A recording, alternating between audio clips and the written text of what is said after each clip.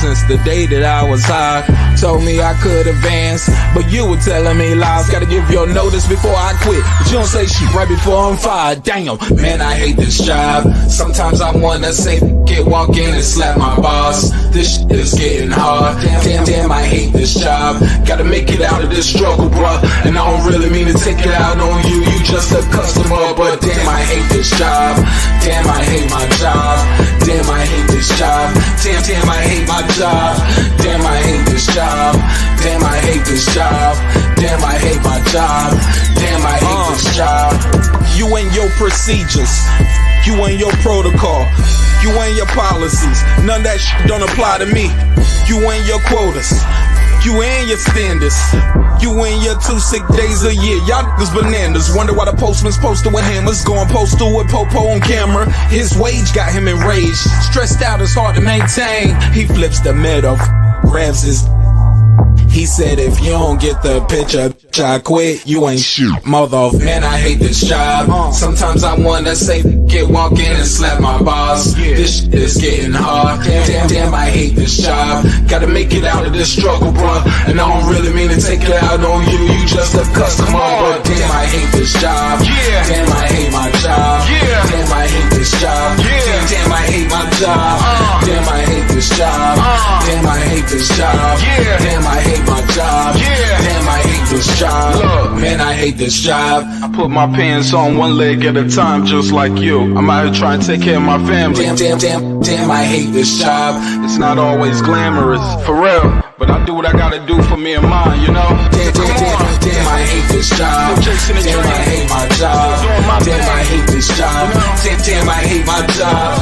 Damn, I hate this job. Damn, I hate this job. Damn, I hate my job. Damn, I hate this job. Damn, I hate this job. Damn, I hate this job. Damn, I hate my job. Damn, I hate this job. I'm just like you, nigga. Damn, I hate this job. Man, I hate this job. Man, I hate my job.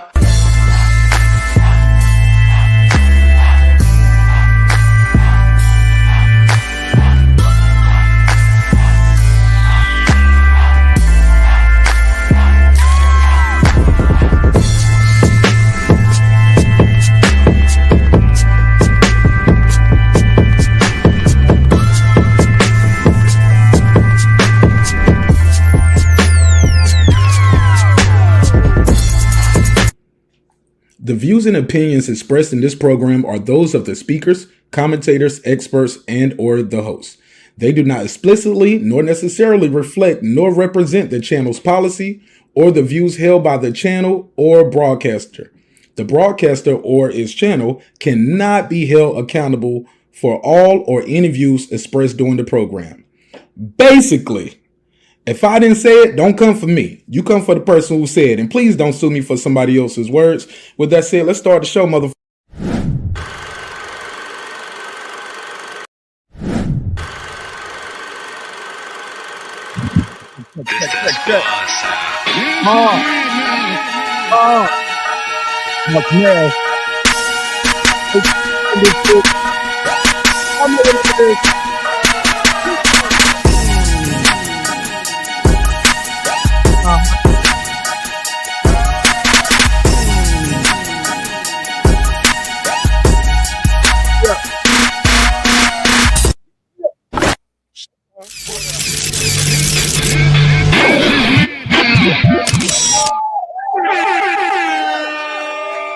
Yeah, man. What's popping? What's happening? What's going on? You back in the lab with your favorite neighbor, your man Marq Nash. He is I am he. Another great episode of Breaking Beats. OTB, my G. What's popping, Brody? Man, I'm ready to talk some boxing, man. Ain't did a full boxing episode in a minute. We finally got some good boxing news out here. Your boy is hype about some boxing. Not just you, but me, man. We had a great weekend of boxing. You got good reason, man. Gotta say that, man. It was a hell of a weekend in boxing. Was it? Yeah, it definitely was, man. I was impressed with a few, not just the Kieth Thurman fight, man. The Itama kid, bro. I can't wait for us to get. Did you get to the Itama fight? Did you watch that? Yeah, but I don't want to be a negative Nash up here, but I'm keep it a buck. You know that's how we gonna do. Franklin, though, man, he did what he was supposed to do with the guy that was in front of him. Shout out to Everything Boxing in the building. Crystal, what up? Cam J. Salute to the big Brody. Everything Boxing, man. What up, Brody? Glad to see you back, man. Keep working, bro. Keep working. You know we gonna hold this shit down till you touch back down. You dig? But yeah, you was the one in what you say he fought Jermaine Franklin. Yeah, let me fix this box over here too. Yeah, man, he did what he's supposed to do with Jermaine Franklin, bro. Well, that was my first time watching him live. I had watched him on film before. Oh, so Moses? I watched Moses on film. I had never seen him in person. I mean, live. So watching him live, I was really impressed with his foot speed, man. The kid foot speed is awesome to be that big. And his ring IQ, to watching Jermaine Franklin where he wanted him to be with the lead hand and just see him stab down, come back upstairs, and then set it up on the back foot later on in the fight. He had to really figure it out. Jermaine ain't just walk in there and hand him the fight. So watching the kid really figure it out and put his tools together really made me optimistic about his upside. So I really was impressed by Atama, bro. Okay. You think he's ready for a title shot this year? Yeah. We need to down a little bit. Nah, I think he ready. He just fought that looked like it was at home. He had the European rappers there bringing him out. Yeah, I mean, it really was a good look, bro. I was impressed. And to watch him perform on that stage and to have that type of and to close the show like that at home, man. I was impressed. I think he's ready now. We got to quit telling these kids that they not ready to be great. Give them an opportunity, man. Right now with the abilities that I seen him have, the hand speed. Look at him use that lead hand to set that off hand, to set his right hand up, man. I was highly impressed with his ring IQ, bro. So I think that he give a lot of these heavyweights problems today. Well, you know, it's only one name to beat right now, though. There's one name to beat. Can he beat Usyk? Based off what you saw, can he beat Usyk? That's the guy with the hand speed that he have, bro. Usyk ain't seen nobody with that type of hand speed, that type of foot speed, and that defensive responsibility, that athleticism to get. Yeah, I mean, look at his feet, bro. Mute this shit. Keep playing the audio. My bad. Say it again.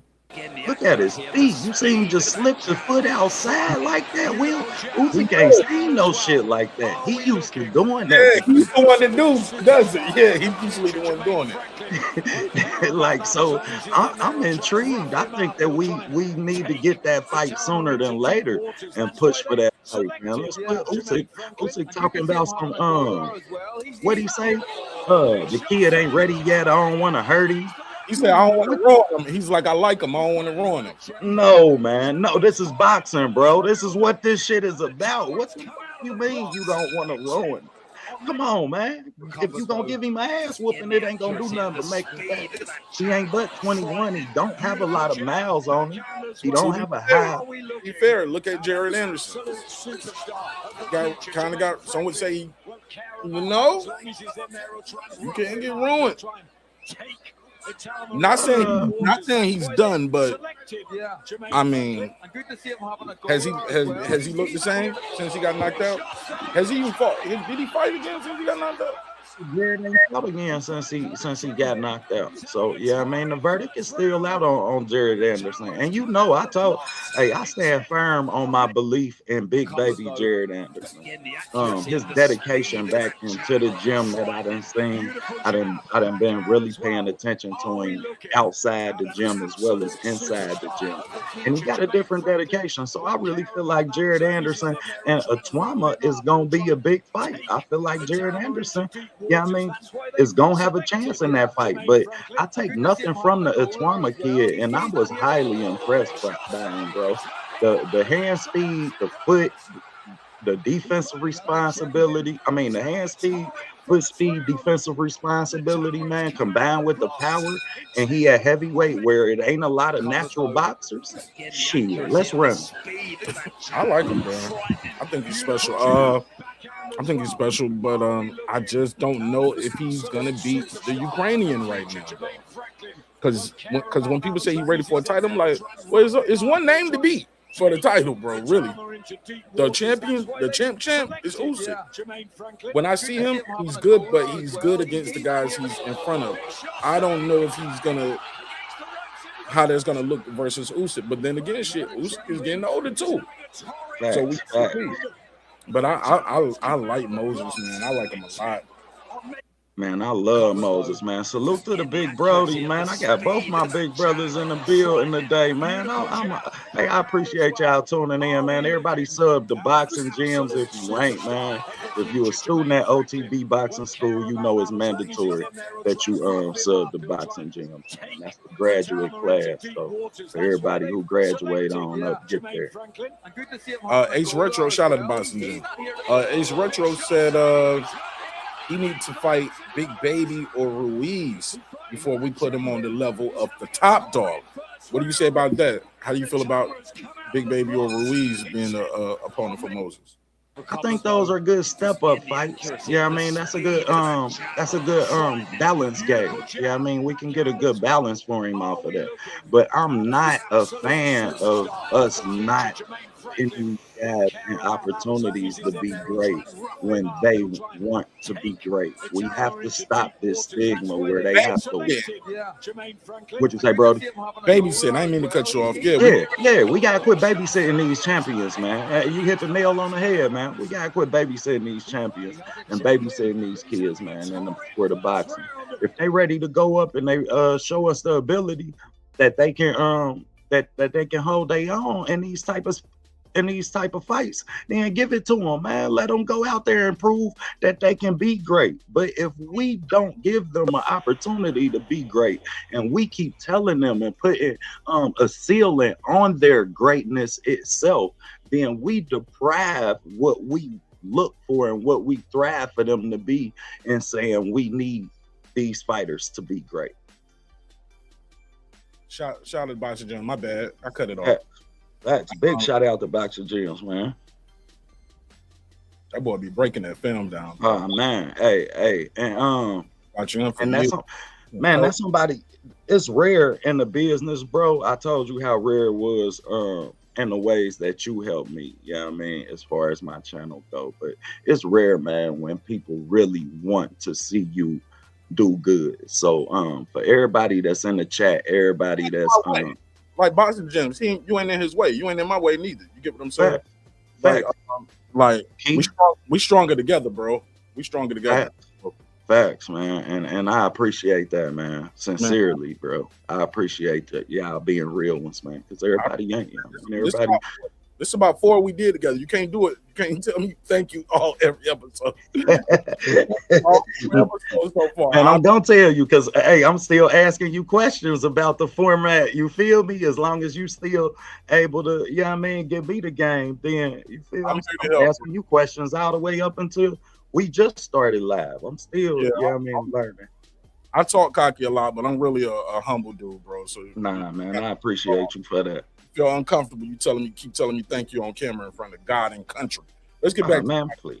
Let's go. Let's get back to boxing. Also we had a fight between Hernandez and Mendoza. I was liking that scrap. They stopped that.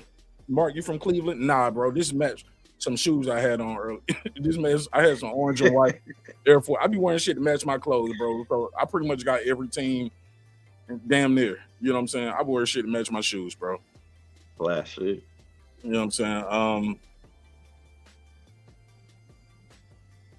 But shout out to Cam. You from Cleveland? Let me know in the chat. Hey, bro, did you think it was an early stoppage or no? The Mendoza, I'm saying not an early stoppage because they didn't stop that one. That one went to the cards. But when you saw the cards, they didn't give Mendoza no credit for no rounds. Man. It was like a 10-round fight. They might have gave him like 1 round on one card, like 2 rounds on another, or something like that. What did you think Nah, I thought that fight was a lot closer than that, man. I was a fan of Brian Mendoza, but his work ethic did decrease some, man. And wasn't he, and who was he fighting? I can't remember who he fought, but his work he drained a little bit down the stretch, man. And that's what allowed me to kind of understand what they was looking at when they did score that fight like that. I thought after that head clash, he started putting in oh boy. Thought he was giving him some. I thought at the end of the day, I thought he left too much meat on the bone, boss. But I definitely think he won more than 2 rounds. Yeah, he definitely did. You right about that. We gotta, but I don't want to be one of those fans that argue about the decision. Like, look, the right man won the fight. I get it. So I don't want to sit there and belabor the point too much and be like, but it wasn't close. But damn, bro, we got to do something better with that scoring. Like, when I heard unanimous decision, I was like, uh-oh, well, Mendoza, you lost this one. But then they was like 98 and 92. I'm like, God, 98. That was ridiculous, man. And it's really becoming more obvious that sometimes judges like reward activity versus precision. Yeah, you know what I mean, and it's tough to really gauge. Hernandez, thank you. Tellers and Mendoza, thank you, brother. Thank you, boxing. Because that's another fight that we had. We had Hernandez versus. He beat the brakes off my boy. What's the homie Hernandez beat the hell up on this weekend? Gaucher, Terrell Gaucher. Yeah, bro. Terrell Gaucher. Bro, Hernandez started off on 10. Ding, ding, pop, pop, boom. Hey, look, he was doing the Kendrick Lamar on his head. Bing, bing, pop, pop, boom, damn. Type of shit I'm doing, you wouldn't understand. Bro, hands, bro, he was fast, pressure, relentless, uppercuts, hooks. He was fucking huge. Like, I looked at him. I'm like, he is huge. Like, man, he's a fucking cruiserweight. He weighed in what day? I want to see that. Weighed in a week before. You did? That nigga weighed in last week. So he beat the hell out of my boy Terrell Gaucher, man. Facts, man. And I felt bad for Terrell, man. I know Terrell as a person, man. I done met him like 3-4 times, man. He's such a humble, good person, man. And everything that he's given to the sport of boxing, man. And for what he comes from, you know what I mean? I couldn't be more proud anytime I see him put the gloves on and walk up out of that ring, man, because he's a great person inside, outside the ring. And what he does for the sport of boxing in the city of Cleveland really needs to get some shine, man, because Terrell do a lot for East Cleveland when it comes to the sport of boxing. Him and the Masons, all of them, man, they all pitch in. And they got something special going out of them gyms out of there, too. They got some special amateurs, man. They keep an eye on East Cleveland. I love what they teaching up there, too. They actually teaching good boxing. Hey, man, there's a lot of good boxing out there in Ohio. Shout out to my boy Ohio runs boxing, too. Okay, I'm going through the notes. Another one we had to talk about. We got to get to some of the BS, because there's some BS going on out here. Yeah, it damn sure is, man. I'm going through the smaller cards first. You want to go on and get to Kieth? Kieth, they stopped the fight too early, Thurman? Yeah, we could get there. Let's go. What the hell was Kieth? They stopped the fight too early, Thurman, talking about, bro? Bro, go ahead. Go ahead, bro. No, I'm about to pull him up on the screen and let him talk and say what he got to say, and then we can react to it. Fact, because I couldn't even get what his game plan was. And anybody in my chat, I got some great boxing minds in my chat. So from James and Keith, yeah, man, we got some great if any of y'all know what Kieth Thurman's plan was, let me know, because I've been mind boggled trying to figure this shit out. Like, what was his plan going into this fight? Because he said we was getting to the fun part. He said we was getting to the fun part. Let's play let me play the audio. Let me play this video of Kieth Thurman talking about what the hell is going on, and then we can react to it. Let me play this. Let me know if you can hear it. Really make them go hard. Make them go hard. Put them in that scenario where they make a mistake. And that's what he said. He said, put him, make them go hard. Pause. Said, make them go hard. Make them go really hard. Put him in a scenario where he make a mistake. Let's hear it. He was just getting way too comfortable. He had a hard press, and we were right on the verge of getting to that sweet spot where both of us were ready to go toe to toe, blow for blow, and the ref couldn't handle the violence and what I was taking. A lot was on the gloves. Some of this on this side was me catching. I remember a fight that I had where on the side of my head looked like a monster symbol, right? And I was like, how the heck did that happen?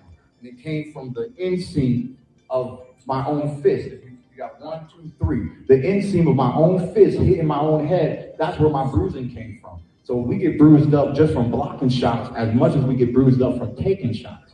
So it's just unfortunate, man. I really think I could hear the crowd. The fight was really just getting good. I was on my feet, never got dropped. And it's just unfortunate, man. They didn't let me, at this stage of my career, it's okay. If you're gonna beat me, you're gonna beat me, right?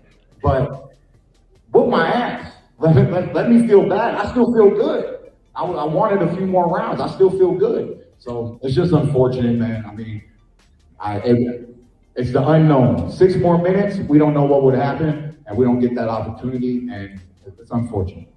What? All right, guys, if you get a hold your... Okay. In the words of the legendary Pop Out of Sailor Man, I had all I could stand, and I can't stand no more. Kieth Thurman, 6 more minutes, bro. You might have been pushing up daisies. Yeah, B. If you can beat my ass, bro. What do you got? This nigga got his black eye got a black eye. His black eye started bleeding. Most people, you get a black eye, you get swelled, get mad. His black eye got a black eye, and then it popped, and it was just drizzling all over your body. blood was dripping all over your body. Kieth Thurman, my man, 50 grand. I like Keith. He can talk a good fight. He can sell a fight, but Keith, you lost that one, bro. You lost every minute of every round. But I get where he coming from, because maybe Kieth Thurman in his Clearwater mind, he drinking the wrong Clearwater, bro. He drinking cut water.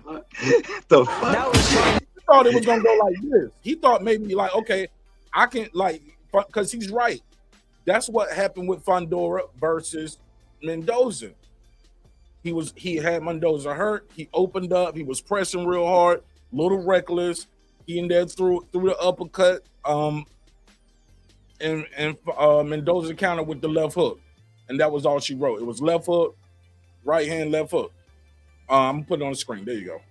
Left hook, right hand, left hook, bam. All she wrote. Right. Yeah. Is it gonna be it? Yeah, but that was they showing what they're to it. But you see what Mendoza's doing. Keith wasn't doing nothing. Keith wasn't fighting like that on the inside. Oh, he never tried to close the distance. Even when he was in there, it would just be he'll high guard a little bit. Keith don't know how to fight. I never thought I'd say this, but Keith really didn't look like he knew how to fight on the inside. He didn't look like he knew how to clinch. At times, it was like he was blocking everything with his face. Bro, yeah, exactly. And my thing is, you got an 81-inch reach. Now, you telling me you can't counter an 81-inch jab? This motherfucker coming from not the jab, not the step.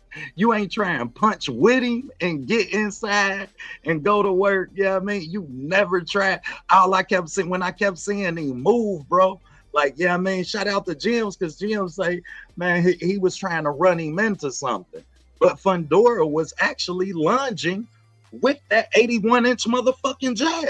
Mm-hmm. He's lunging with it. The step is so big. I would just on his front foot a lot. Yeah. Oh my gosh, the head was over the front foot, looking like Babu head, Babu head. I'm looking at Kieth like, man, you ain't gonna pull the trigger.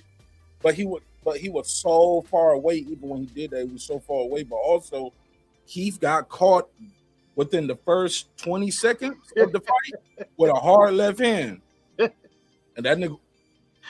That was doing the shawty low. And he sat clean on the toilet too, bro. That nigga was doing the shawty low. They know.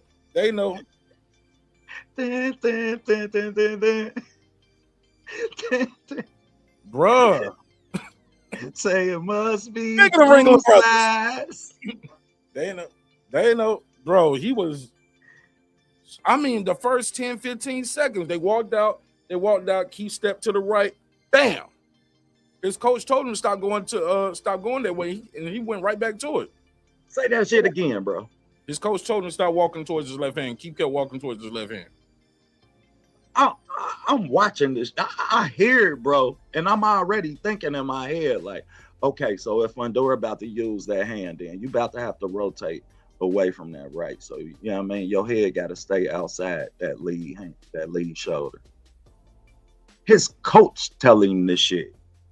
What does he do, Brody? Go out, step right on the right, get caught right down the line, sit on the toilet.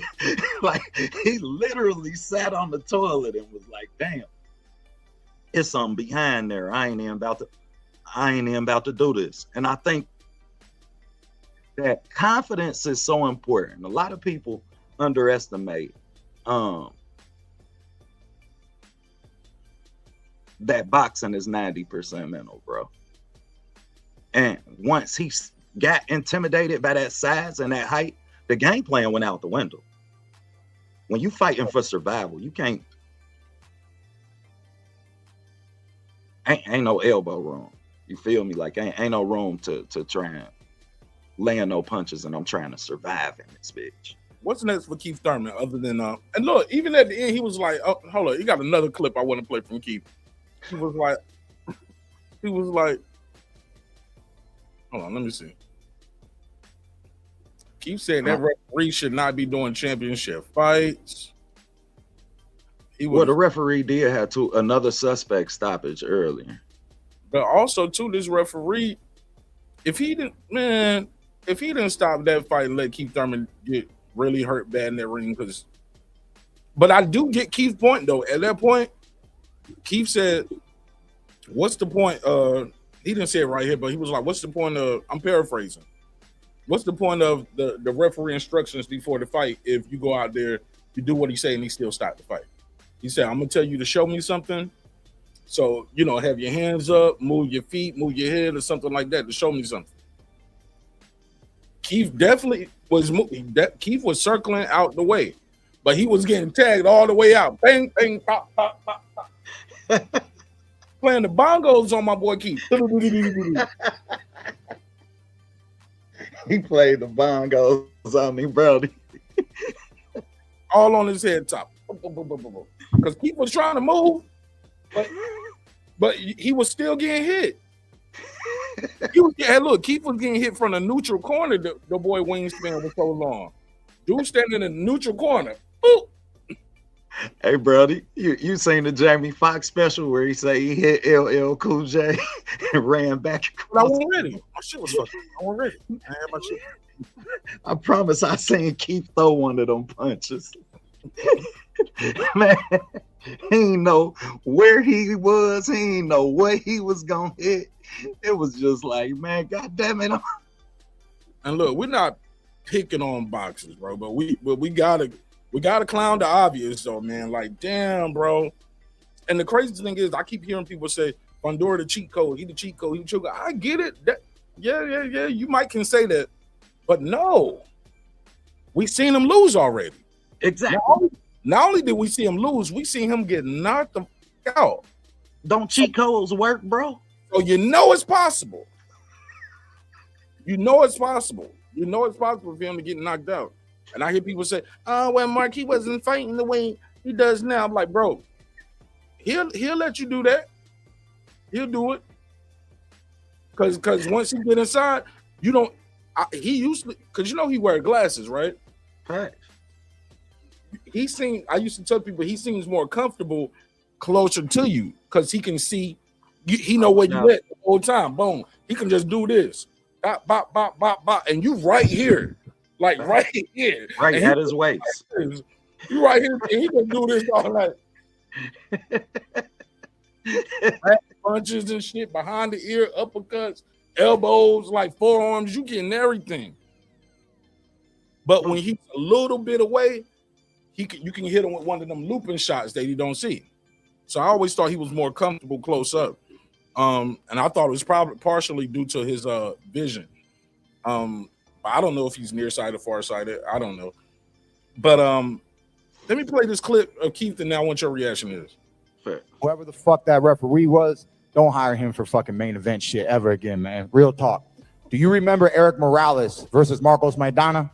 Do you remember how many times people fought with broken orbital bones? Shit's not even broken, man. Never got dropped in the whole fight.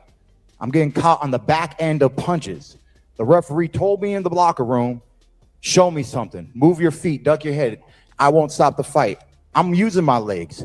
I'm getting caught on the back end. I wasn't buckled. He just jumped in like a white rabbit, man. So them little hoppy referees, they're not made for main event boxing. The fight was getting fun. Tremendous champion.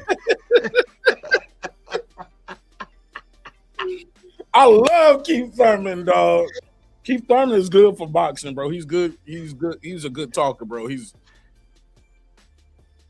a lot of people wish their favorite fighter would talk like that because he is talking, bro. But you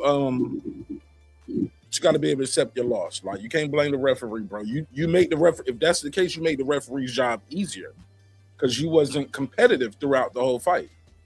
You was in there taking a lot of punishment, and they mess around. They mess around and let Jonathan Taylor do no more fights. If he, they were like, bro, you can't even ref no more fights. You need to take your license. You see what you let happen to Kieth? You know, so. But go ahead. Bro, it ain't no like if I'm Jonathan Taylor and I'm watching that fight, I mean, transition, then I'm watching Kieth expand all of his options as far as attempts to win.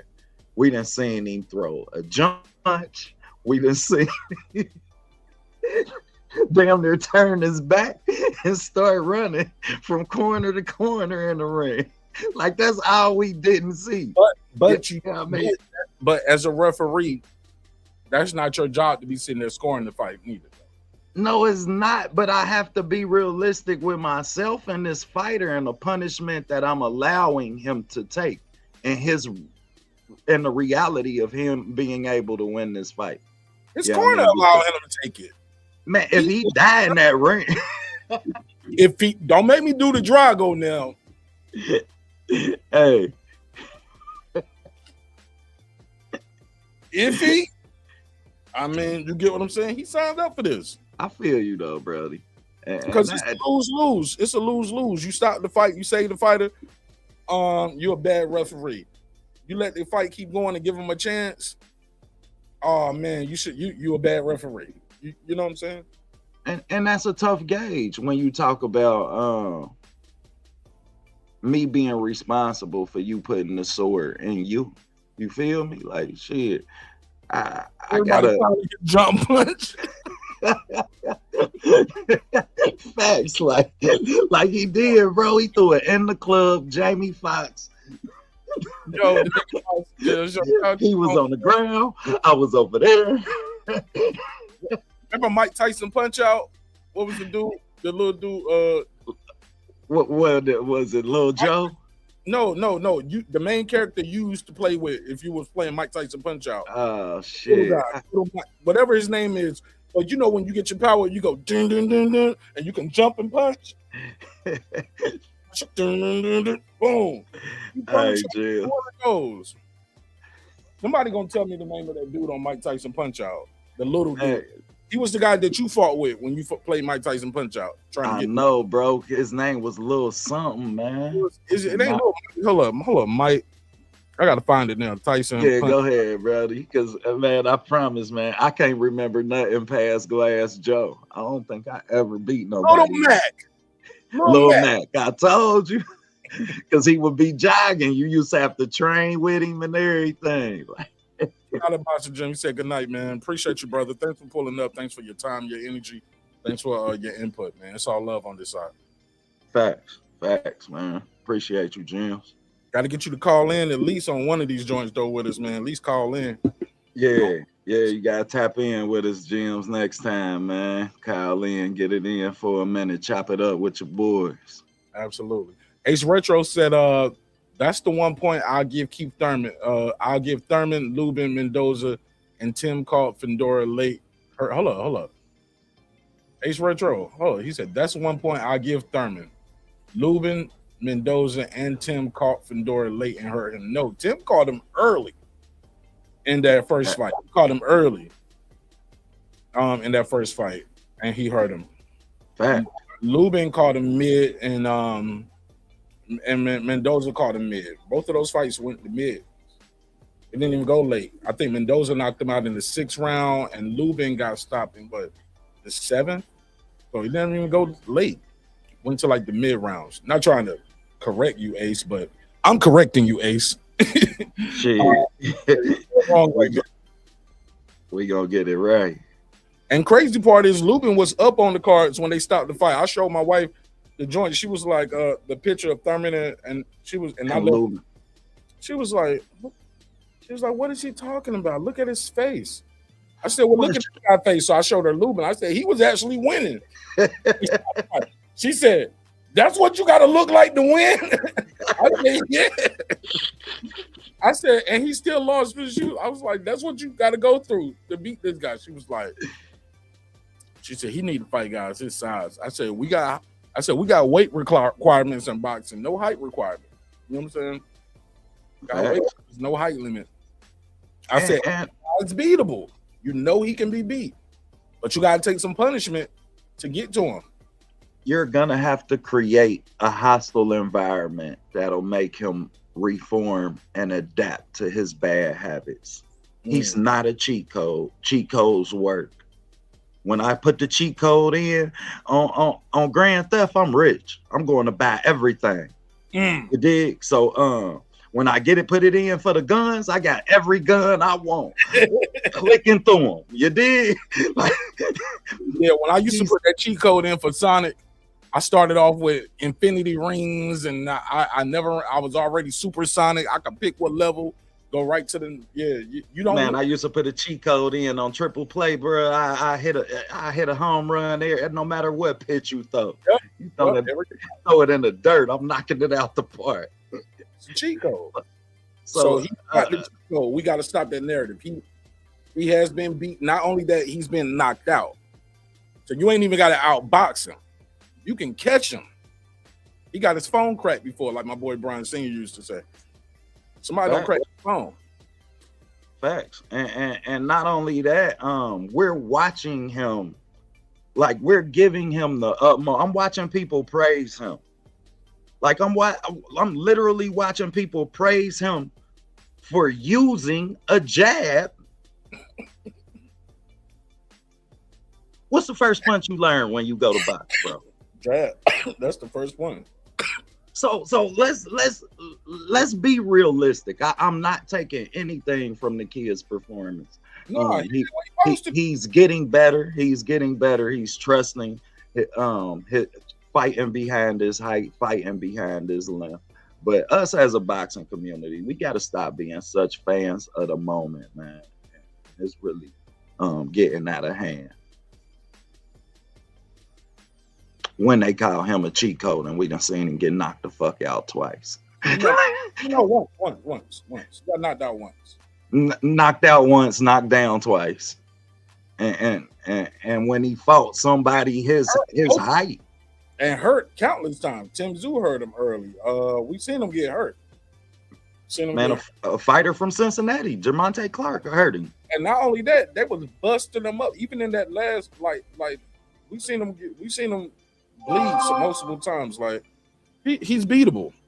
Facts. But you gotta go. You're going through some hell to do it though. Foodie, I'm gonna get you calling me Mark Nasty. Fuck y'all. Charlo said his jab on furlough. Yeah. Piston Honda. Nah, it was a little Matt. So what was weird with it? So Kieth Thurman's face was in there looking like hamburger meat. You say what's next? Other than the hospital, because at the end he was like, "I'm fine, man. I ain't going to the hospital." I'm like, "You better. You got a family, dog, and you got a family dog." You get what I'm saying? Like you need to go look at this shit. Recover. Look at this nigga throwing like a 12-piece combination on 1, 2, 3, 4, 5, 6, 7, 8, 9, 10, 11, like 12. I lost count. What was that? 1, 2, 3, 4, 5, 6, 7, 8, 9, 10, 11. Like, bro, like what are we doing here? Yeah. This nigga throwing a 30-piece on you, bro. That's tough. And bro, Sebastian okay, so look. Damn, man, look at him slip the front, slip. Yeah, but even then, look how irresponsible Kieth is sometimes with his hands, though. Boom.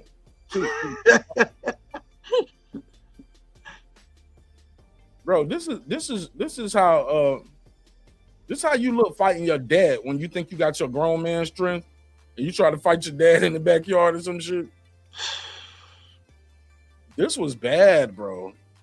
Man, that was, man. That was a bad look, man. And I don't know. I feel like it's a future for Kieth and boxing. He ain't got a lot of miles on him. Shout out to the homies, because if you look at the bruising around his face, a lot of that is from him wearing headgear in camp. Yeah, I mean, and his face swelling up. So the first time that you touch it, yeah, I mean, once you done been in camp wearing all of that headgear, if you look at the bruising around it and where it's at, yeah, I mean, it makes sense that that's what that was from. However, that don't replace the fact that you went in there and got your ass whooped, and I don't know if I can name anybody elite at 154 that he beats. I don't think he beat Xander Zayas or, yeah, I mean, not after taking this kind of punishment, got that phone. Well, you gotta think, bro. He done fought 2 fights in 6 years. Shit. But look, he don't sound like he was about to retire. He keeps saying like, I'm ready to go again. So what I'm thinking is maybe possibly, I'm gonna just throw some names out there. You tell me what you think about it. She said he blamed it on him being light skinned. He blamed the ref.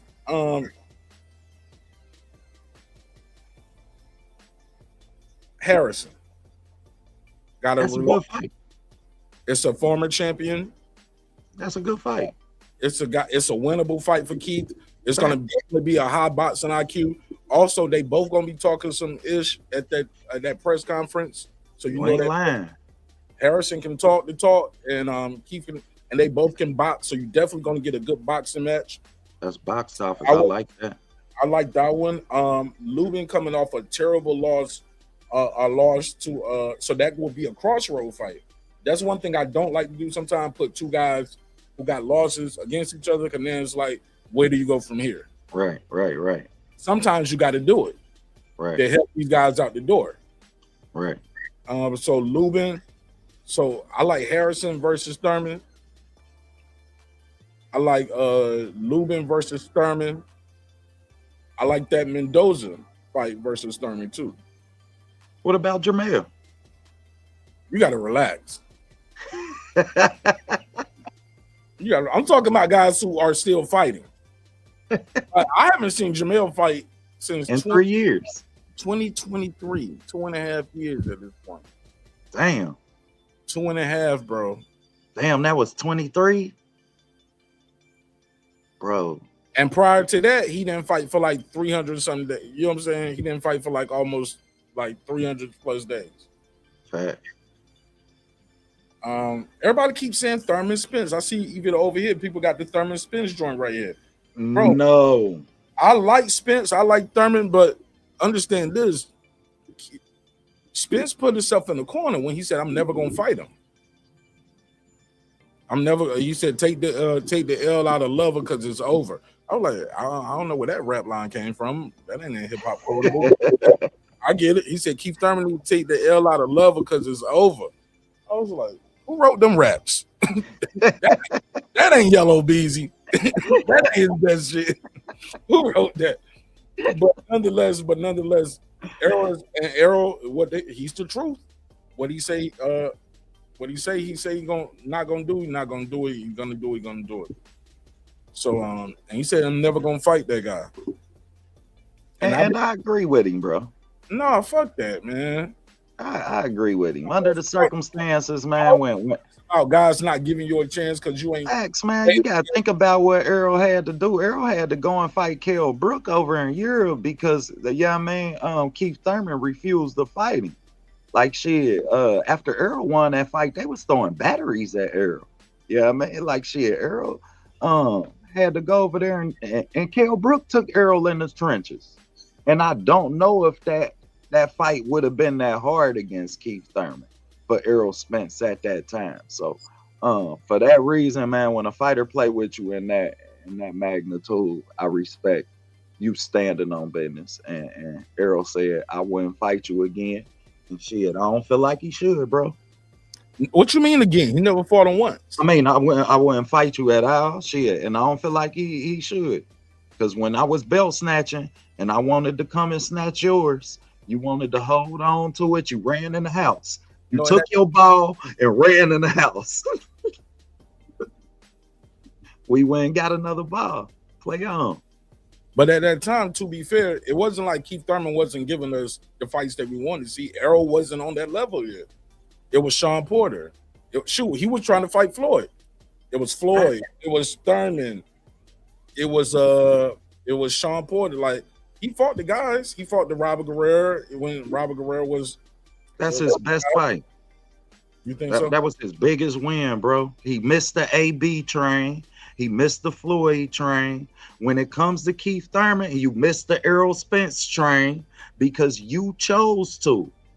And then, yes, you fought Danny Garcia and Sean Porter, but as far as I'm concerned, if you fight two of those fighters, if you fight AB, who couldn't take his hands out his pocket and stop chasing the Floyd Mayweather fight, now you got a 4-division champion in Adrian Browner and a 3-division champion in Robert Guerrero. You dig? And not to mention, on top of the Danny Garcia, Sean Porter, now we can make a case for you. But it's tough to make a case for you when you didn't fight any other elite fighters in your era. He did, though. You don't think Sean Porter is going to the Hall of Fame? Sean Porter's a Hall of Famer because he fought them all, and he may be the last welterweight that we see that does that. But let me give you the Porter. Let me give you the Porter weight button drop, man. Shout out to Sean Porter. Facts. What about Danny? You got Danny. Is Danny a Hall of Fame? Because Keith was fighting these guys. Yeah, but yeah, Danny's credible. Danny's credible. No, Danny's credible. Danny was a good win. I give him Danny, and I take nothing from that performance. That was my favorite Kieth Thurman performance. So you just so you like that one better than the Robert Guerrero fight? Guerrero was the biggest because Guerrero made him a champion. That put him on the map. And Guerrero was respected at the time. You know what I mean? But when it came to Devin Alexander, that's another person Keith didn't fight. Yeah, I mean, it's a lot of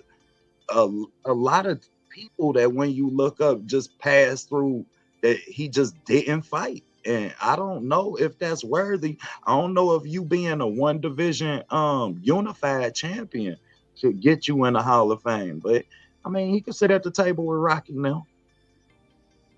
Somebody said Broner versus Thurman is an option. The bid will be crazy. I don't know if Broner can make 154. Man, we are not gonna do this. Fought at 154, but I don't even know if he can even make 154 though. You seen Thurman? Thurman my size. Man, you y'all seen AB? Shit. I mean AB. I'm sorry, AB. Y'all seen AB? Like, don't get me wrong, champ. I always say he working, but and I never, if that fight was to ever happen, I'm not riding with AB. I'm riding with him tooth on the ground and all. You feel me? But why? Shit. Why? But when it come to riding with him till the wheels fall off and the tooth on the ground. Why? Hey, cause man, I've seen him as a person at his peak not leave people behind that was close to him. And as much as that may have hurt him, me coming from the environment that he come from, I can understand it. I can empathize with it. And I've seen him do things for people that probably I've seen people in higher positions and not do. Yeah, I mean, the kid, AB got a heart of gold, man. If you around him, you want for nothing, you probably gonna pay for nothing, man. The kid, he got a heart. He ain't no selfish person, man. And that's to his detriment. So when I empathize with AB, it's upon the things that I watched him overcome as a person coming from the same environment, bro.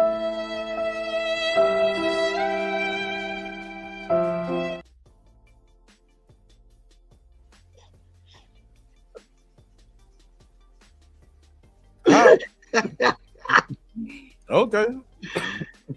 That's the homie, man.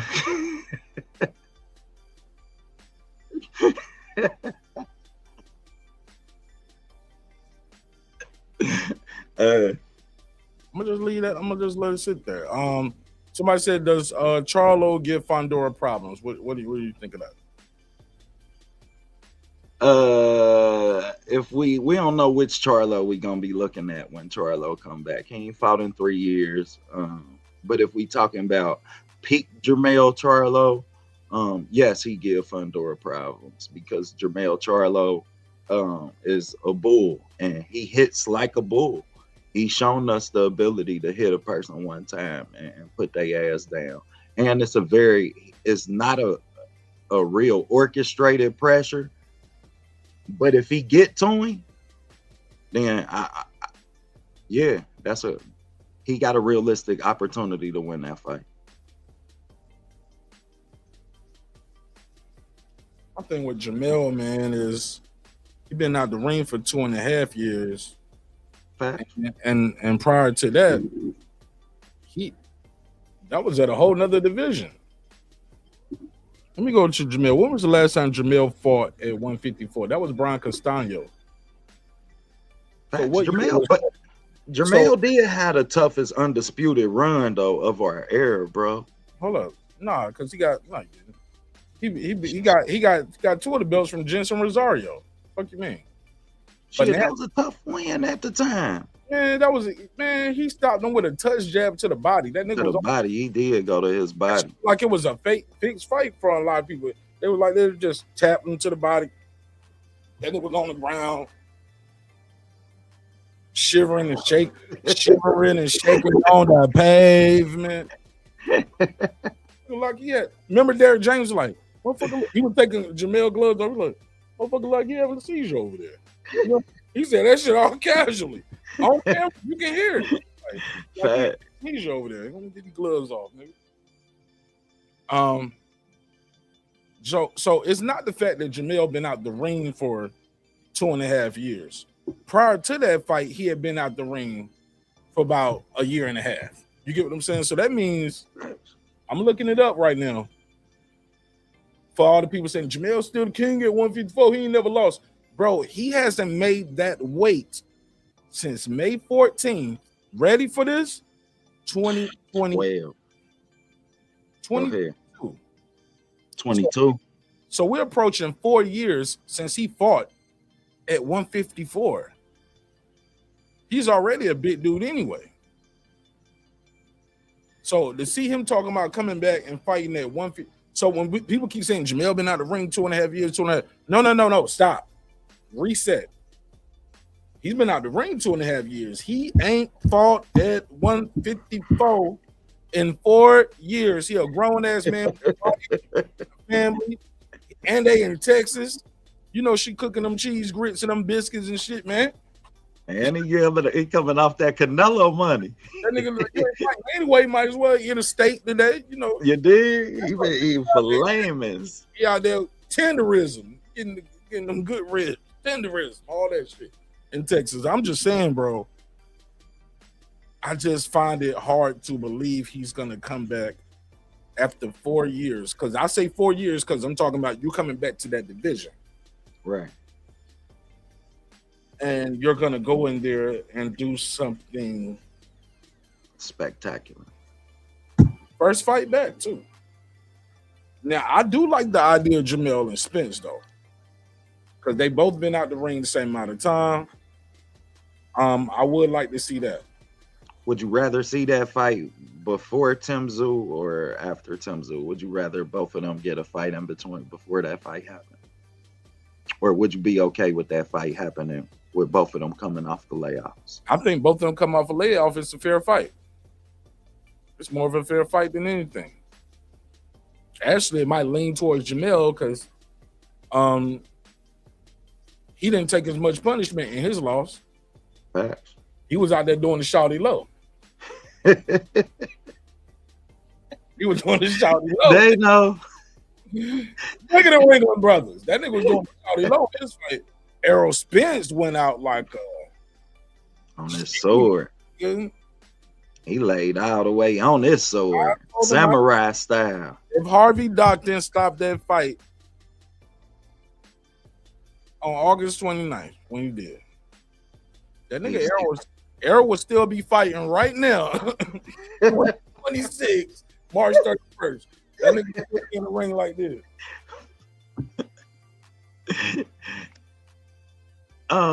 That's what scares me about him fighting Sebastian Fundora. I heard some bickering about him fighting Sebastian Fundora, and given the heart that Errol Spence got, bro. Errol versus Sebastian Fundora.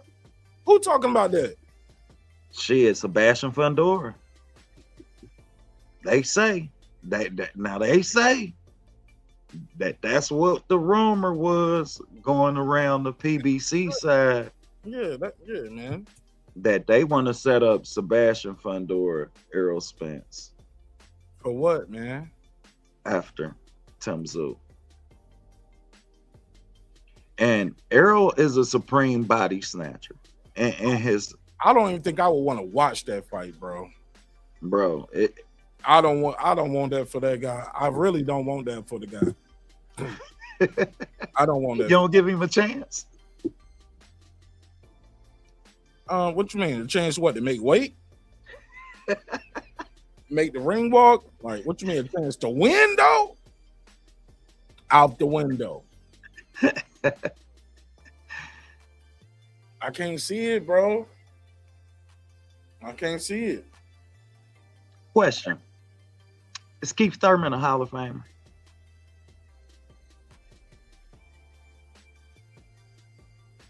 He definitely gonna be in the Florida Boxing Hall of Fame. The Florida Boxing Hall of Fame. Yeah, he definitely in the Clearwater Hall of Fame. Definitely in the Boxing Hall of Fame in Florida. I don't know. In this day and age, though, I think they will put him in. Facts. I agree. I agree. I think he gets in too. He's a one-weight champion, unified one-weight champion. I don't think he's gonna be like there's gonna be no rush to put him in there right away. He might have to wait 4 or 5 rounds like Tim Bradley. But I think he's gonna get in. I think Sean Porter gonna get in there. He ain't get their first ballot, none of that stuff. But because of all the media work he doing too, a lot of times too, I think those boxing writers they vote to get you in too, because now they working with a Hall of Fame and it's good for the network too. We have a Hall of Fame. Good point. You know what I'm saying? So now you get guys to be Hall of Famers just because they on the commentary team sometimes. And it's good for the network. And these are the people that's writing the vote that put you in there. Politics as usual. Come on, B. You already know. Somebody said Jermell need to come back at 160. What you think of that? I think 160 is a good division for Jermell. Once Carl Adames get up out of there.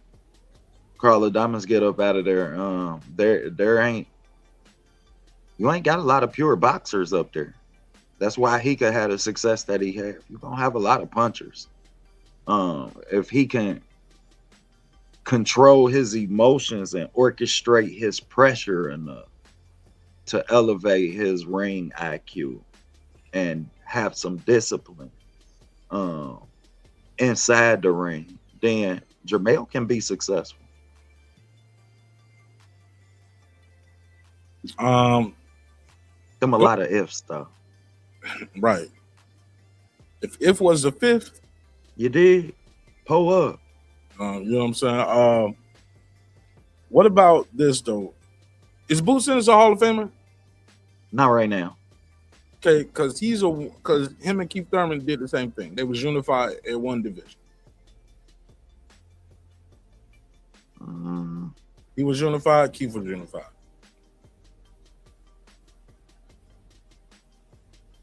When you put it that way, like damn, huh? Oh shit. That's like saying, damn. So when people say Boo Simmons is a Hall of Famer already, he the great. Most of us be like, how? Like how? Because you unified? Yeah, but Kieth Thurman unified. Ay. That's tough, Brody. That's tough, man. When you lower the most people would say Adrian. I used to ask people, I was just like, is Adrian Broner a Hall of Famer? They were like, he being a Hall of Famer. I said, is Danny Garcia a Hall of Famer? I mean, not Danny. I say Mikey Garcia. They'd be like, yeah. I said, okay. How many divisions he won? How many divisions AB won? You gotta be fair. AB a 4-division champion. That's not boxing Hall of Fame. And AB, a lot of people when they hear 4 division, they forget he skipped 40 and went to 47. Out of everybody else that's a 4-division champion on that list, you know how many of them skipped the weight class and was still successful? Just him. Him. Hold on. Is Adrian Broner 3 or 4? Hold on. Is it 4? Yeah, 4 division. 4 division. 4. What yeah. Was, oh, yeah, because he did start off super light. Hold on. He was a super featherweight. Yeah, he is a super featherweight. He did start off at 126. Yeah. Little nigga. Yeah. Giving them boys the blues. Man, he was tearing their ass up. He was bigger than everybody. Man, he had fast hands. 26, 30, 35, 47. Yeah. Killed him. Yeah, I think, yeah, man, I think he's a Hall of Famer. Mikey Garcia, Hall of Famer, Adrian Broner, Hall of Famer. Ooh, Mikey at 40 was tough, man. A lot of people don't realize how devastating Mikey was at 40, man. You know why? Because of that contract issues, and he sat on the bench for like 2.5 years. Just time going off his career. Damn, I didn't know that.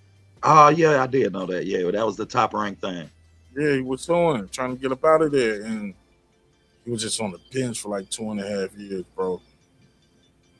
Which is what Oscar low-key kind of threatened to do Ortiz, if you think about that. He was slick like, one of them clapback Thursdays, which is... Yeah, I seen that bullshit. Which, given his history, that name is crazy. Given your history. Clap back Thursday. How do you feel about those, bro? From a promoter, like, you know what I mean? Besides the shits and giggles, like, yeah, I mean, when you look at times, because he was talking about, I think it was when he was talking about Haney, he was like, "Why's your dad always talking?" And da. You know how he be talking, he be talking like this, and yeah, succotash. like you about to put the fish in that song. Yeah. Like, even in this history, shout out to the fight daughter. What up, bro? 93 Octane. I see you, man. I'm gonna get to some of those too. I'm gonna read some more of these comments. My other thing though, bro, with the I just thought it was hypocritical. I was like, we don't hear your guy at that time. I was like, we don't hear Virgil Ortiz saying shit. Why you mad at Devin? Because his dad is talking. His dad is his trainer. His dad is the promoter, you know, as well. So his dad is his manager. They should be speaking. His dad, if nobody else can speak for Devin Haney, Bill Haney can and should. But flip side, Oscar, you got a whole stable of fighters that don't be out here talking for themselves. You don't say that about Floyd Schofield. That's your fighter. His dad do a lot of talking for him.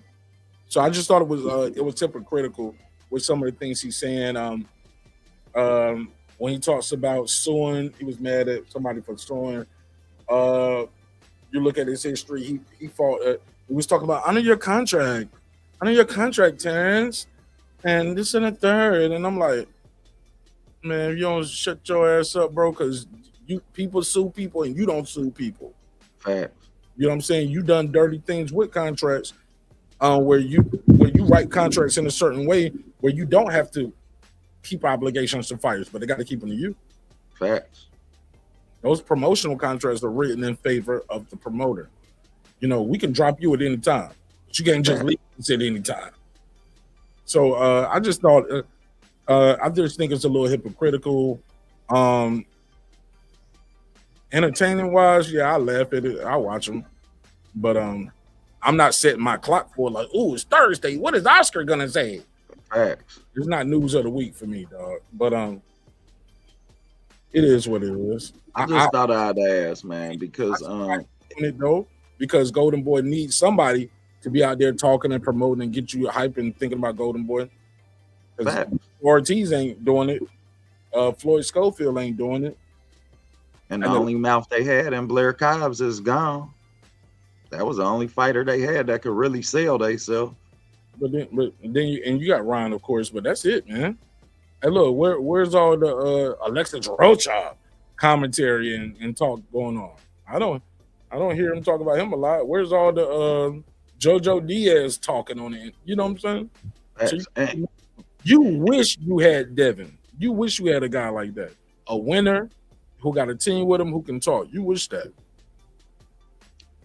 I just kept thinking, like, man, as a fighter, it would scare me for my promoter to be that flamboyant and for me to end up on one of them clapback Thursdays. If I'm a prospect, I don't know that I would be in a rush to sign. Yeah, I mean, that's scary. And then the other thing that scared me about him, bro, is, can you imagine if that becomes the state of boxing promotion? Is you vividly throwing these fighters under the bus based off of your perception or your... Hold on, he don't throw his fighters under the bus unless they got a little beat. Because prior to that, Canelo was the best thing since sliced bread. He get mad at Canelo, they fall out. Canelo, I was feeding you bums and this and the third. And I was like, oh, you admit that now, and shit like that. Or he was like, now he's arguing with Ortiz, and he was like, but he didn't do that with Ryan though, because he was like, damn, this is the last one. This is all I got left. You know what I'm saying? Yeah, you right about that. You all that talking about PEDs, you very mum's the word on your boy. All that stuff you talking about honor and integrity. Hold up, man. Where's this at when Ryan is out here calling people niggas? Facts. xenophobic remarks. Like, where was Oscar then? Like Oscar was a hell of a fighter, man. Hell of a champion. Enjoyed Damn watching sure was. growing up as a youngin', man. I was a kid watching Oscar De La Hoya. Love watching his fights. Facts. He got a couple gifts. You get what I'm saying? Damn sure did. Pernell Whitaker. First one to come to my mind, I was like, oh, hell no. But Pernell beat that ass. Oscar did some things that was questionable too, even when he was building Golden Boy. You know what I'm saying? I'm not saying illegal. I just say questionable and how he built it with fighters and then came back later and bought everybody out for the most part. Facts. You know what I'm saying? So how he made Floyd wait forever to finally fight Floyd. You know what I'm saying? So when you talk this stuff with these guys, Oscar, you was one of them too, bro. You was one of them too. I'm old enough to remember how long Floyd Mayweather was calling out Shane Mosley, Oscar De La Hoya. Look, man, you had our little Winky Wright debate. Facts. Winky Wright too. Yeah. And I had to do my research on that. You know what I'm saying? Yeah.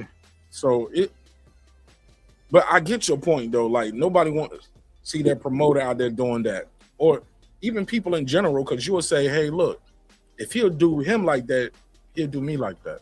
You feel me? Like, and when you a kid, whether you coming out of the Olympics, whether you in Rolly Romero position where you done fought your way through a gym and people done put you in this position, then that's detrimental, man. When I trust you to have my best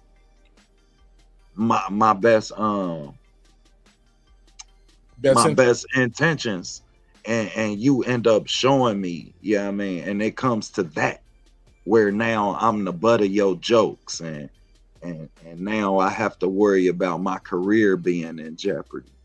Because at the end of the day, Virgil's still a fighter.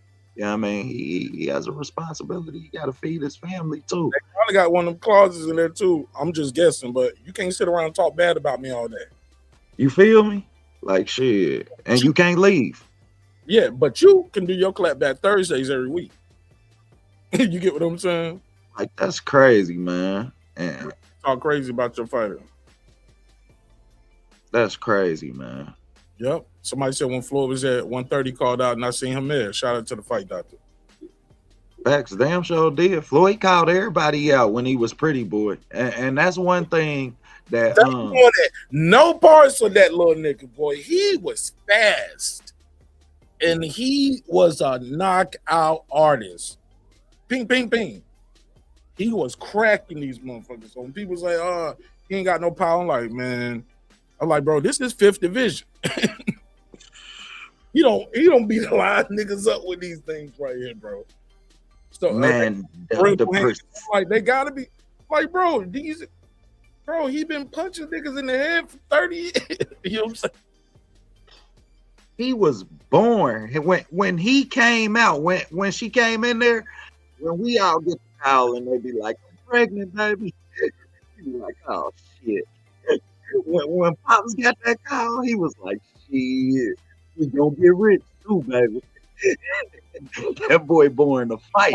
He said, it's the boy? It's the boy. Ah, yeah. Shit. He gonna fight. Floyd's sister just had a fight not that long ago. They got her ass fighting too. Shit. You know what I'm saying? Okay. But so what was weird with it? Because still got some other topics I gotta get. Yeah, facts, man. We was closing up, I think, on Fundora. Fundora Thurman. What you want to see next from Fundora? Winner of Boots and Xander? Of course. That's all that's for him. No. Or they can save it for Undisputed. That'll be the last fight. Or Josh Kelly. I wouldn't mind seeing him fight Josh Kelly. Josh Kelly just won that fight with Bakram. At the end of the fight, bro, he was losing damn near getting his ass. That shit. Huh? Eddie Hearn ain't doing that shit. You are not giving Fundora that belt, bro. If so, the winner of this fight, you gonna make that in-house with Boots. Facts. Xander. Facts. And Xander and Boots gonna have a rematch clause anyway. You could guarantee. It's 2 belts on the line. They not about to do that without no rematch clause. They about to do that with a rematch clause. That way, I wouldn't be clause, but you can have stipulations in a rematch clause, like where if it's no controversy, like if I knock you out, or if it's a unanimous decision, you don't get a rematch. But if it's a split decision, draw, or headbutt or cut to start the fight early, we'll do it. I remember Clarissa Shields had one like that with Savannah Marshall. They had a rematch clause, but since it was a unanimous decision, Clarissa Shields didn't have to give Savannah Marshall a rematch. Damn. Did you know that? Damn, I ain't know that. Yeah, I thought she just beat her so bad Savannah ain't want it. Mm-hmm. Nah, the stipulation said if it's some controversy, i.e., you get what I'm saying, a draw, split decision, close fight. But when somebody win a UD, I don't have to give you no rematch for that. And then also too, sometimes you might have a rematch clause, but the fight be so one-sided, people like, I'm good. I.e. Spence and Crawford, they had a rematch clause, but nobody, even if Spence was healthy, and they would have had to do that rematch by the end of the year. So he got that like that in July 29th. You got that like that. You think Spence would have been bro? Nobody was going. You couldn't even get people to come to see Spence get beat up again like that in December. Yeah, you're right about that. Even if he didn't have his broken eye, it was so one-sided. Yeah, that fight just wasn't competitive enough for a rematch. Bro, he got dropped like what, 4 times in that fight? It's hard to get people to come out and do that again. You know what I'm saying? And especially like in a big venue, and you know what I'm saying? Right. Them niggas fought at the T-Mobile, dog. It's a damn basketball arena type shit. Yeah, T-Mobile, smile. No, T-Mobile was like the size of a basketball arena, man. Is it? Yeah, they held 20,000. Damn, I ain't realized that. Yeah, MGM is smaller, but T-Mobile is like 20,000. Let me see, T-Mobile. And I done sat in T-Mobile. That shit did not seem that big when you went there. T-Mobile can hold 20,000 seats, bro. Yeah. Yeah. Yeah, but if you Eddie Hearn, if you never gave Boots the Josh Kelly fight, because that was an in-house fight, he could have been made that if he wanted to, Boots and Josh Kelly. Facts. So what do you think next for Fundora? Because given the fact that Boots and Zayas for what date? That shit for what? June? July? Mm-hmm. So shit, you about to have to June 27th. Yeah, June 27th, damn near July. Shit, so you wait 3 months on the winner of that fight. I don't see it. You're gonna have to schedule you a fight, man. You're gonna have to schedule you a fight for September, October, and then hopefully we'll get that unification early 2027. I just don't know if Sebastian Fundora can wait that long. That's a long time to wait when you talk about at least 2 months promotion for the fight once you do. And then you don't really know what what Zayas and Boots gonna do. What if they do end up running it back again? What if that fight is good and they run it back again? You gonna sit waiting on the outside looking in?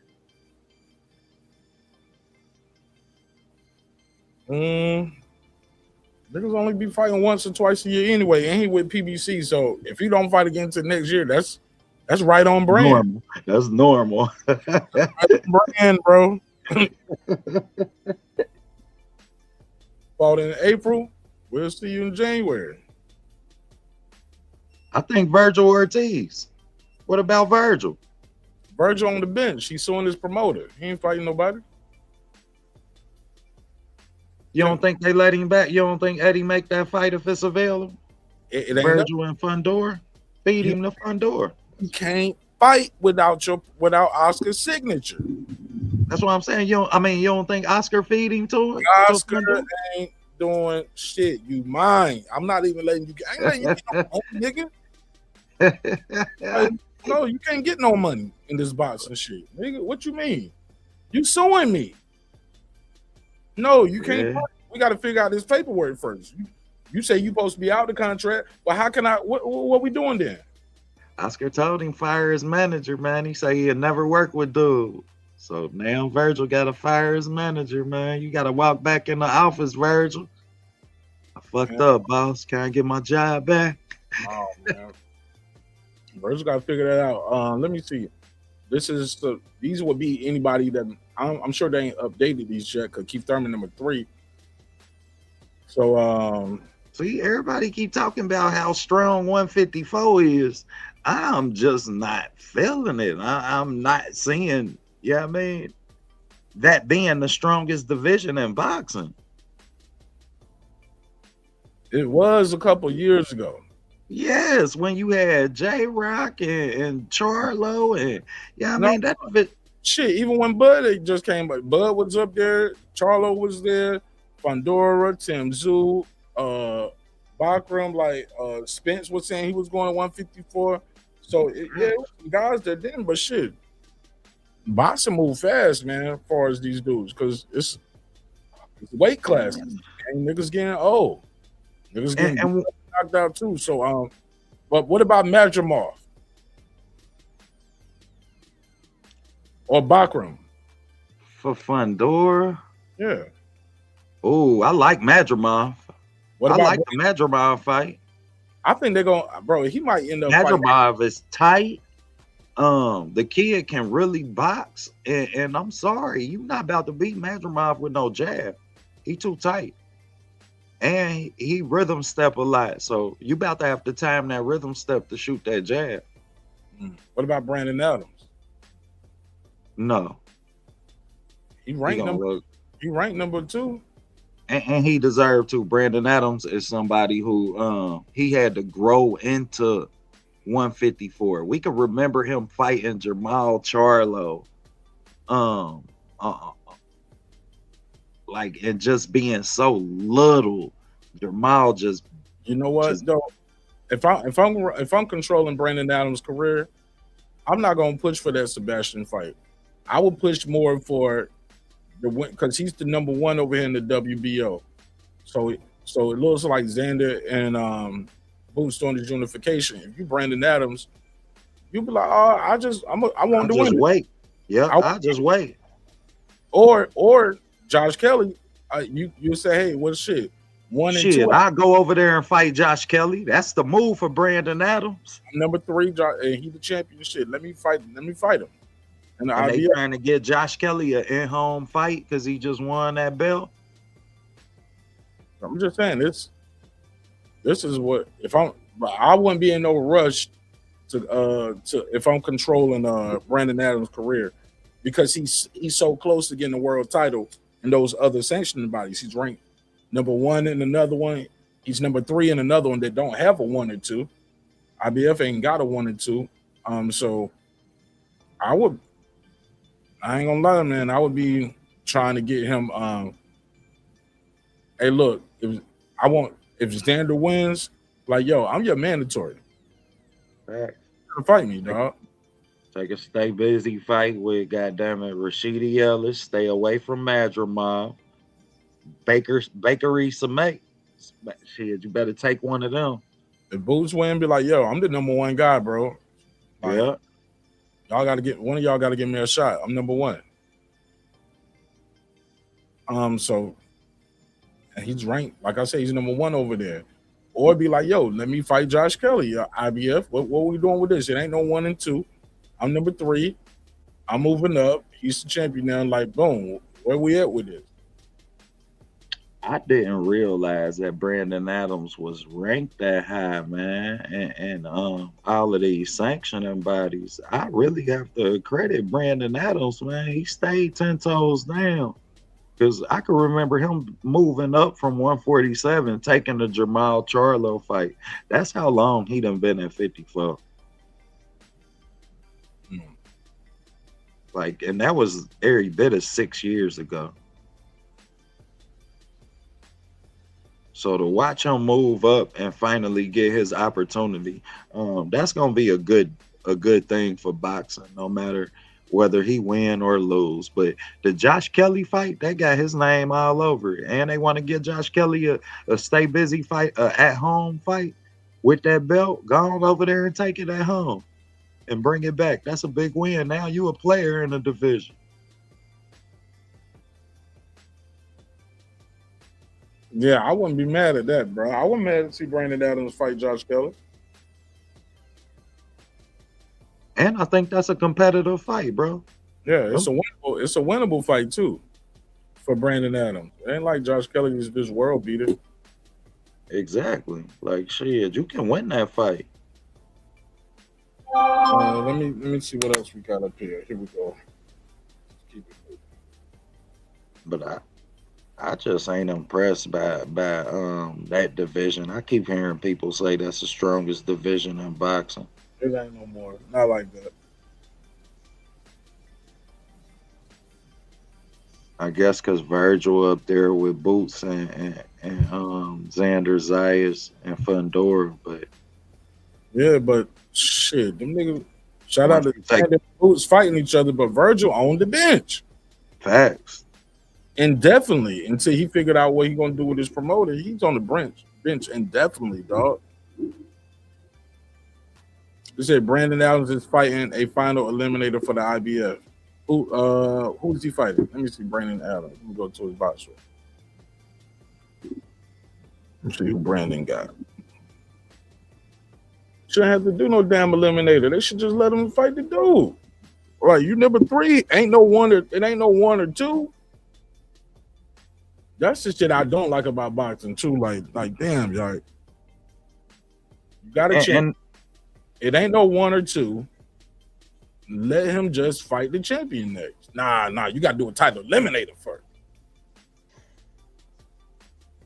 Just so they can capitalize and make more money. God damn it, this fight. You gotta fight. He got to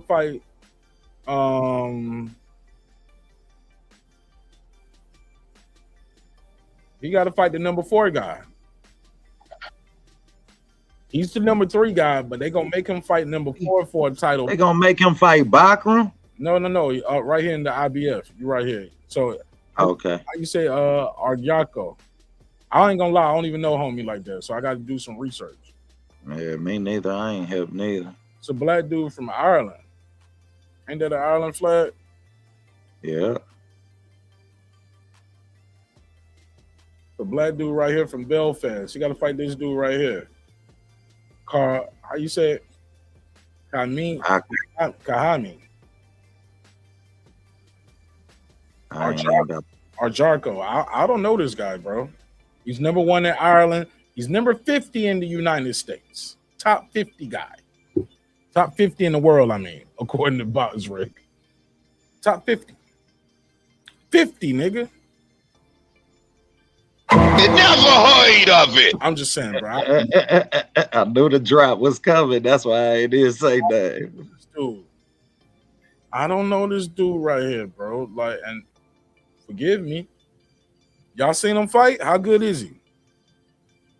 I ain't never seen it. Let me see who you beat. He beat Ishmael Davis, 13-2. He beat Ron Kelly, 19-5. Harley Collison, 3-1. Bahadur Kamari, 4-14. Troy Williamson, 20-1. I did see him beat Kelly. I did see him fight. Yeah, I did see him fight Ryan Kelly. What card was this? I think he knocked him out. That shit was so unbalanced. You can't really get a gauge for the kid talent. This was on Eddie Hearn. Big Money Wow. Salute. Man, I don't know this dude, bro. I don't know this dude. Bias Bram in the bill and salute. So Brandon Adams got to fight a title eliminator against this dude, even though he's higher ranked than this dude. Before he get his title fight.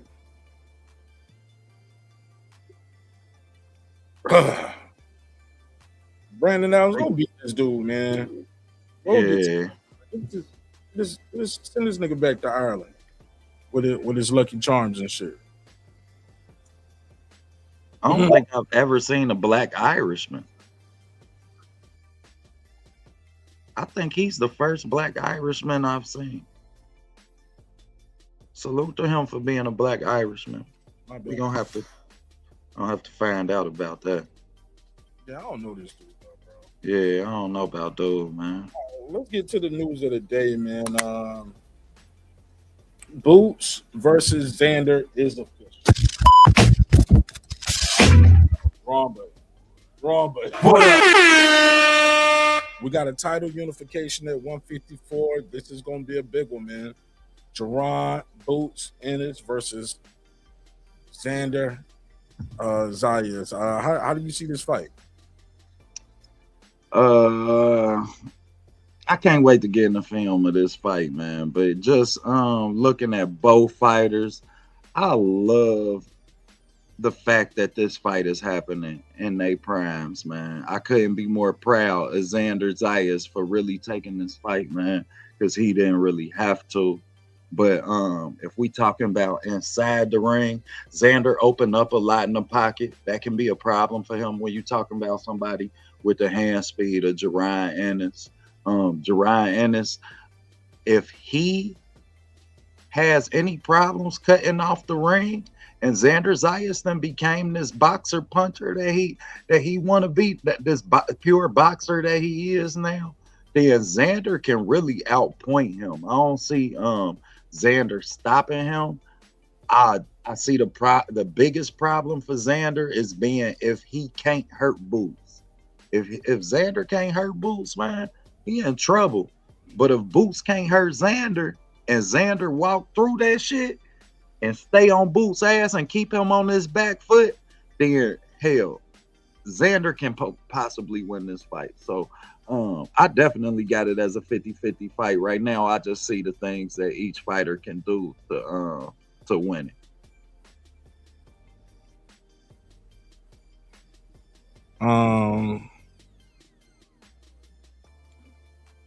Too early to pick. Hell nah.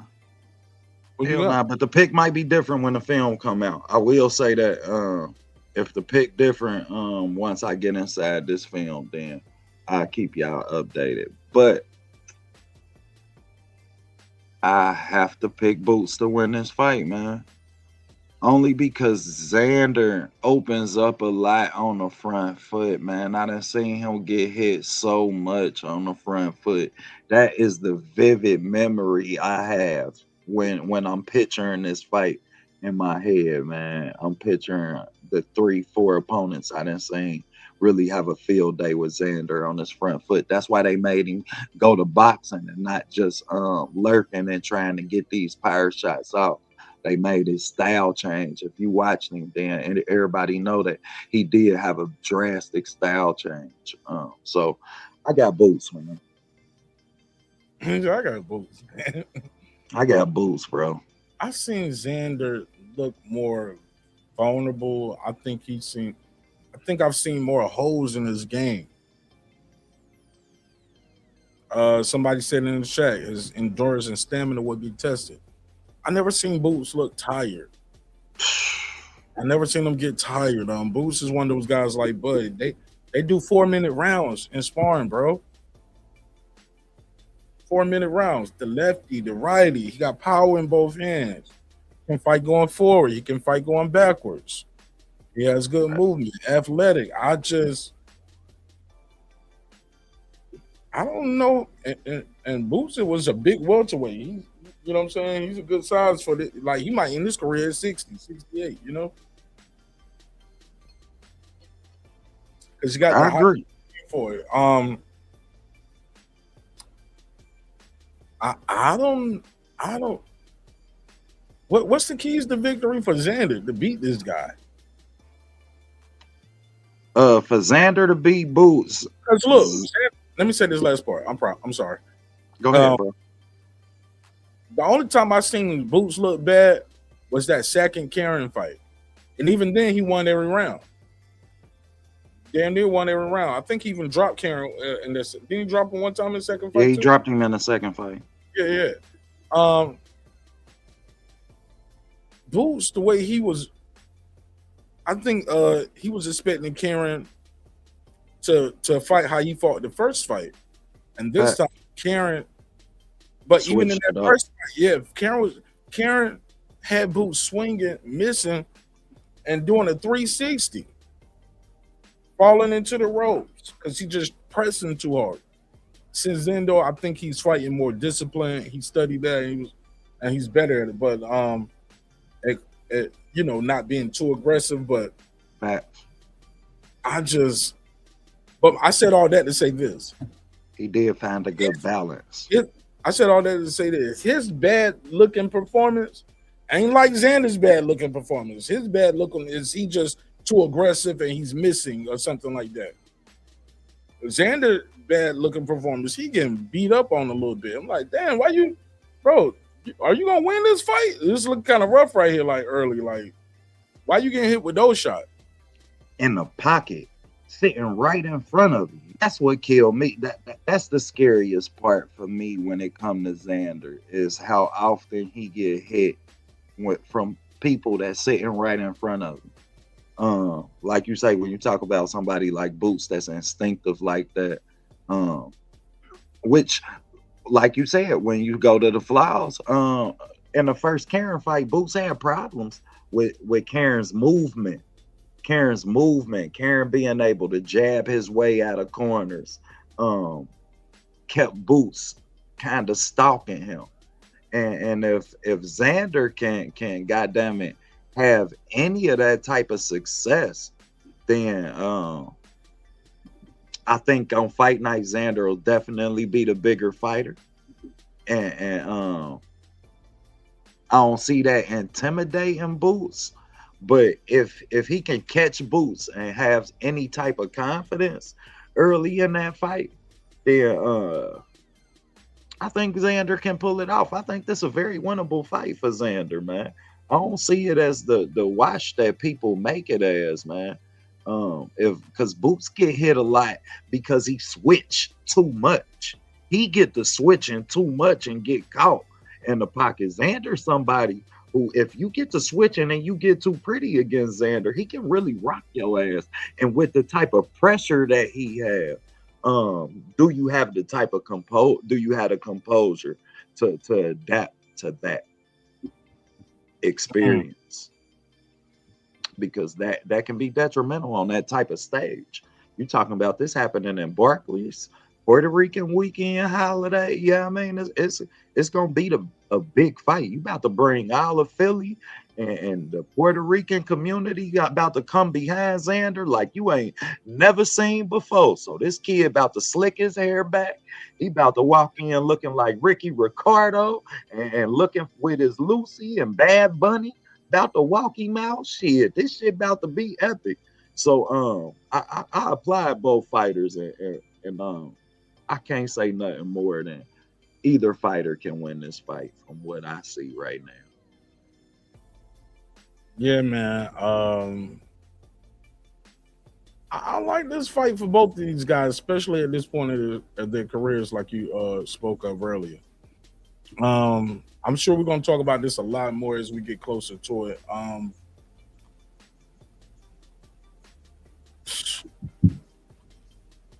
They better be ready, because I don't think there's going to be no easy fight for anybody, though.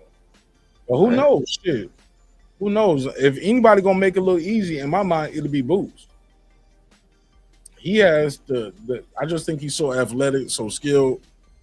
I think he has he can go in there and make it look easy. Is he capable of giving us a Shakur Teofimo-esque performance against Xander Zayas? Mentally, no, because if I don't think he would go in there and fight like Shakur did. Like, with all due respect to him, I don't think he's that disciplined, and he's not that defensively sound as Shakur. I like Boots; he's got great defense, but Shakur's defense is like slider all the way over. You get what I'm saying? Facts. It's orchestrated off of not getting hit. Yeah, I mean, he don't care about not landing his punch in that moment. He's orchestrated on not getting hit. Boots, once you hit Boots, he got to hit you back. And Boots gets hit clean, too. Facts. I've seen him get hit clean. But he was hit clean by guys like Karen. Karen Kukajan. Xander ain't coming there swinging like that. You know what I'm saying? And that ain't no diss, man. I don't mean to be sounding like I'm trying to be disrespectful. We respect everybody that put the gloves on, man. But I think Xander got a little more pop in there. But I think that people gonna be surprised how big. You said Xander gonna be the bigger guy on the fight night, right? Yeah. I think y'all gonna be surprised how big Boots is. Well, and how fast he is. Still, somebody said Shakur not no killer. Yeah, and I never said he was. I'm talking about his defense. That fight that Shakur put on was a virtuoso performance. And he barely got hit. Other than that one round where he just looked like he was letting some punishment set in and see what T.O. got. I don't see Boots fighting like that. Boots gonna go for the kill at a time. You get what I'm saying? He's gonna go for it. But Boots want to fight the breakout. He can't wait for a fight to break out. He's gonna make the fight break out, and he's gonna take risk. He's gonna take some risk at times that I don't think Shakur takes. And I get it, because Shakur is like, man, I done broke my hand in the fight, and I had to figure it out. That is no fun. You know what I'm saying? Trying to figure it out with one hand. So I don't think he's gonna take those risks. But I think Boots will take those risks. Boots gonna make it happen. And I also too, I think Boots has I'm gonna be delicate when I say this because I don't mean to say it like this, but Boots, I think Boots might have a little more tools in his toolbox than Shakur. I agree. I think that's accurate. That is highly accurate. Just saying, bro. He got a left jab and a right jab. He got a left hook and a right hook, a right cross and a left cross, a right. Like I've seen him do it both sides. But at the elite level against the top guys, I've only seen him do it against Stanionis, and I don't rank Stanionis. I never ranked Stanionis that high. You know what I'm saying? Because he had 11 fights. Come on, bro. I used to call him the step aside king. Everybody was paying him step aside money. You ain't lying, boy. He got step aside rich. What's up, Puro? Yeah, that nigga can retire off of step aside money damn near, bro. Like he getting hundreds of thousands of dollars over and over and over again to just step aside. Well, it's only right. I got the great motherfucking Marq Nash on the bill, and we on breaking beats. So I want to know. We know that Bad Bunny gonna bring out Xander Zayas. You think so? Who you want to see bring out Boots? Oh yeah, he just had a fight at home in Puerto Rico. Oh, Bad Bunny bringing Xander Zayas out. Oh, he bringing Puerto Rican holiday. I don't think in New York. He big enough for Xander. Man, Xander just fought at home in Puerto Rico. Oh, he brought it home. Xander was in the Super Bowl. He was in the Super Bowl in his Super Bowl thing. Oh, he was? Yeah, Xander was on the field with the boxing gloves on. Bad Bunny. Nigga, I ain't watched that gay shit. No, I'm joking. punch that nigga. But nah. No, I'm trolling. I'm trolling. I did watch it. Bad Bunny did a good job, but okay, that might happen. Who bring out Boots? Now I be riding through my old hood. Nah, he ain't gonna bring Meek out because I think they be on some. You know, they niggas be having their own little Philly shit going on. Yeah, they on little Philly shit going on. I don't know, man. Who you think should bring them out? I don't know. Boo's young. Boo's young, so he probably like some of these young niggas. I don't even know. Hey, look, maybe it be the battle of the fruity niggas on the ring walk. You bring Bad Bunny. Me Mill gonna bring Lil Uzi Vert. Body yada yada. Body yada yada. Get to doing that dumbass dance. Be the sweetest ring walk you ever seen in your life, nigga. On my mama, I shouldn't have said that, huh?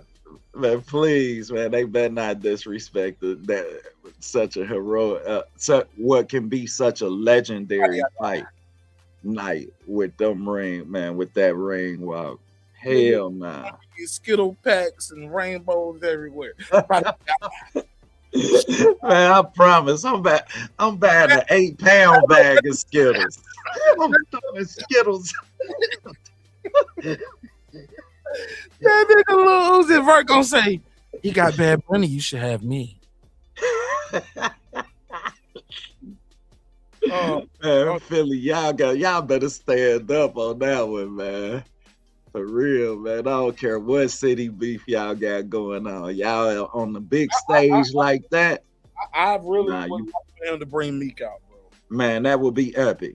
That would be epic, bro. But it's New York though. It's New York.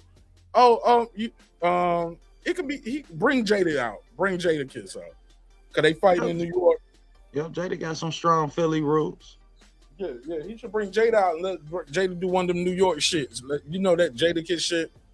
Like let Jada or cause they fighting in New York. They ain't fighting in Philly. Yeah. But you know, Philly and New York ain't but 20 minutes. Oh, Philly gonna be in the building. Philly and Boots is so Philly. I can't picture him bringing a New York nigga out.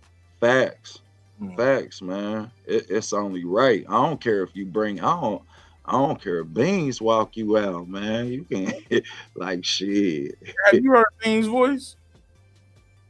He is hoarse, ain't he? And he on a food truck anyway.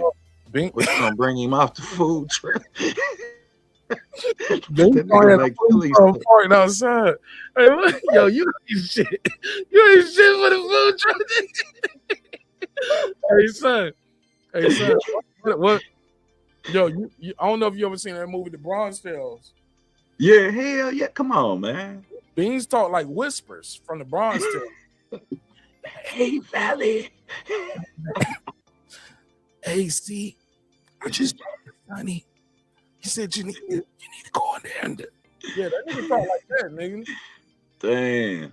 Beans talk like he grasping for air. He sound like somebody just how the fuck this nigga be on the food truck taking orders and shit? Yeah, you want an extra Philly with no bell pepper? Hey, keep it down back there. Like, man, what the? I'm gonna leave him alone. I don't know what happened to him. I think that happened from him getting shot, right? Somebody said it's only the horizontal live. No, he got the vertical live on his channel. So you vertical big motherfucking Supreme. And I got the horizontal live on Marq Nash TV, MARQ NASH. Facts. I got the horizontal, he got the vertical, so you can pull up.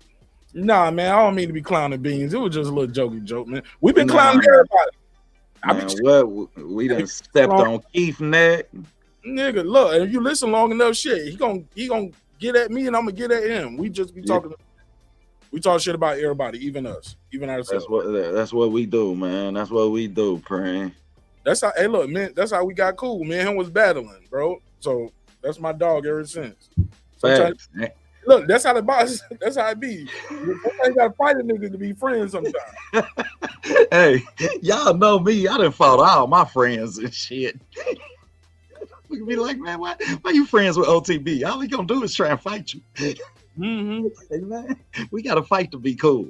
That's just part of it, man. Shout out to my whole squad, man. Sometimes we just gotta roll in the dirt, man. That's how it be. Okay, so let's get to this one. Dev versus Rolly is off. Damn, can we put a case?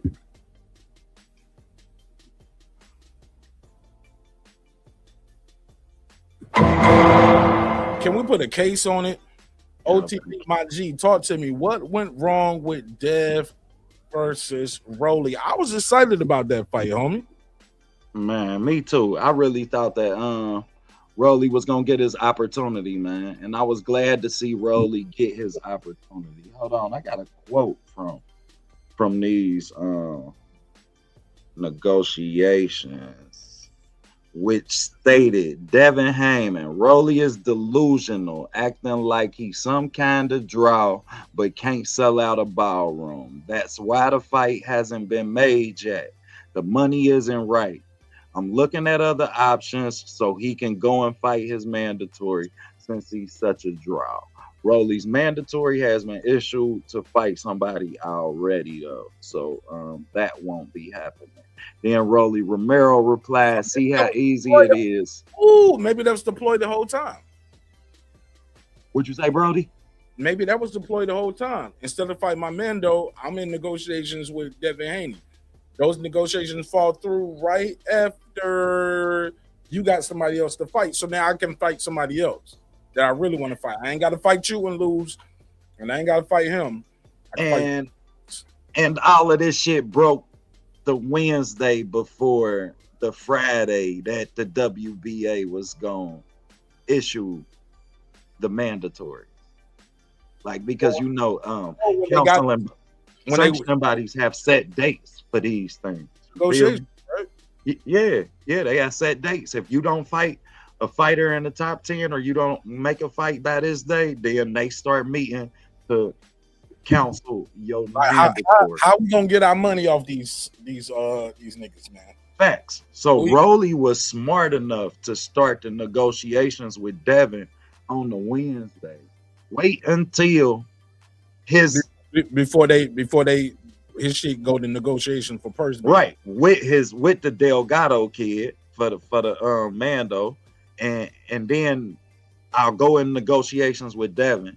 Then, goddammit, once they issue who Delgado's gonna fight, then I'll let it be known that I don't want to fight with Devin, and I'll get to hold on to my belt because I've only had 16 fights and I've overaccomplished at this point. Goddammit, I came up fighting at a Floyd Mayweather gym. Shit, I'm holding on to this belt. What the hell is y'all talking about? Fight who? Ain't his other discipline jiu-jitsu, right? Or judo or jiu-jitsu? Judo. Man, come on, bro. Shout out to Rolly. Rolly a 3-division champion, bro. How you do that? How you do that, man? People be saying what they want to say about Rolly, man, but I will say this about him, though. Super nice guy, bro. Every time I met Rolly in Vegas, he'll take a picture with you. He's talking to all the fans. He'll do interviews. Like, let's go. Like right here in the lobby, right here, or right here in the middle of the casino, he'll do an interview with you. You're like, you ready to go? You got the camera? That's what's up, man. Be chilling. And look, and all say what you want to say about all these other guys. And when I be seeing some of these fighters, they be drunk too. Or they too Hollywood. Rolly, never seen them have a sip. Not judging nobody neither, because you can do what you want to do as long as you go out there and perform, right? Facts. You know what I'm saying? But all that Hollywood shit though, I done met a lot of Hollywood fighters back in the day Sugar Ray Leonard was sniffing lines of cocaine. You know what I mean? It is what it is. You know what I'm saying? And hey, look, and he was sucking dick in the limo after he won the Olympics. Romero. That ain't my words. That's his words. I read his book. That's what he said. I knew that motherfucker was sweet, man. I mean, that's what he said. Man, you gotta trust your intuition and your instincts. When you just don't like certain people, You feel me, man? You trust it. Don't be trying to make yourself like somebody. That's your motherfucking brain telling you don't like for a reason. It's a comedy show too, people. Damn, y'all. I don't want y'all tripping out in the chat. It's a comedy show. So damn, it's a boxing. It's a hip hop political sports show with a comedy twist. We give y'all some boxing. Sugar Ray Leonard ducked Aaron Pryor. God damn it. He paid Aaron Pryor more money to spar with him than Aaron Pryor ever been paid to fight in an actual fight. But you wouldn't give this man an opportunity to fight too. No, nigga, you can't take my shine. Man, but I'm gonna pay you to come in and help me beat all these niggas. Help me beat niggas like. Hey, look, help me beat niggas like. Ray. Cause you good. Damn, OTB. I stand on that, and I ain't no. That's why I took my emblem off. I put my face on this shit. Man, fuck Sugar Ray, man. OTB, I ain't gonna go that far. I'm from Cincinnati, bro, man. We love Aaron Pryor, even when he was smoking butter up the street. You know what I mean? When I was watching Aaron Pryor get served, man, you could just say we love Aaron Pryor. You had to tell everybody you was smoking the butter up the street. Man, I had to let everybody know we don't hold none, bro. That's why me and bro rock the way we rock, man. We not gonna spare none. You feel me? Anybody can get it. Nobody ever spared my whole life. You did? My mama, the teacher, the preacher, the army. I always had to take BTA. When I was in trouble, it was BTA, my nigga. So that's all I know. That's how I approach relationships. I'm straightforward. I told my coach in the sixth grade, man, my mama don't play with me. Man, don't play with me, bro. My mama don't even play with me, nigga. So why is the fuck Sugar Ray Leonard though? Just because he ducked Aaron Pryor? Yeah, man. When you're known for fighting, everybody glorify him for fighting. Everybody. Yeah, I mean he fought them all. But when it was time for you to fight Aaron Pryor. Hold on, what one phone players drop in? Now you got. Hold on, I got one. No, I had this one drop. It was like this phone flex. It was like these niggas worship him. He was like, hold on, what up, gang? What up, niggas? Why the fuck you love? Damn, I forgot. I'm not. This nigga got so many drops. He done lost. He don't. He lied. Y'all niggas worship him. Hit that shit again. He lied. Y'all niggas worship him. Yo, that shit was so funny.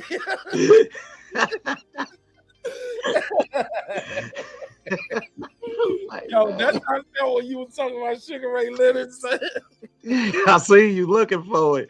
I see you looking down. I'm like, bro, looking for the drop. I gotta switch this because my mix board here and my roadcaster all the way over there. I need to bring my roadcaster here and shift my mix controller down. Oh my god, bro! I need it right here. Man, so this is personal. It's personal with dude. Yeah. He said it's personal for me. Man, for real, man. That's a sour taste of boxing, bro. Like that killed Aaron Pryor. That was his fight that he was waiting on. You know what I mean? That was a fight that you ever had a nigga that you just know you can whoop. You feel me? Like you just know you can whoop him. And when he didn't get it, like, man, I don't in love. I don't know. You took that was my glory, bro. I'm going to smoke this butter now. Fuck boxing. Fuck Y'all niggas worship him. Niggas in my building got WVO belts and shit.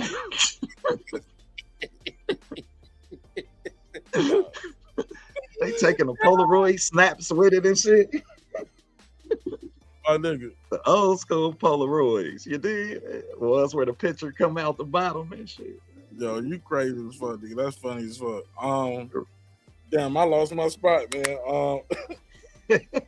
So Dev Rowley negotiations are. I said the fight off. Shout out to Puro. He's always there to make sure. Hey, look, fact check the fact checkers. I love it. He was like, Mark, what's the fight ever on? And you're 1,000% right, Puro. But we wore in negotiation. And I was one of those people. I ain't do no content on this neither. Hold on, bro.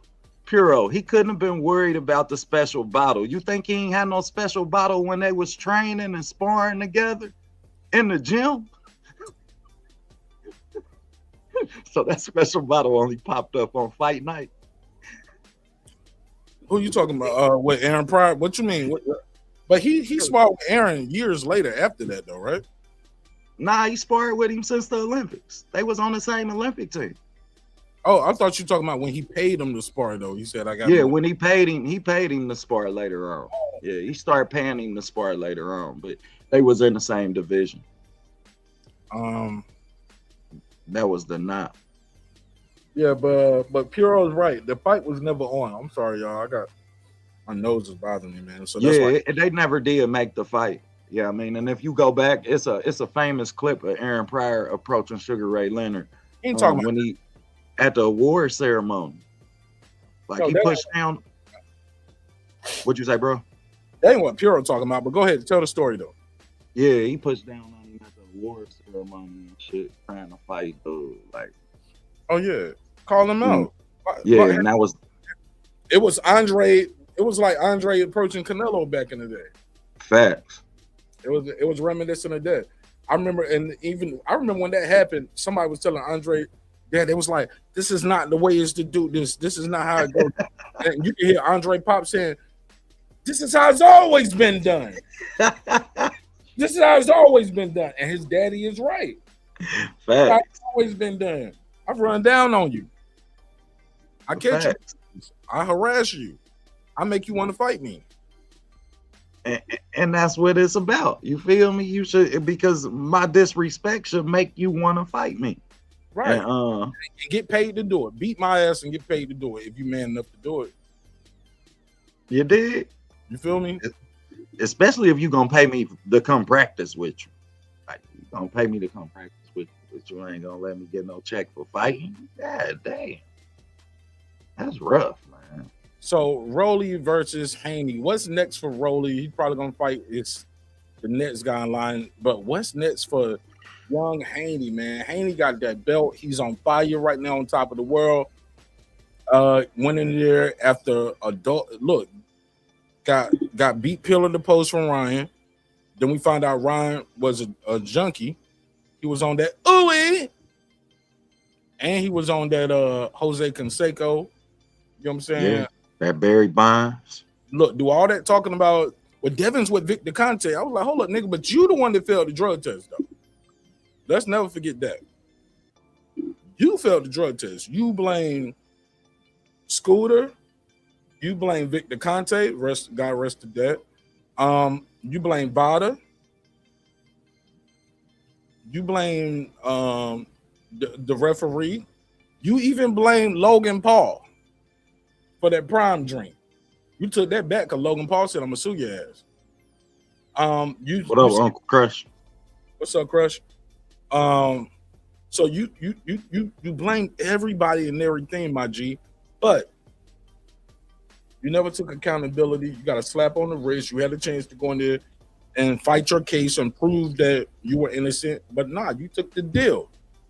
You can't take the plea. Can't take a plea deal and say you innocent too. Facts. So he took a plea deal. Shout out my niggas in jail. They know what's up. Like nigga, you pled guilty though. But you got all this evidence. Okay, so with that said, Devin Haney, after that, comes back, has a performance against I want to say Linares, but it's not Linares. It was Ramirez. Yeah. It was people saying he was looking like he was fighting scared. He didn't look confident. He looked gun-shy. Based off what we saw in that fight, a lot of people picked Brian Moore. Facts. Because you only reason last fight or your next fight. People always say you're only good as your last fight. I say you're good as your next fight. You know what I'm saying? Because everything can change. And everything changed for him in that second round when the killer dropped the gorilla. I mean, you know what I'm saying? Where the guy with the pillow fist, the pillow dropped the gorilla. And Brian Norman is my guy. That's my dog. You know what I'm saying?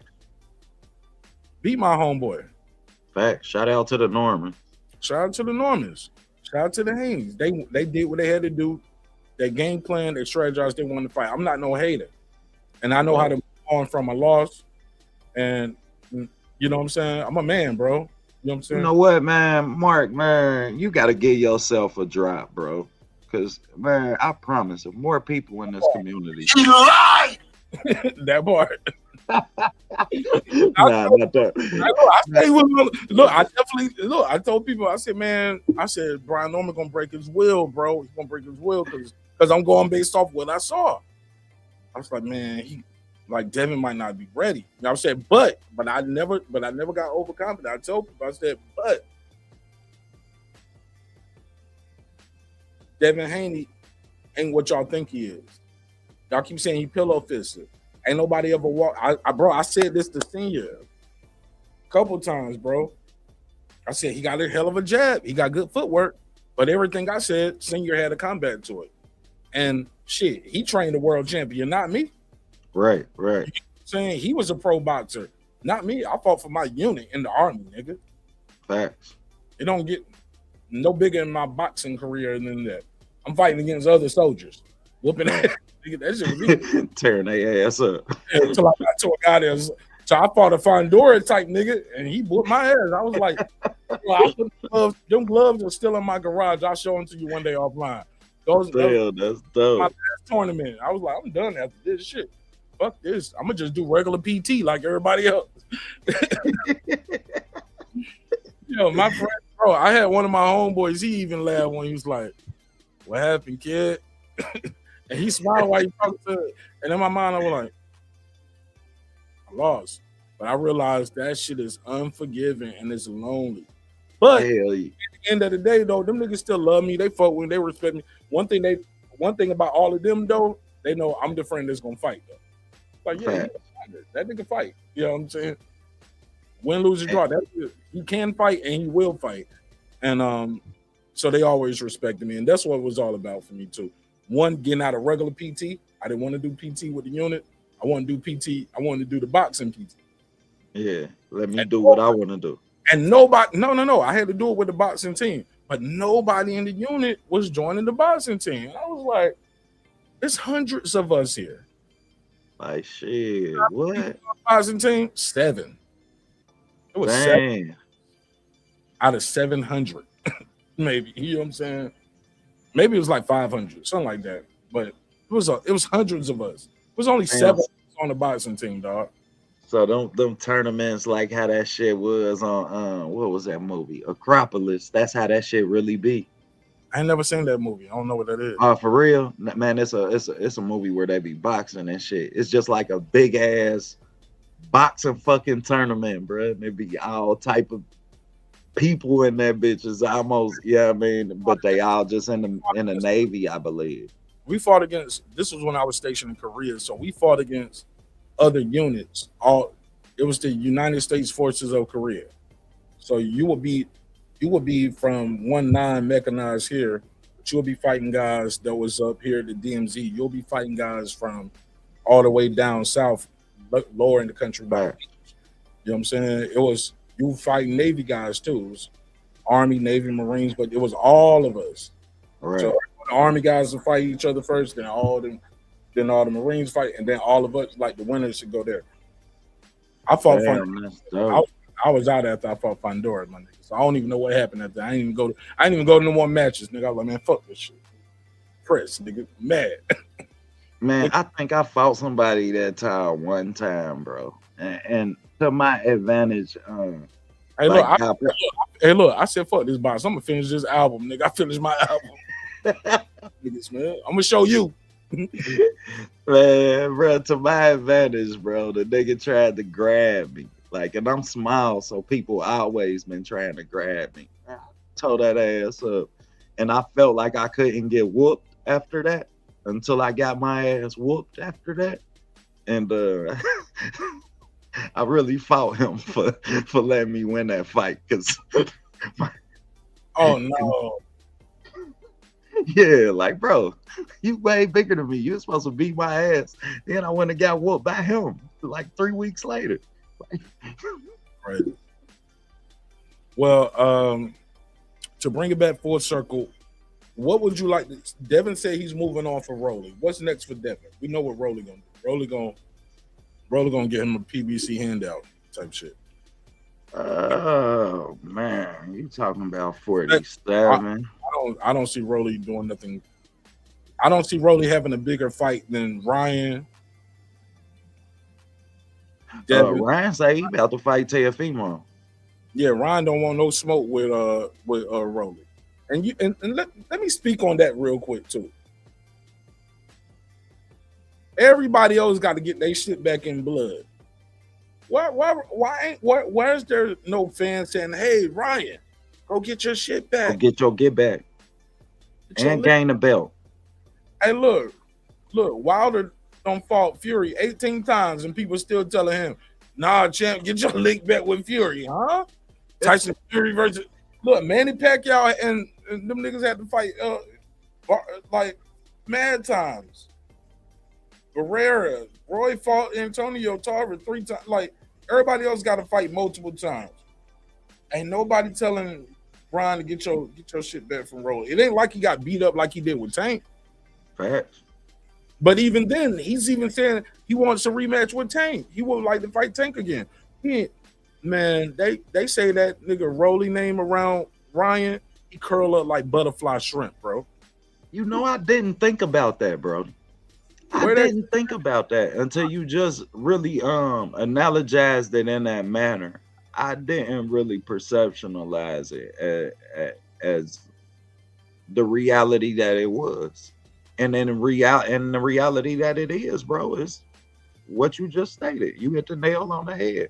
They definitely got to hold Ryan accountable for that loss. And if not, people still telling Spence they wanted Spence to fight Crawford again, bro.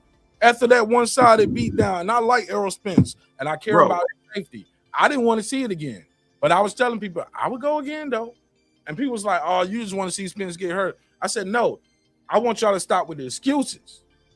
So if it takes twice for it to happen for y'all not to have no excuses, so be it." But it is beyond worrisome. But this Ryan and Rolly shit, he didn't get beat up like that. He got dropped early. Got gun shy, and then to kind of find out, Rolly said he was injured. Was it his hand or his shoulder or elbow or something? Something was wrong with his arm though. So Rolly was like, nobody really knew about it. I really couldn't even throw the other hand the way I wanted to. I can't remember what hand it was, but Rolly was like, but I knew I had him timid the rest of the fight, so I ain't even have to. He said, but if he pressed me harder, you get what I'm saying? I was injured. And Ryan, even when you rewatch that fight, that's not a fight that I look at and I say Ryan will lose that fight again if it happens. Not after how he looked in Barrio. But it don't mean shit when I say I don't feel like Ryan lose that fight. If Ryan feel like Ryan lose that fight. Right. We started off earlier talking about how boxing is 90% mental. And I think you hit the nail on the head, bro. I think that he mentally don't feel like he can beat him. And if he mentally don't feel like he can beat him, and we realize that and we have an expectation for other fighters to go back and avenge these losses, a la Errol Spence, because y'all fans is fucking crazy and y'all don't have Errol Spence's best interests at heart if y'all want him to go back in the ring with Terrence Crawford or Sebastian Fundora at this point in his career.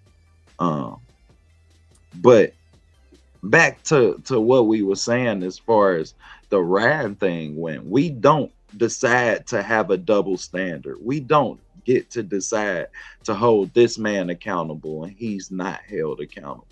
So coming from somebody who is a fan of Ryan Garcia, I mean, that's definitely something that I'll have an expectation for as far as my fandom go when it comes to me being a fan of it. Yeah, definitely, man. The kid can sell himself, man. And not only that, I've seen him go to Floyd Mayweather, Derrick James, Joe Goosen. He he goes to everybody trying to get better. Like for somebody who loved the technicality. Them niggas though, even Joe Goosen said Ryan has his own philosophy of how fights should go. Ryan be in his crib in some footies, wearing a snuggie, sparring YouTubers. Facts. And the dedication to the sport ain't there. But we've seen fighters who wasn't dedicated. We just was talking about Errol Spence. I just was reminding somebody how undedicated to the sport of boxing that Errol Spence was in his peak, in his prime.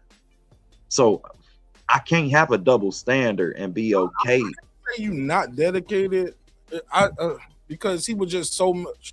He was levels above his competition, and he had got so far doing what he was doing. You look, it wasn't easy for a grown man to drop down to 147 pounds. I agree, bro. But at that same rate, you give when talent don't work hard, you give the non-talented individual an opportunity to work harder than you. And I can't say it's okay because Errol had more talent than Ryan did. So yeah, I mean it's okay when he slacked. Never dedicated yourself to the sport of boxing.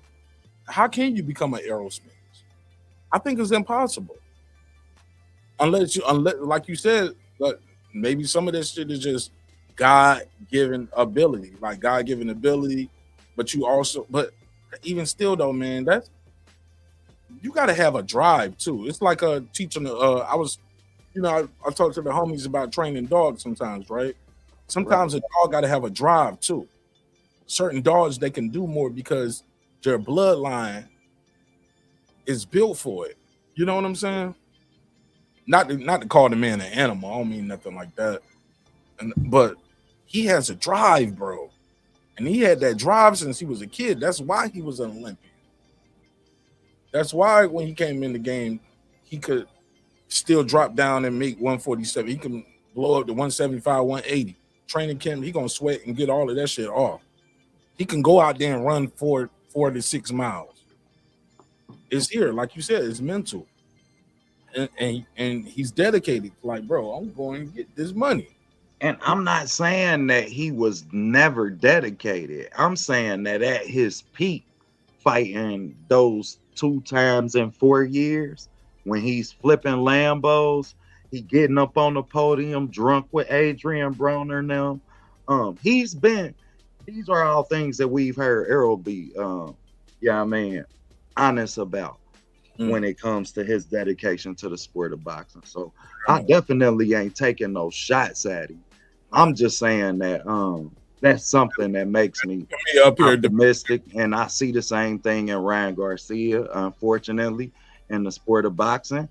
Shit, I just told y'all I'm a ride with AB, win, lose, or draw. And this is classically the most undedicated to the sport of boxing at their prime as we may ever see. This nigga went on tour with Rick Ross and Lil Wayne and came back and thought he was gonna beat Marcos Maidana.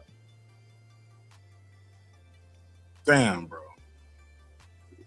And that's the homie. So yeah, I mean, we don't spare none, but boxing is a 12-month-a-year sport, y'all. Man. So yeah, I'm trying to be fair because I do know, like I said earlier, there's a lot of legends out there that we thought they were super dedicated to the sport, and then we find out later, like, okay, Ali didn't even train for these fights, certain fights. You know what I'm saying? Or you know what I'm saying? That's fucking Muhammad Ali. Or you know what I'm saying? Or we found out later Sugar Ray Leonard was sniffing cocaine. Facts. Like, not Sugar Ray Leonard, not the poster child. Oscar De La Hoya, the golden boy, was a drinker and a cokehead at a time. You get what I'm saying? Facts. Mike had a whole STD when he beat Tony Tubbs. I mean, well, that's fucking STDs. That's gonna happen. Your shit burning in the ring. That's tough, bro. Oh, I don't know about that. Hopefully you ain't got to pee. You I don't got know a drip. I don't know what You got a drip. Follow the drip. Follow the drip. Follow the drip. You a damn fool, nigga. You a fucking fool, nigga. Somebody clip that. Clip that. Hey, look. But seriously, man, Pernell Whitaker had his issue. Prior.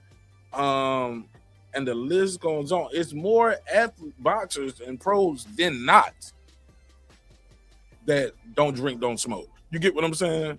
Facts. It's more of them that do it than won't. And look, Michael Jordan. We were talking about how Michael Jordan dedicated to his craft. Like, nigga, they was, and then now we older and we realize, oh damn, Mike. What was up? Mike was smoking cigars. He was drunk. He was betting with niggas, going back to getting dropped off at the bar, getting picked up, still in the warm-ups from earlier. Facts. Drop 40. Drop 40 on the nigga and be like, I ain't even standing before the quarter. They said that nigga Mike said, if y'all can't beat these niggas, y'all can't beat Miami, y'all don't deserve to win no championship. I'm 40, nigga, in Miami. And he up until 3 a.m. gambling. Like, this nigga up gambling, go out, drop a 50-piece big cigar in his mouth. That was on game day. They did that shoot around that morning. They had beers all night, did that shoot around that morning. Mike told the bus to drop him off at a bar. He got dropped off at the bar. They picked him back up at the bar. He was still wearing the warm-ups. Went in there and dropped 40. Sat out in third quarter and said, if y'all can't beat these niggas, y'all don't deserve to win no championship. I got my niggas tonight, nigga. And we up. I better hold this shit down. And that's just crazy, man, when you talk about that level of dedication. But no. But that's what we would call nowadays. Like, oh, he won't dedicate it. But if we knew it then, but they didn't have social media then.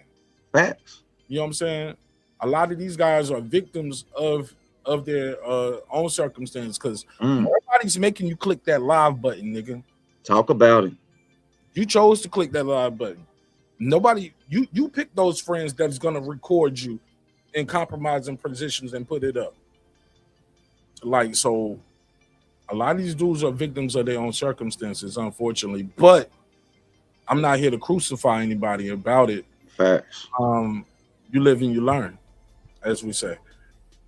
Facts. And we'll do our best to be honest with you and try and support you as realistic as you want to be with yourself. You know what I mean? Because your unrealisticality that you have with yourself ain't gonna stop me from like, I'm not lying to myself for you, nigga. Like, straight up and down. Like, unfortunately, boxing is crippled with that, bro. Like, and my question for you would be, do you think that's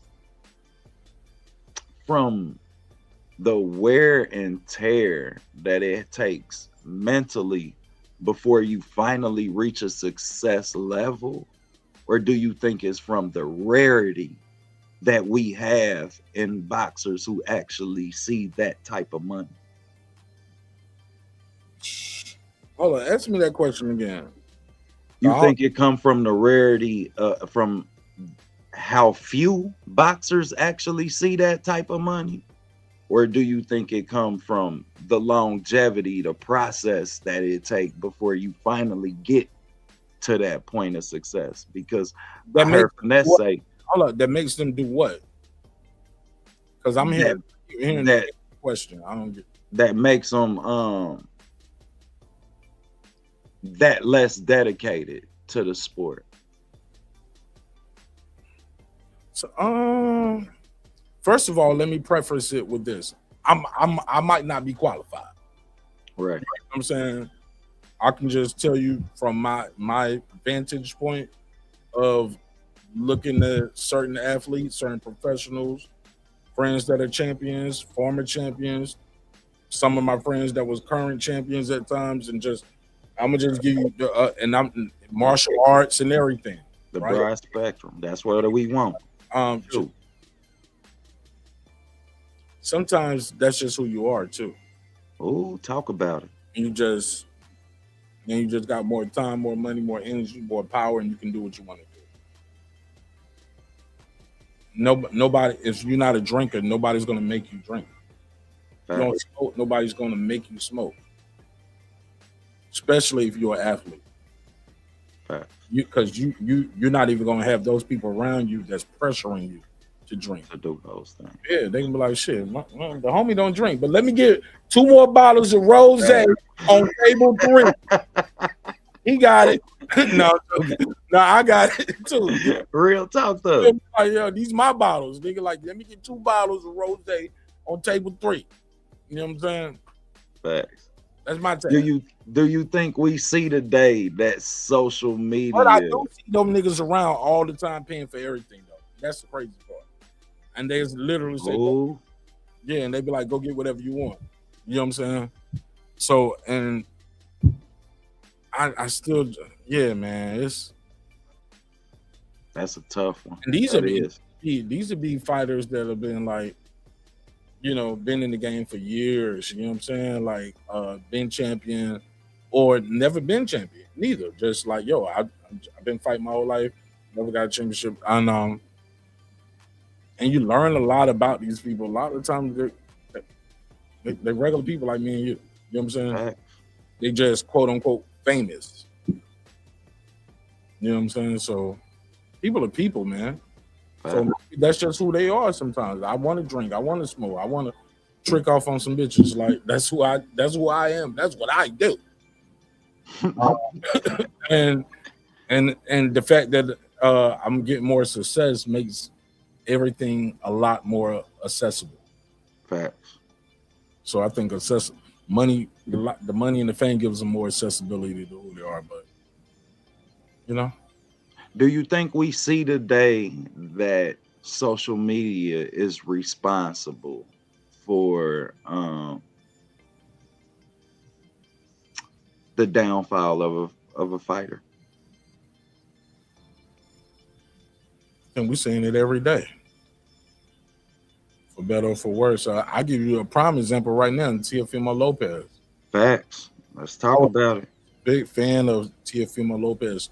First time I ever made a professional online bet, I called Mike on Sports. Shout out to Mike on Sports. I don't know if y'all. Big shout out. I don't know if y'all know Mike on Sports. Super, super dope guy who actually was one of the first people who said, you need your own show, Marq Nash. Thought that boxing show. He used to co-host on the Boxing Boys. Damn, that's what's up. Yeah, shout out to Mike on Sports, man. Facts. Shout out to Mike, man. Mike Gross, the boss. I did his intro too. He gave me an opportunity, man. Like, cause he had a channel and he was earlier, and he was like, man, I just sent it to him. I didn't even ask him. He didn't ask me for it. I was just a fan of his show, and I made the intro, and I recorded and I took clips of his show, and I made the beat, did the verse, sent it to him. He was like, I love this shit. I'm playing this shit. When you hungry, that's bad. Yeah, I mean, when you hungry. Mine was Ohio Run Boxing, man. I was just a fan of his show too, and I remember from the Boxing Voice, and at that point, we was in a very small community of people who knew who Terrence Crawford was too. Facts. Like we was boxing is very niche, but it was even more niche then. You know what I'm saying? But shout out to Omega, what up? Omega, what up? Facts, what up? What up? What up? And the phone line is open too, man. I want y'all to call in. I got the phone line up there. I had one more question for you, Brody. What do you think about? Go ahead, bro. Hey, y'all, the phone line's open, 44692-1766, 44692-1766. Call in, voice your opinion. I'll put you in the mix. The number's at the top of the screen and the yellow letters. It really works. You can call in and voice your opinion. I give you 2 minutes on the clock at least to voice your shit uninterrupted, and then we can chop it up. Go ahead, OTB, my bad. Facts. Nah, you good, Brody. Y'all hit the line, man. Hit us up. Come talk your shit. I give you 2 minutes. 2 minutes. But I wanted to ask you, what do you think about Gabriella Fundora?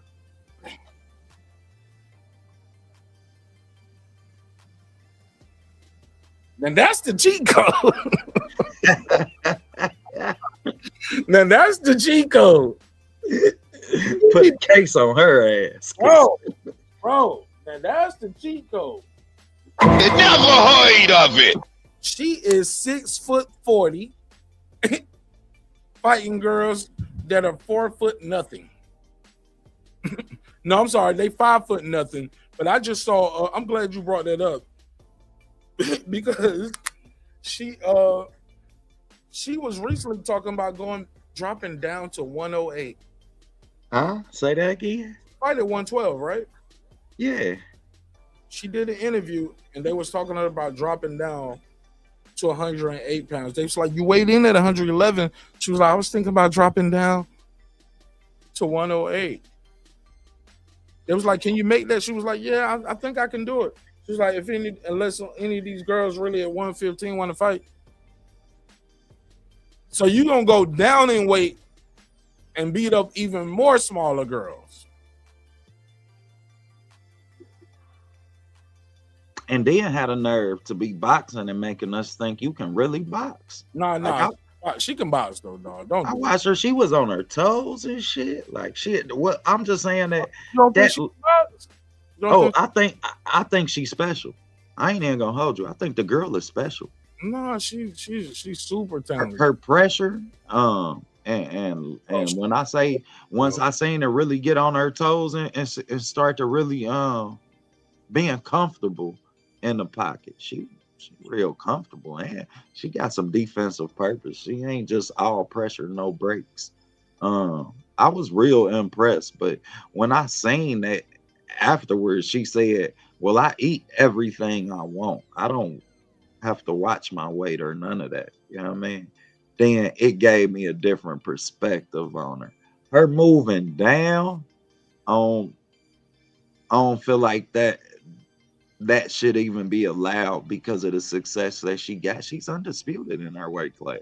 Nah, you can't say she's not allowed. No, but she's undisputed. Like when you undisputed and you got all the belts there, you should only be able to move up. No. Because no different from, and I'm just being fair. Remember Terrence Crawford? He got undisputed at 168. So you telling me Terrence Crawford shouldn't be allowed to go if he wanted to keep boxing at that time? He shouldn't be able to fight at 160, 154.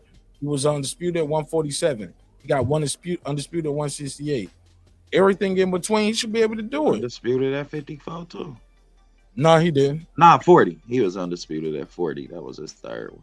Yeah. So yeah, that's accurate. I can respect that, but at the same rate, like you want to be a hater on her because she Mexican, but nah, man, I love her. I think she beautiful. I think you can say. I think that she actually has a face that you can sell. You know what I mean? She has some personality to her. What you selling? You said what I'm gonna sell? Yeah, she got a face you can sell. She got a face you can sell. When she put that shit on, man, she a pretty good little girl. She cute. I'm fucking with you. Yeah, when she put that shit on, she a cute little girl, man. I think she's beautiful, man. I think she's yeah, man. She's a beautiful young lady. Facts, man. And I really support Gabrielle. I like her, man. I like her personality. I like that she's a fighter instinctively. You know what I mean? They love to box. I love the team, man. I love the story too. I'm a part of this time in boxing history where I can witness this and be like, yo, we got a brother and sister championship team right now. And they looking like ain't none of these motherfuckers gonna beat them neither. Like I can't wait to see Wendell Boots and Xander, because immediately I want undisputed at 154. Let's see who the baddest is between you, him, Josh Kelly, and Xander, because Boots is the one. Everybody, he's like the uncrowned king allegedly, right? Facts. Per se, or he's the golden child. He's the heir apparent. He's like the heir apparent to the throne of these the American fighters, especially at that weight. Coalition. Call them the coalition. Well, I wouldn't call them a coalition because they ain't all together. They all separate teams, right? But I would say he's the heir apparent to the American guy, the Black American. How about that? Facts. Let me just say, facts. What's that?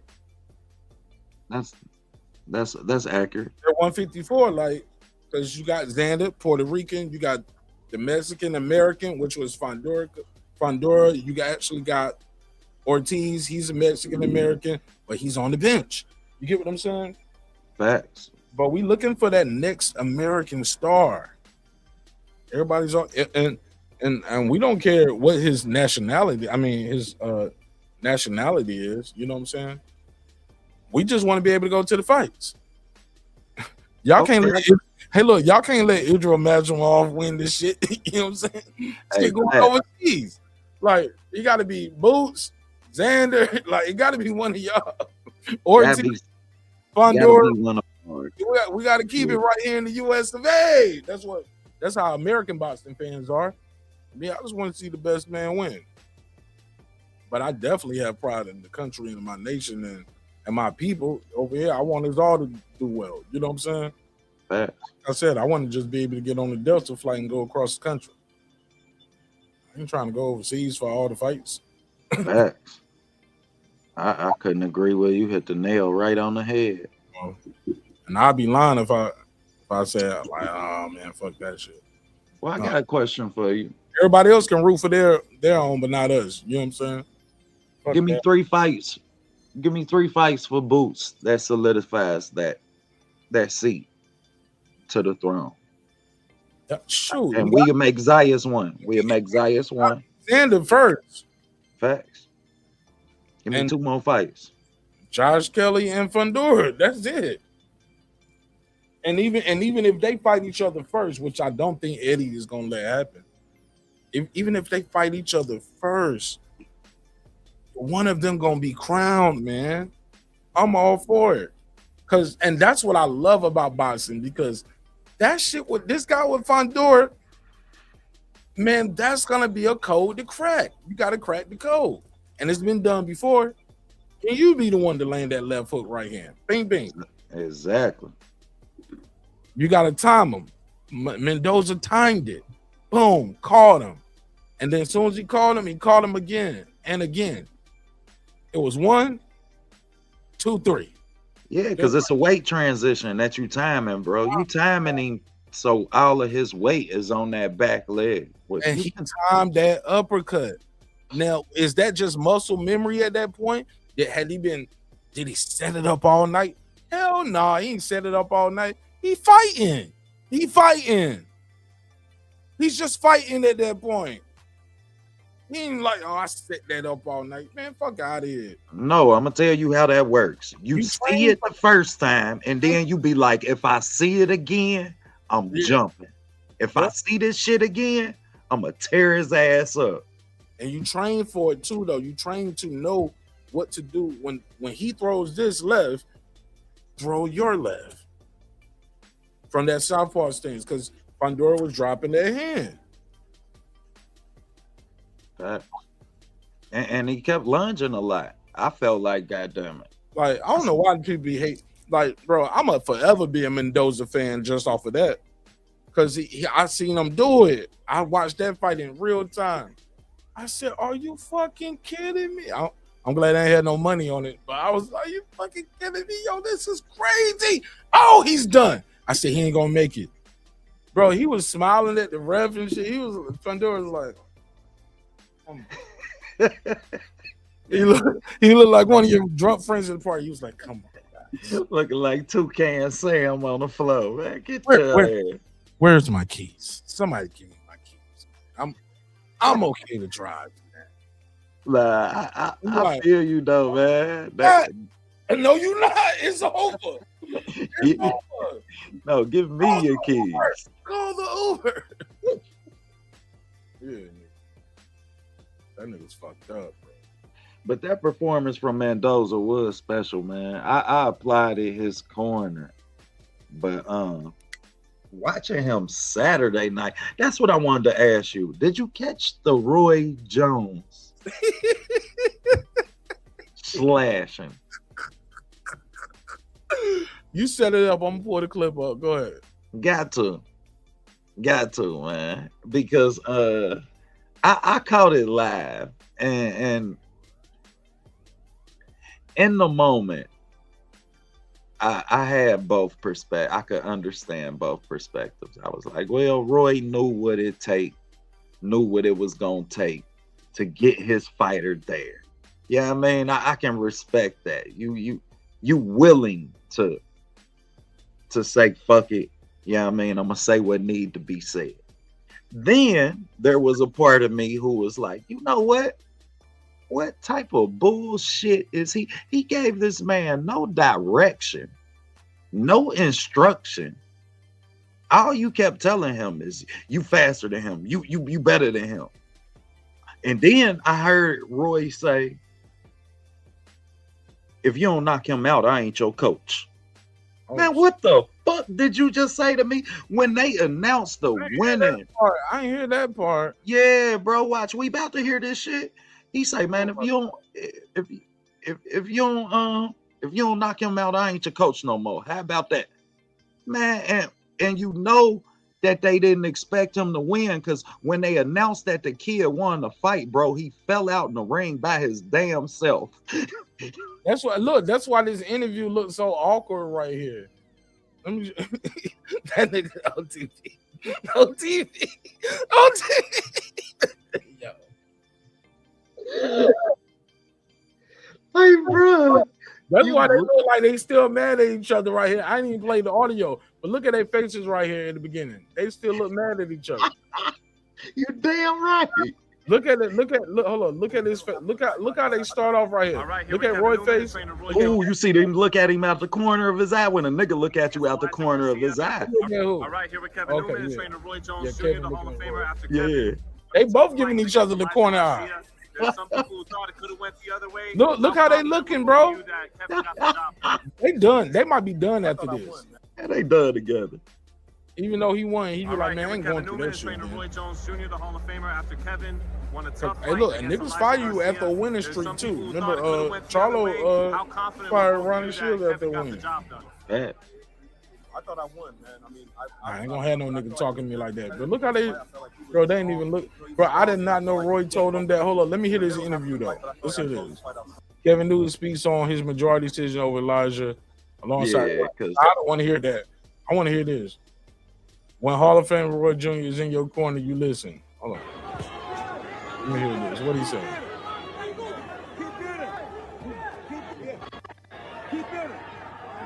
Get better.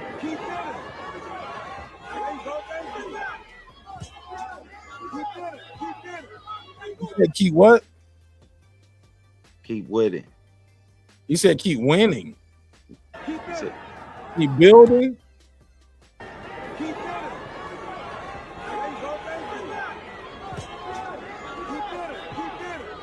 Oh no, he said keep spinning. Keep spinning. Oh, okay. No, is he saying keep spinning?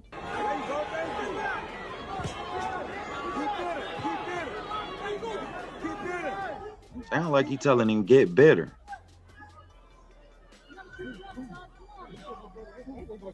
I'm trying to do the Roy Jones in there. That's what it looked like. Bro. Is he saying keep building? Keep building. Keep hitting.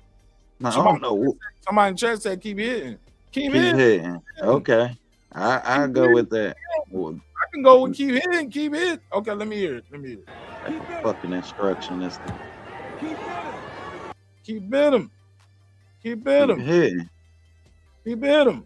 And then keep in mind he's from Florida anyway, so he's gonna be country. Hold on. Yeah. Keep hitting. Keep hitting. Keep hitting. Keep hitting. Keep hitting. Keep in him. Like get in him. Like keep in him. It could be keep in him. Keep in him. Keep in him. Keep in him. Keep in them. Keep in them. Keep in them. That's what I think he's saying now. Keep in them. Like stay in them. Stay in them. Keep in them. Keep in it. Keep in it. There you go, thank you. Keep in it. Keep in it. Keep in it. Keep in it. Come on. Okay, man. I don't know, bro. Carrying a heavy heart into my brother. Yeah, that's the interview where he talk about his brother dying. I seen that. Oh, his brother got murdered. That ain't. I did Damn. not know that. Yeah. Nigga, that take a lot out of you, bro. Man, in like January.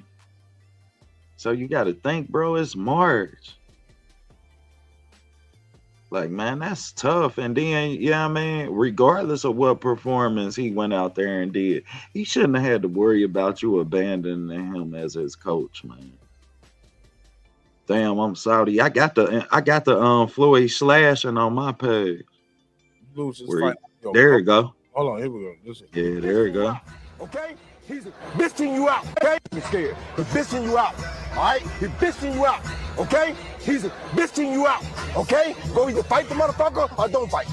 Is this a loop or did he just say it that many times? I don't think he said it that many times.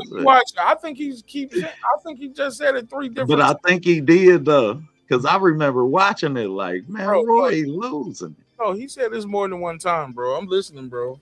Different times. Hold up. You're scared. He's bitching you out. All right? You said you act like you scared. He bitching you out. You're scared. He's bitching you out. All right? He's bitching See you his out. eyes Okay? raised up? He's bitching you out. Oh no. He said it 3 times. He said Yeah, he said it 3 times. You right. The second time, Kevin looked up at him and he said it a 3rd time. And I think a little spit flew out of his mouth too, landing on Kevin's forehead. We gotta put a case on that though. We gotta put a case on that. Mike got to put a case on that, but I think a little spit flew out right there. Hold on, let me hear this one more time. You're scared. He's bitching you out. All right? He's bitching you out. Okay? He's bitching you out. Oh, he put some little umph in that last bitching you out. He bitching you out. Son, did you see this shit? Yeah, bro. Hey, look, Roy Jones Jr. talking to Kevin Newman III. That nigga was like, this the battle who had the worst daddy right here talk. Cause nigga, I'm scared. Kevin Newman was like, this is why I fired my dad, nigga. Talking to me like this, and this is why you fired your dad. You out. All right? He's bitching you out. Okay? Look, he took a deep breath. Do you see that? That nigga Roy Jones took a step back and took a deep breath. That last He made sure he got all of that one.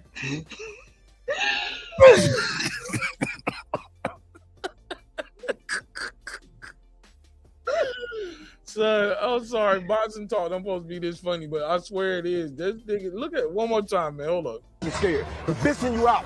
All right? No, look, he got second breath. Bitching you out. Now, watch how you take that deep breath. Can y'all see my green circle right here? You see the green circle on the screen highlighting it? Yeah. Watch. Okay? He's bitching. Ooh, that nigga jumped all the way off the screen. You out. Okay? Go either fight the motherfucker or don't fight. You gonna fight or fucking quit. All right? He's bitching you out right now. Okay? Oh, he in the fourth one. Fight or fucking quit boxing. All right? He said fight or quit boxing. Quit boxing. Right now, in the middle of the fight. He bitching you out right now. Put a case on this nigga. Put a case right now. You either gonna fight the motherfucker or you not gonna fight.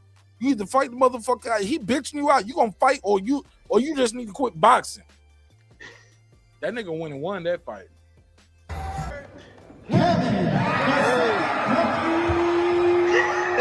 Where Roy?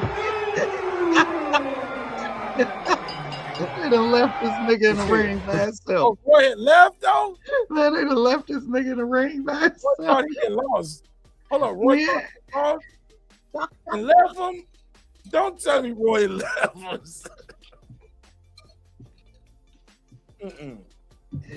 Hold on, Roy, get your ass here. Hold up, bro. Hold up, bro. When have you ever seen that? Like his trainers out his corner, you see them over there. He got his hand up, big dude right there. They left Kevin Newman by his fucking self. I don't see the other guy Pissing you out. All right? Hold on, I don't see the other guy corner either though. I don't see nobody right there for nobody though. Nah, They you might right. be off camera. 95, 95, 98, 92, 96, 94. Dude got robbed though. Dude really won that fight. But the kid had lost his last fight against Terrell Goucher. Terrell Goucher dropped him. They gave him the win. So Roy Jones, hold up. Roy Jones apologized for his speech to his fighter. Did you see that? I bet I ain't see this bullshit, man. Roy Jones has done an apology. He said the common approach was not getting the job done, so I had to do what I had to do. That sound like what your parents tell you before they beat your ass and shit. Like I said before, if you pay attention, see, I didn't know what I was doing wasn't working. So what I had to do was to do what I had to do to get the job done. That's why I'm RJJ, baby. That's why I'm Roy Jones Jr. See, when I fought Felix Trinidad, see, it was times in that fight where I had to do what I had to do.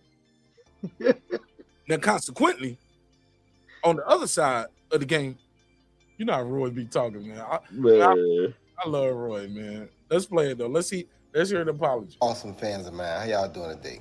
I'm good. Hey, what's happening, awesome fans of mine? How y'all doing today? I'm good. I just want to come on this morning. That nigga said, hey, awesome fans of mine. How y'all doing today? I'm good. How y'all doing today? I'm good. Hey, what's happening, awesome fans? He didn't even know what to say. Hey, what's happening to awesome fans of mine? Somebody told Roy he needed to do this shit. You damn right, bro. Roy didn't want to do this shit. Look, man, Roy was dead wrong, man. Look at the shirt. Yeah. Dallas PAL. You get what I'm saying? Yeah. That might be who told him to do it. You ain't lying. Damn. They might be like, hey, Roy, we need you to you gotta fix this. Yeah, man, because you know that PAL, you know what that is, right? Nah, what's that? That's the police athletic league. That's what I thought. Hey, I promise that's what I thought. I thought that was a badge. I know a badge when I see one, but I be trying to trick myself now. I ain't in the streets and shit. And they got them all over the country. And he said, I be trying to trick myself. For real.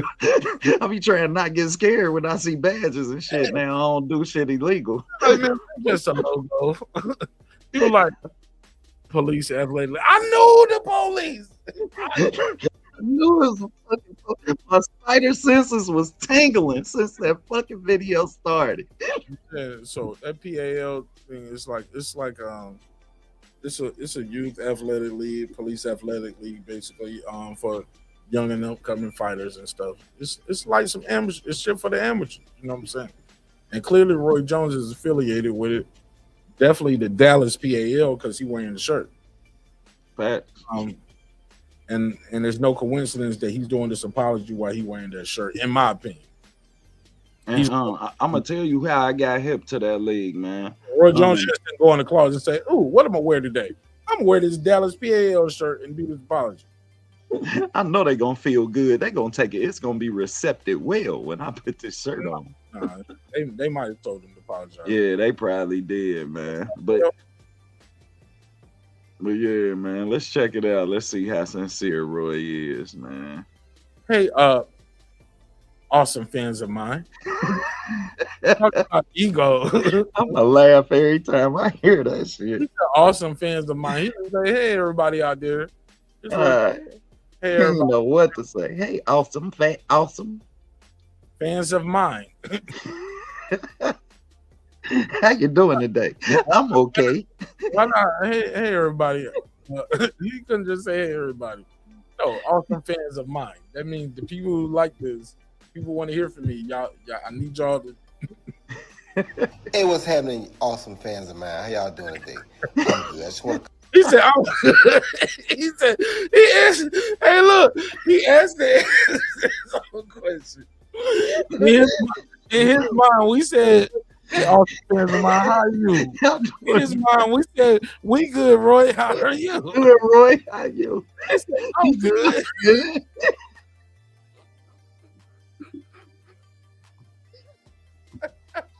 Make this shit up if I wanted to, man. Hey, awesome fans of mine, how you doing? I'm good. Or maybe he was answering for us. You sound like you about How to you buy. doing? I'm good. Okay. Hey, look, when he rehearsed this, he wrote the other person answer down too. At this point, I'm gonna say, "How are you doing?" They're gonna say, "I'm good," and I'm gonna just keep talking. I'm good. There we go. Hey, what's happening, awesome fans of mine? How y'all doing today? I'm good. I just want to come on this morning to be apologetic for the explicit language that I was forced to use over the weekend. The calm approach was not getting the job done. My job. Did he say he was forced? I was forced to use. Damn, Kevin, I'm sorry you was getting your ass kicked and forced me to use his language because whatever we was working on in the gym won't translate in the fight. I was forced to use over the weekend. Apologetic for the explicit language that I was forced to. Yo, this is how niggas talk to the judge in court. You ain't lying. Hey, you hit the nail on it. Yo, this is how niggas talk to the probation officer. This is how you talking to the judge, the police, and even now, I'm trying to think he's looking at. You're honorable. Hello, you're honorable. Hello, you're honorable. How you doing? I'm good. See, when I was driving 85 in the 35 zone, I was forced to speed that day because I just had to. My regular speed won't get in the job done. I got to hurry up and get home. Well, I was forced to be in jail because that wasn't my bag of chips and the drugs in it didn't belong to me. Hey, look, doing the speed limit did not get the job done. Man, how y'all doing today? I'm good. I just want to come on this morning to be apologetic for the explicit language that I was forced to use over the weekend. The calm approach was not getting the job done. My job as a coach is to get the job done, so I had to do what I had to do to get it done. Wasn't what I wanted to do, but it's what was necessary, and apparently got the job done. So I apologize for the explicit language. I try to make sure it doesn't happen again, but I can't make no promises because I love boxing. He loved boxing, and I know you do. Also, too, I think. Go ahead, man. Go ahead, OTB. You go first, cause I'm gonna say what I want to say. But I want you. All right, man. Cook, son. Cook, son. First of all, man, a fighter should never have to worry about you abandoning them in the middle of a fucking fight. Second of all, if you have these type of expectations, how about some direction? How about some proper instruction about telling this man how to get the job done so you don't have to speak to him in this manner? This is somebody's child. This is somebody's son. You are on national TV. At this point, that was streamed from YouTube. So you were on national TV. It was free to everybody at that point. And I felt bad for Kevin Newman to hear you say, knock him out or I'm not going to be your trainer no more. Now, everybody can be in the essence where you have to tell your fighter, all right, we done lost. But I didn't hear anything that was pushing your fight, uplifting your fighter at all. And for somebody who I've seen, and I give the credit as the most talented boxer I've ever seen in the sport of boxing. Natural, pure talent, Roy got it. But let me tell you something. Why the fuck all your fighters got a box like you with their hands out down by their fucking waist? Everybody hand speed ain't equivalent to yours, Roy. You got Michael Williams Jr. knocked the fuck out. Now, you almost had Kevin Williams in there getting hands, feet, paws, legs, everything put on him. Everybody in the goddamn stadium was surprised when he won. So I hope you cut Uncle Al a nice check, Roy. And when it comes to training, how about you adapt to your fighter's style? Why does all of your fighters have to fight with your style? That's what makes you a trash trainer. So when I say Roy is trash as a trainer, then understand what I mean when I say Roy is trash as a trainer. I mean all his fighters try and fight like him. He can only teach that because Roy wasn't the most fundamental motherfucking fighter in the world because he had so much natural talent. That's why the drop off in his career happened the way it did. Okay.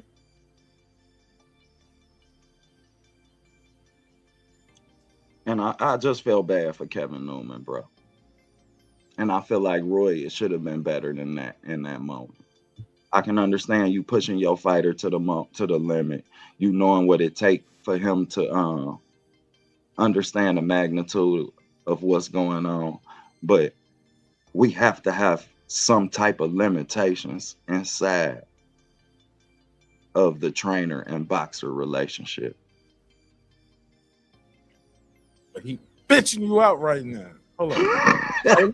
Hey, look, but looking at it again, Roy started off calm too. When I get it now, watching the whole thing in full, I see what he's talking about now because he was calm. He was like, no, you're not fighting. He was like, fighting. He was like, he said, you blocking, then you backing up. You block, you throwing one punch, then you blocking. Throw another punch, then you backing up. He said, you throw another punch, then you acting scared. And Kevin Newman, after getting a sip of water, he shakes his head. He said, no, I'm not. And he said, and that's when Roy snaps because Roy was calm at first, but he was like, nigga, what you mean? No, you not. You no, you not. Watch this. No, you're not. No, you're not fighting. Because he said, I'm fighting. Because he was like, you said, man, I need you to fight. You said, no, you're not. He asked him what he was doing. He said, what you doing? He said, I'm fighting. He said, no, you're not. No, you're not. No, you're not fighting. I'm sorry, you're not fighting. You're on one punch and you're blocking. On one punch and you're backing up. You're on one punch and you're acting scared. You're on one punch, well, you're acting fucking scared. He's bitching you out, all right? He's bitching you out, okay? He's bitching you out, okay? Go either fight the motherfucker or don't fight. You're gonna fight or fucking quit, all right? He's bitching you out right now, okay? Fight or fucking quit boxing, all right? They ain't gonna say it no fucking more. Roy Jones Jr. went from you fight or quit fucking fight. Real quick, and boy, you got this, you way throwing him through, you way faster, you got everything, and you let him bitch you out. Wow. Roy Jones Jr. No, you not. Ooh, let me click the like button on that. Yeah, he deserved it. Bro. That's crazy. She said, when you gonna do another music show, Mark Nasty? Didn't even pull up for my R&B show. I did a whole night of R&B. Damn, for real, bro. I'm sorry. We gotta run that back, man. I need parts of that. Man, Tyrese don't want that no more. That turtleneck. That nigga do not want he want us to forget about it. I bet. That was a bad matchup. Yeah, I definitely want to see Jamie Foxx do one though. Yeah, facts, man. Facts. The only thing is, man, it's gonna be tough. Like to match him up with somebody. Yeah. Yeah, it's tough to match. Jamie can do so much. Like shit, you got to have the piano on stage, and you got to not. They ain't got to do what he do. They just got to be able to do what they do. What he manage? My problem with that, bro, is now you got to cut his mic off on him. Yeah, because this nigga got a gift. Yeah, that's what I'm saying. It got to be somebody Jamie respects that he wants to do the verses with. So it ain't about him embarrassing him. Because he's a comedian, he's a singer, and like he got that crowd control. He can improv on you, so he can make it look bad for you. But so it got to be somebody he respect where he ain't gonna do him dirty like that. We just gonna have a good night. of the Facts. R. I like that. I like that. Yeah, you got to be somebody he might to can match up with Jamie though. Like that's tough, man. Yeah. Who could he do? You did. I want to see it though. I want to see it. Who should Jamie Foxx do a versus with? I put that poll out there. I ain't see nothing, so I took it down. Y'all bullshit. Oh, y'all bullshit. Ooh. Who you think he should do a versus with? Oh, that's tough because you got to be able to hold your own. You got to really be able to hold your own, man. Who should he do one with, man? And I don't hear nobody talking about that. Because, man, it's so like shit. Jamie can cut them. Cause look, who did John Legend do one with? John Legend did one already, right? Didn't he do like the battle of the keyboards or some shit? Yeah. Who did he go to do the versus with?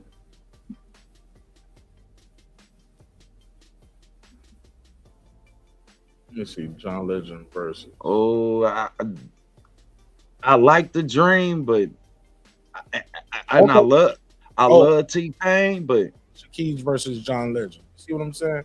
Like that was just a good night of R&B. Fact. So who was it? Who was it with John Legend? Alicia Keys. Yeah, the Dream already did. Didn't the Dream already do one? I know T-Pain did one already. Shout out to Yoda. Crush. No. Fact. Shout out to T-Pain already did one. Did the Dream do a versus?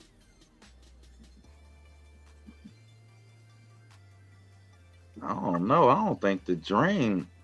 Oh yeah. He went. Yep. He did Sean Garrett. Him and Sean Garrett. He told Sean Garrett some shit like, he's like, you just mad 'cause I took your girl. Johnny Gill. I'll smoke a bag of that. Johnny Gill. I smoke a bag of that. Now that's I like Johnny. But I don't know if Johnny got it like. It's just I just think Johnny got enough. Cause Jamie got some shit now. Yeah, I just think it's a different era. I would rather it would be like a New Edition battle where New Edition do some songs and like members of New Edition do some songs against another group that got like a solo success. See, I was thinking New Edition in-house versus. Right, they got enough, right? You did? A New Edition in-house versus? I'm sorry, I don't think none of them beat Bobby. It should be new. Hey, look, New Edition versus New Edition. Yeah. All in-house, man, shit. Now, all of them, shit. You can do some BBD joints. You can do New Edition. But I guess it'd just be a New Edition show. Well, shit, you would do a versus against each other. What about New Edition versus Boys II Men? Oh. Shit, that's tough because Edition versus Boys II Men. That's tough, man. I don't know that enough New Edition fans gonna still be up to watch that shit. We gotta start that shit early. They gotta start that shit in the daytime. Hey, look, day party, nigga. Hey, look, start that shit at 5 o'clock on the East Coast. So it's 3 o'clock in the afternoon. Versus luncheon and shit. Niggas on the East Coast, on the West Coast watching this shit at lunchtime.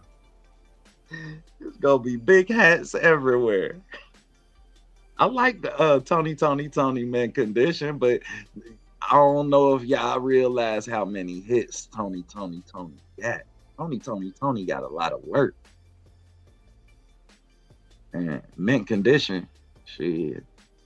Them niggas only on stage for about 12 minutes in person. Right.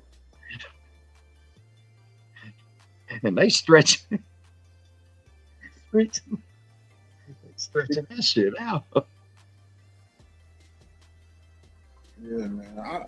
I wanted that, and I thought we should have got Genuine versus somebody. Shit, I thought, man, Genuine got some joints, bro.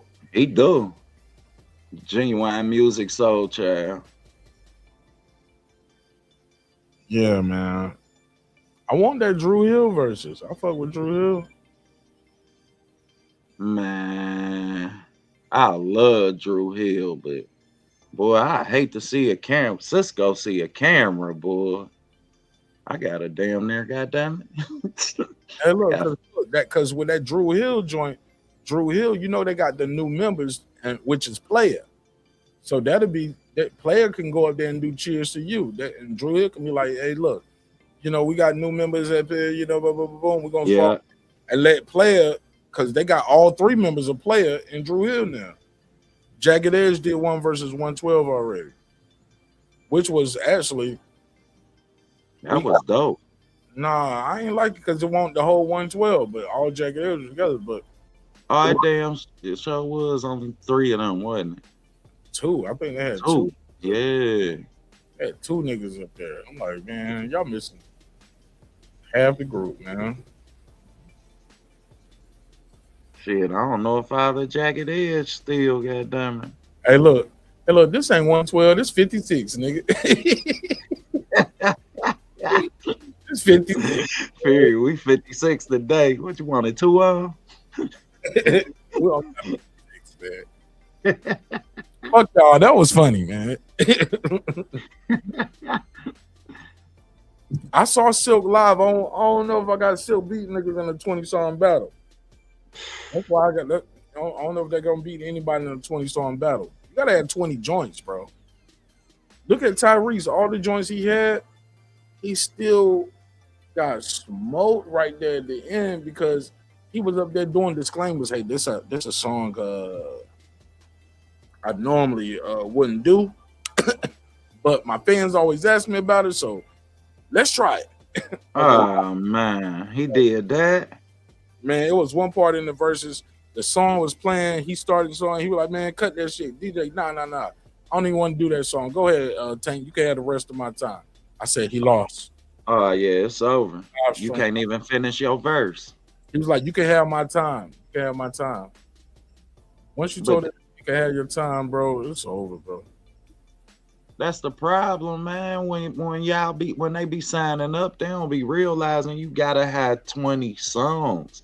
A lot of people ain't got 20 hits. Shit, if you got 10, goddamn it, you got to make sure you space them out in your 20 the right way. Yeah, jeez, gotta space them out. But yeah, I want to see a Trey Songz versus. I want to see a Jamie Foxx versus. I don't care who they do it with. I want to see I definitely want to see Usher versus Chris Brown. That's the one I want to see. That's the one. Usher versus Chris Brown. I don't want them niggas to sing if they do it. What you mean? You just want to do a dance off, nigga? Hell yeah, old school style, man. Dance, nigga. That's all I like you niggas to do anyway. Dance, nigga. Do some shit I can't do. God damn it. Them niggas got some joints, bro. I seen them both live multiple times, bro.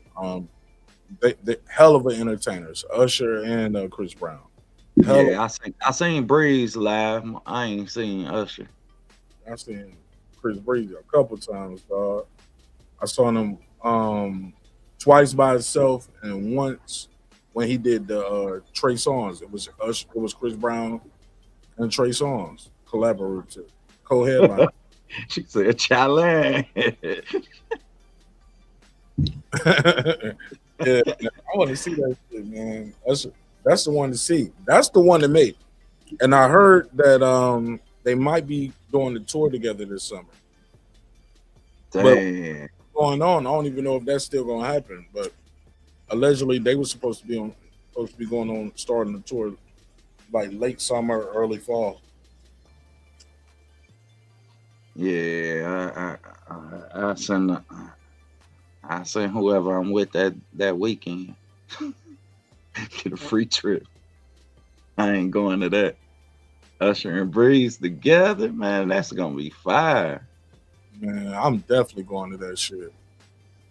Man, That's gonna be, I'm going. nah. That shit gonna be lit. Hey, look, and you need to go. Like, look, and you need to make it a guys' night out. All the fellas, all the fellas go out. Me and the homies. We gonna all 5 of these seats right here. This us, partner. This is us. What? Right here, deep. They gonna be Hey, you ain't lying, boy. That's gonna be epic. Whatever role you in, it's going down. My wife was like, I'm going too. I'm like, yeah, you better get your own seats. I'm going with the homies. Hey, look, you make it a girls' night out, I make it a guys' night out. I see you somewhere in the arena, I'll buy you a drink. Oh. Hell nah, we don't do no twerking, man. I be flirting. I don't do no twerking, but I do some flirting though. I be flirting. Man, hell yeah, I got a mean 2-step. Shit, I'm a 2-step all night. I'm a 2-stepping up, man. What? I'm singing songs, nigga, all off key. Man, what? Like I could sing.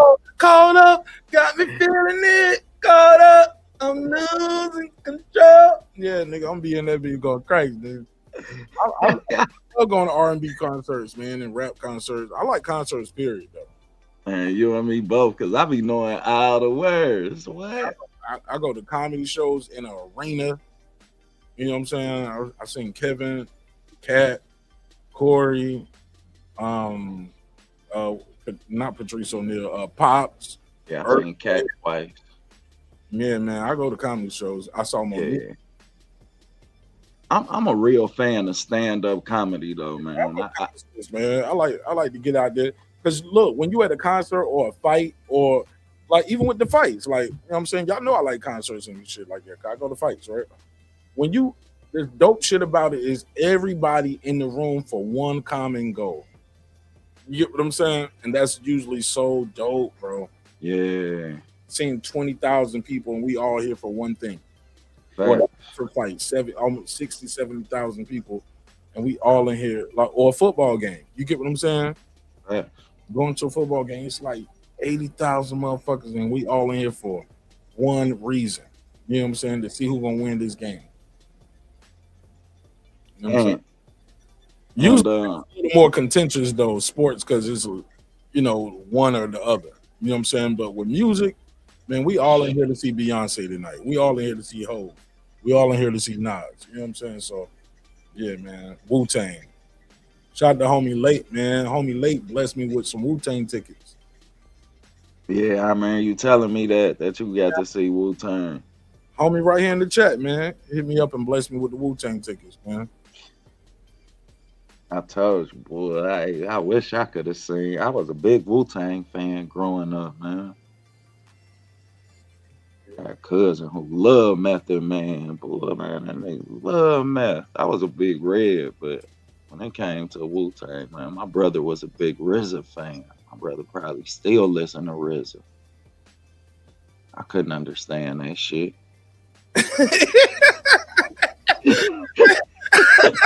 Know that nigga probably watching too. Couldn't understand that shit. I understand that shit, man. That nigga into your right ventricle. Just a central stations. Yeah, just a terrestrial. Man, what? Man, what are you talking about? Man, how do you listen to this shit? Damn, Uncle Crush say I hosted a Wu-Tang show when they first came out. Oh, for real? Damn, Crush a OG. Yeah, I'm gonna let Crush tell everybody what he do. I ain't gonna tell everybody what he used to do, but what he used to do, Crush was like one of the best in the country at that shit. Huh? Is that Crush the Legend, or is that that's Crush? That's Crush the Legend. Okay, yeah, that's okay. It say Yoda Wise Crush up here right now. Yeah, we know Crush. Yeah, cause he looked like Baby Yoda.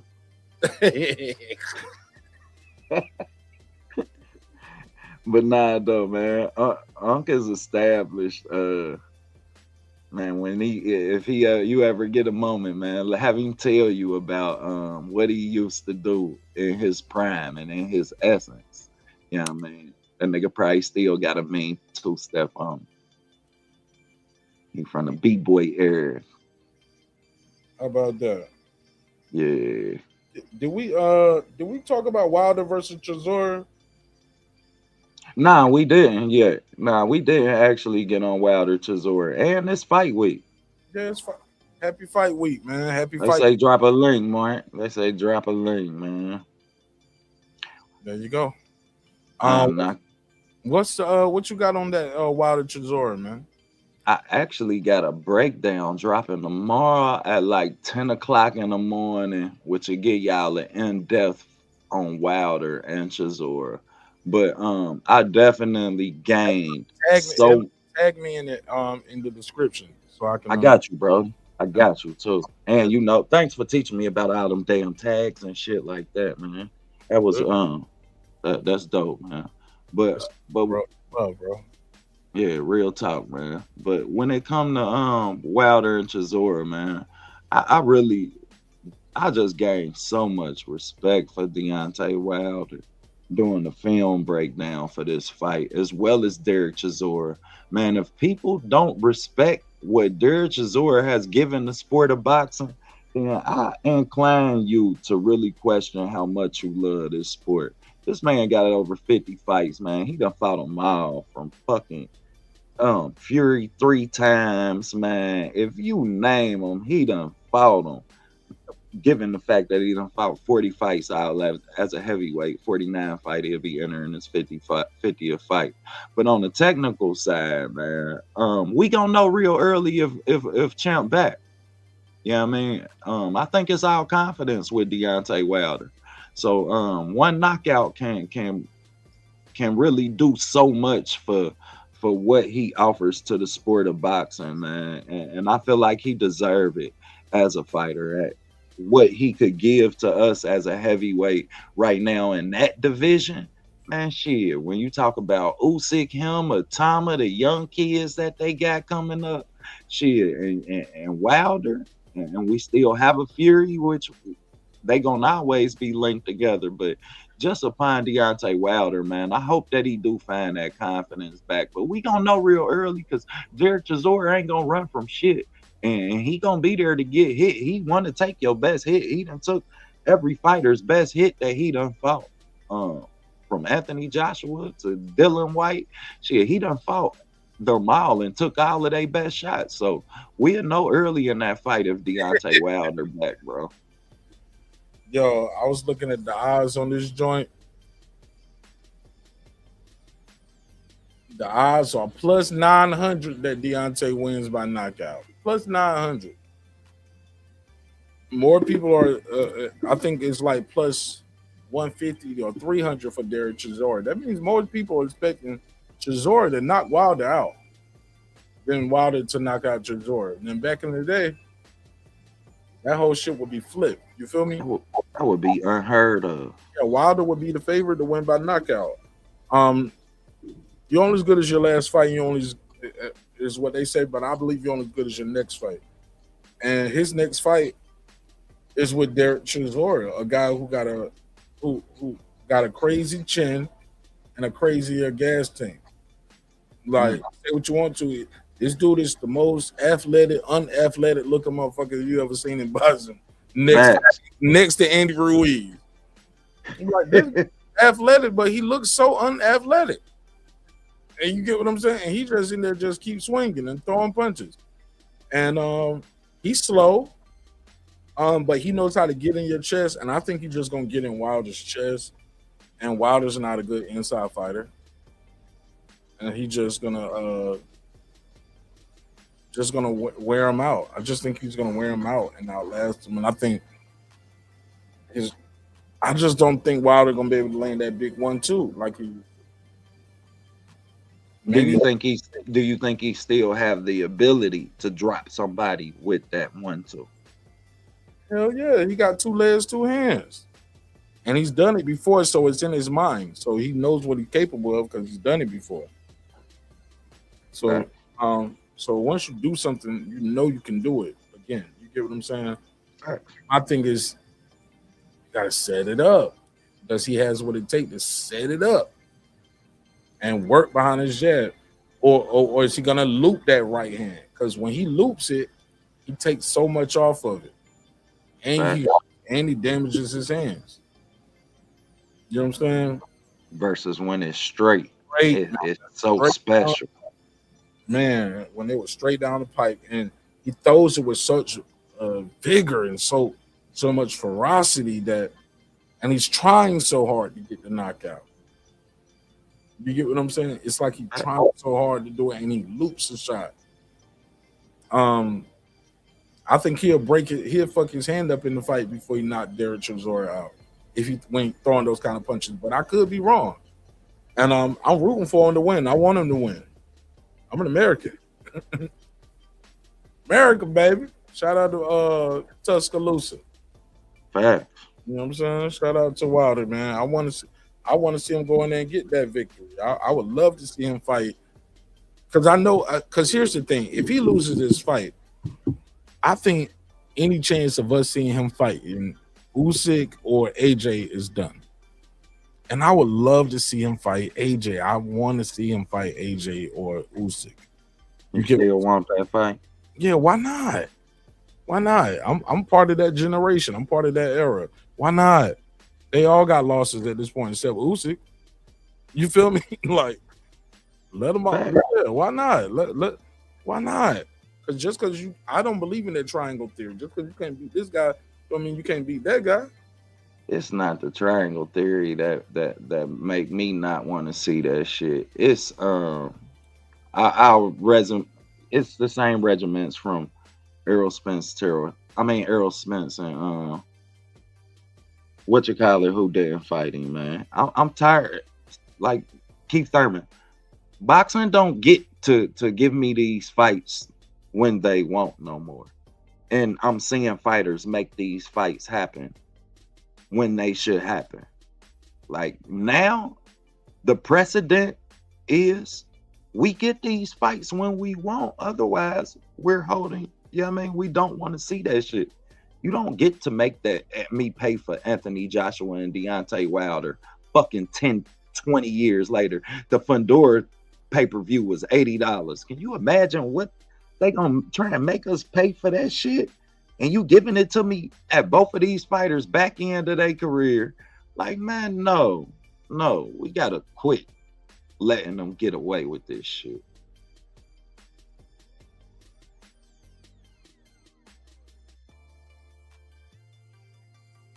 But it is a profitable fight. It's gonna sell. And if we get a good Deontay Wilder in this fight, then that fight can be appealing. Hey, OTB, I gotta disagree with you a little bit, dog. Yeah, you allowed to, bro. Sure. Here's the thing. The big fights always cost money. Tyson and Holyfield cost money. The Thriller in Manila cost money. It won't no broke niggas at the Jack Johnson fights, my nigga. Like, it costs money to go them fights. It costs money just to listen to them on the radio or watch them on TV, then pay-per-view. This shit ain't going on, G. So my thing is when is that it's Crush. Yeah, Foodie, the link is out there. I put it out there. That's how Crush got the link. Yeah, the link up there. Here's the thing. It always costs money to go to these joints, but the bottom line up front is these big fights, they still gonna cost $80. You act like they're gonna charge. You was like, then they're gonna charge, bro. I'm saying, are they worth it? Are they worth it at this point in their career? AJ and Wilder is still worth the $80, bro. I paid that $80 is worth more than Thurman versus Fundora fight. And Teller's on the undercard, respectfully. AJ and Wilder is still worth $80. Wilder versus Usyk still worth $80. That's the going rate, and I'm willing to pay for it. You know what I'm saying? But I respect that. I respect that. What's up? What's up, Crush? You muted. Can't hear you, huh? You muted. Your mic is muted, Crush. Salute to y'all, man. I see y'all doing this great cook on the after hours. I like these kind of hours, man. You get a great cook. That's when you your mindset is right. The building is going on. So I like these hours, and I don't mind being up here with my guys, man. I hear y'all cooking. Real quick, Hey, Chisora. time of the Yeah. night. This is the only time my house is quiet. I feel you, Mark. I feel you, dog. I see how my man Dean be having to hold it down in the morning when he got the girls and everything. So he be doing it though, but it's a tough task, man. But Wilder and Chisora, my honest opinion right now is a 50-50 fight. I mean, both of these guys have been beaten. They both have situations. Chisora don't have a gas tank. Wilder's not as durable, as sturdy as he was. So it's a 50-50 fight. I don't know how big of a fight it is. I feel where Mark is coming from. In the heydays, it probably would have been a big fight, but I don't think Wilder's as much as a draw as he used to be. And this is the moment I didn't want to see from him. This is why I think when it's really time to get out the sport, when you overachieve by cashing in, it's time to get out of here. You still got your faculties, but it's important that these guys, manage their money the right way outside the ring. But I don't really want to see it. I've been calling for him to retire, but I'm going to watch it. I'm going to salute him, man. I'm wishing him the best, but it's a 50-50 fight, and I have a leaning towards Chisora, but we'll see. Wilder got a shot, man. He always got a shot because he got that right hand. Got that damn Thor hammering, man. Yeah. So, go ahead, O. Yeah, he does have that joint. Go ahead, O. Do you think that there's that he's capable of a performance that can push him back into the seat of the bronze bomber that we're accustomed to? Or do you think he ever even revisits that seat ever? You know what I mean? Is it gone? I mean, just like Mark said, he still has that power. Something we can't say about a lot of guys that's still hanging around in the sport. Everything they left their asses. Ask Keith. But he still has that true equalizer, man. So yeah, so I do. That's the chance I give him. But this dude Chisora, man, he's been knocked around all silly and everything. So it's nothing new. To him, Wilder's strength is a little different, but when you're getting used to knock on your ass, you're getting used to knock on your ass. It is what it is after a while. Some guys really don't fear that. So, and that plays a good part for Chisora, not fearing that power. Like, I've been hit before plenty of times in the heavyweight division. I've been clunked by guys. I clunk guys. You know what I mean? I could turn into what's my man Burt Cooper out here, because that's who he used to remind me of, Smoking Joe Burt Cooper, going to give you a hell of a fight, so that's why it's a 50-50 fight. But I can see where Mark coming from, because I mean, if he land that thing on him, man, you gotta see how he can react. So it's a good fight. But Derek Chisora, that's the thing though. Derek Chisora, if nothing else, he's known for the chin. He should be called Derek Chinzora. So I'm gonna start calling him Derek Chinzora, because that nigga got a beard. And he do. And he looks tired, and he is tired. But somehow, some way, he got this other guy tired too. And they both in there fighting like, I'm just tired and I'm swinging type shit. His style works for him, and he usually makes people fight his fight. Facts. You know what I'm saying? Even when you beat him, you gotta beat him at his fight. Man, that he's not an easy walk, man. Say what you want to about his record, say what you want to about his physique. He's tough, man. And Wilder might be too tough for his own good, because even in his tough fights, his punishment just affect them worse. You know what I'm saying? Chisora be losing, but he don't be getting slept. Wilder be getting slept, right? You know what I'm saying? And the worst thing that could have happened to him was that last fight where he got a real quick early knockout. And I'm like, oh man, that's the worst thing you can do to an aging fighter. Sometimes it's give him confidence. Like, I'm back, baby. Back, baby. We're going for the title again. Like, damn, man. You know what I'm saying? But what you say? No, I'm saying I'm laughing and we laughing, but as a friend, But yeah, and these people are your friends and your family. Like, what do you say? Other than I'm riding with you. Yeah. And I get it. Some people they incentivize. What's up, Foodie? Some people incentivize because they part of the team. They incentivize and they get paid. But some of us be like, shit, man, I'm just here, bro, to show you love and support. Because at the end of the day, all this shit gonna stop. You know what I'm saying? And depending on how you manage your money, shit, I might have to come help you change a tire one day, or help you with some rent money, or you get what I'm saying? Sad but true. You get what I'm saying? Fuck around, you be the friend with the money. You know what I'm saying? And your homie used to be a millionaire. You know what I'm saying? One more question. And then we're gonna bring my girl Foodie in too. Facts. Then we can get into some they'll talk about this, but yeah, because you know Foodie want to talk about some music. Yeah, I already know. That's why I said this is my last question, fool. My bad.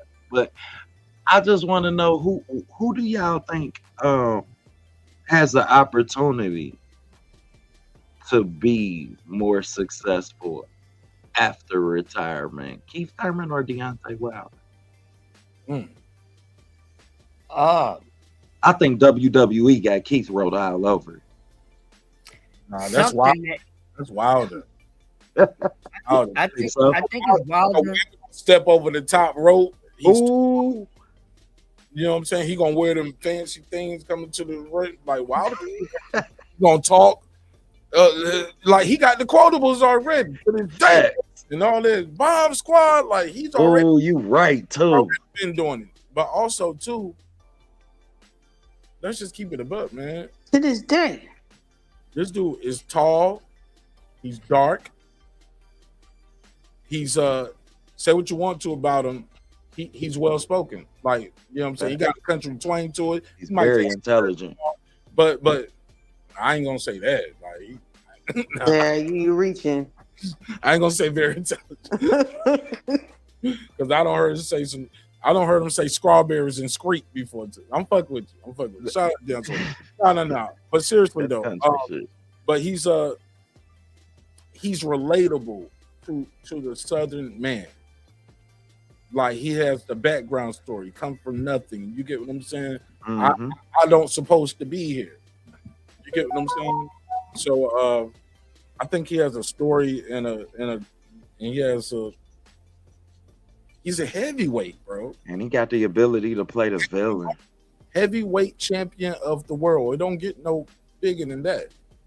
Facts. So they can craft some shit behind it, but in wrestling, I think Wilder can have a longer wrestling career since you brought it up. That was a good question though. I never heard nobody say that. As far as commentating though, covering boxing, I think Kieth Thurman would do that better. Yeah. I think he would have a longer and better career doing commentating because he like science. I think I've heard him do it before when PBC first started. He was very good at it. And I'll wrap it up with this. When Keith was talking about a fight one time, I've heard him break down winning minutes of rounds. I've never heard a fighter do that. It was like, okay, first 30 seconds, he wasn't doing nothing. Last 30 seconds of the first minute, I did this. Bah, bah, bah. So I know I won the first minute of the round. I was like, damn, this nigga's counting minutes of the round. And so right, in real time. So I respect Kieth Thurman tremendously. What's up, Foodie? You got an answer to the question that OTB has? Fresh? Who do I think is going to be more successful? I don't know. It depends on, like you said. I think I agree with you. I think Kieth Thurman would be a better commentator. Wilder needs to stay away from that arena. I don't know about well spoken. But yeah, as far as this fight with Chisora and Wilder, I don't know. Foodie, you ain't never heard Wilder when he's trying to sound smart and trying to be articulate. He's very good. Trying, yeah. Maybe trying real hard. Yeah, it sounds a little forced, but I like it though. I can tell he's trying. He's disciplined. I don't want to hear him, and I don't want to hear Roy Jones either commentating. You know what I'm saying? They're kind of in the same, level as far as that goes. Yeah. Yeah. Roy is horrible. Right. Say what you want to say about Paulie Malignaggi, but he's good. Sergio Mora. Say what you want to. Sergio Mora is good. Sean Porter is good. Tim Bradley's good. Like, cause, and the reason why I said it because I've heard other guys before. I'm gonna tell you who was very good, and nobody. He was funny as fuck, and he'll never get credit for it. And I ain't never heard him do it since. Floyd Mayweather. Y'all ever heard of Floyd Mayweather, dude? I was thinking that, Mark. Not to cut you off. I was thinking that in my head. Floyd was like, I've been boxing 20 years. I don't even know who this corner man is. Why are you telling him that? He need to be telling, and it's like you can't argue with him. It's 50-0. He was 50-0 when he did it. It was like Floyd was just we got Floyd here doing some commentary with it. Floyd was like, "What's up?" And Floyd started there commentating the fight, and Floyd is cooking these niggas. He was like, "Why is this? Where's the inchwell at?" You know what I'm saying? They should have some inchwell in there. Floyd he's 1,000% right too. But you miss comical. But you miss it because but you miss it because it's Floyd. You think he's just being funny, but no, we laughing because he's right, and it's Floyd saying it, and he was like Floyd. Well, he has a legendary cutman in the trainer in the corner. I don't know this trainer. I've been in boxing for 23 years. I don't know this guy. I ain't never seen him before in my life, and I'm dying to laugh. But I like Tarver. It's a lot of good guys out there. I think Wilder definitely has a future in WWE though. I never thought of that before, and I would love. Yeah, I think he'd be good in WWE for sure. Just because, like you said, just because of his build and his persona. Yeah, the character. He's a character. To this day. Or acting. He gonna step over the top rope. You know what I'm saying? Hey, look, he ain't got. Look, he gonna start twerking. Oh, stick the big boot up, kick him in the face. Just start twerking. He just got a choreograph. He got to look on, but then again though, he kind of he got to work on his choreography. Yeah, he kind of stiff. You feel? He's shit. He fuck around. Should have made me tear with that one. He gonna start one of them niggas for real with bare knuckles. He going to prison. You ain't lying because that's he illegal. Catching a body. That man can't go to no bare knuckle. That's illegal. No. I said if he accidentally hit one of these niggas in WWE by accident. Now he could do. No, he can do bare knuckle. What you mean it's illegal? He can do that. Right. You Jermell Herring just won a bare knuckle fight, and he's about to fight for a title. Jermell Herring about to fight for a title in bare knuckle. Paulie fought in bare knuckle. He got his ass whooped. I don't think no heavyweight should be no bare knuckle. No. Let him do it. Why not? That shit because they one hitter quitters. Like they don't even have to. They could be losing the whole fight and just knock somebody clean out the ring. But that means they can get knocked out too. They sure could, but I don't know. It depends on how technical or how good their opponent is. So yeah, they got bare knuckles in all the same divisions too. Fool, they be fighting. We got one out here at the arena near my house. I was thinking about pulling up, but I'd be lying because I'd be too tired to be doing that shit. I'd be lying. I'd be rolling by on the freeway. Oh, I should go see that shit. I'd be like, I ain't about to do that shit. Tired as fuck.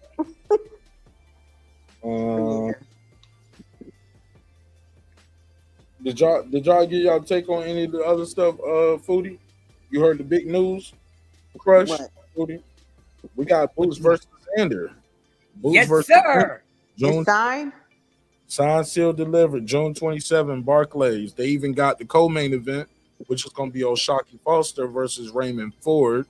O'Shaquie, two-time champion versus two-time super featherweight champion versus the former super lightweight, right?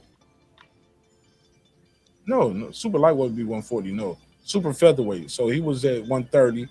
Then he got his belt taken. Then he got it back. Then he beat Fulton for the 135.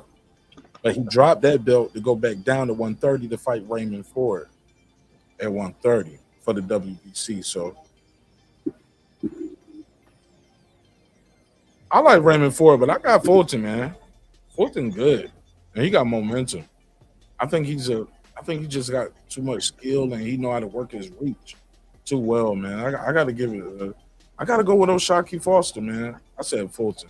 I'm sorry. Yeah, I got O'Shaquie Foster beating Raymond Ford right now. Anybody? O'Shaquie's really good. He slept on. When he got his belt took, that pissed me the fuck off. That was some bullshit. Oh, when they robbed him for that Conseco fight, right? Yeah, exactly. Hey, look, I seen Raymond Ford damn near get beat up by Nick Ball. Like he did though. He got beat the fuck up against Nick Ball. And they say he was weight drained and he shouldn't have stayed at that weight that long.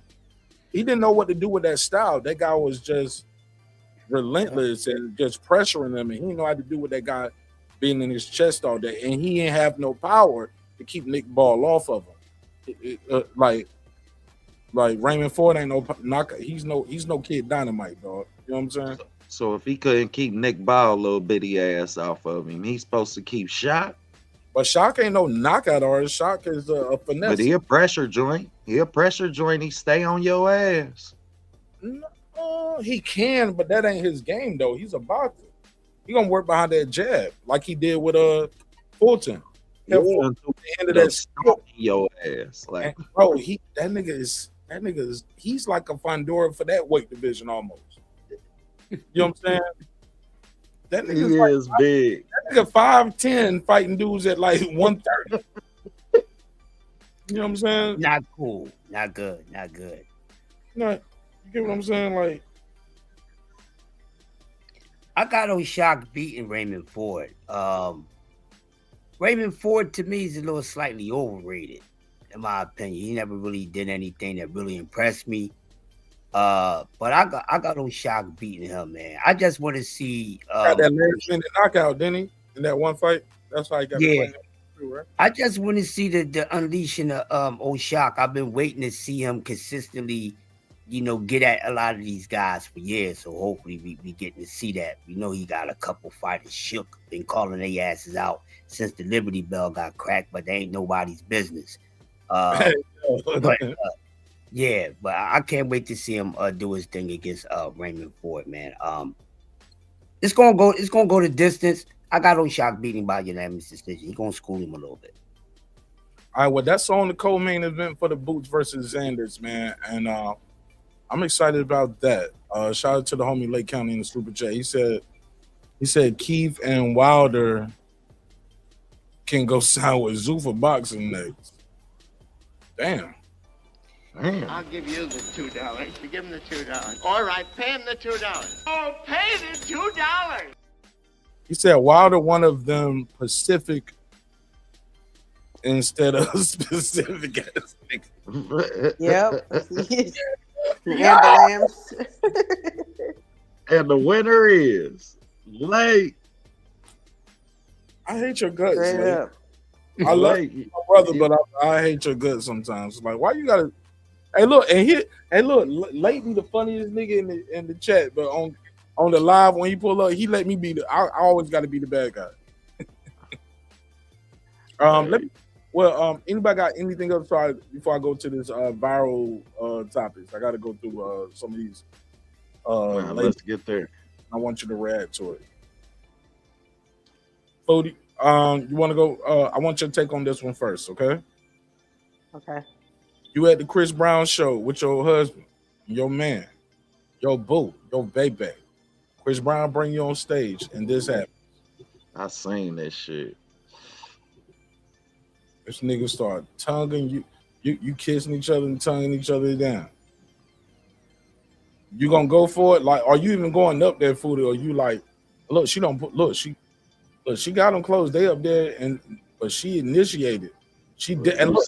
See the tongue. Yeah, she slips the tongue, Foodie. Yeah. Slipping Chris Brown the tongue. Nah, that's out. She out of pocket. She out of pocket, right? Hell yeah.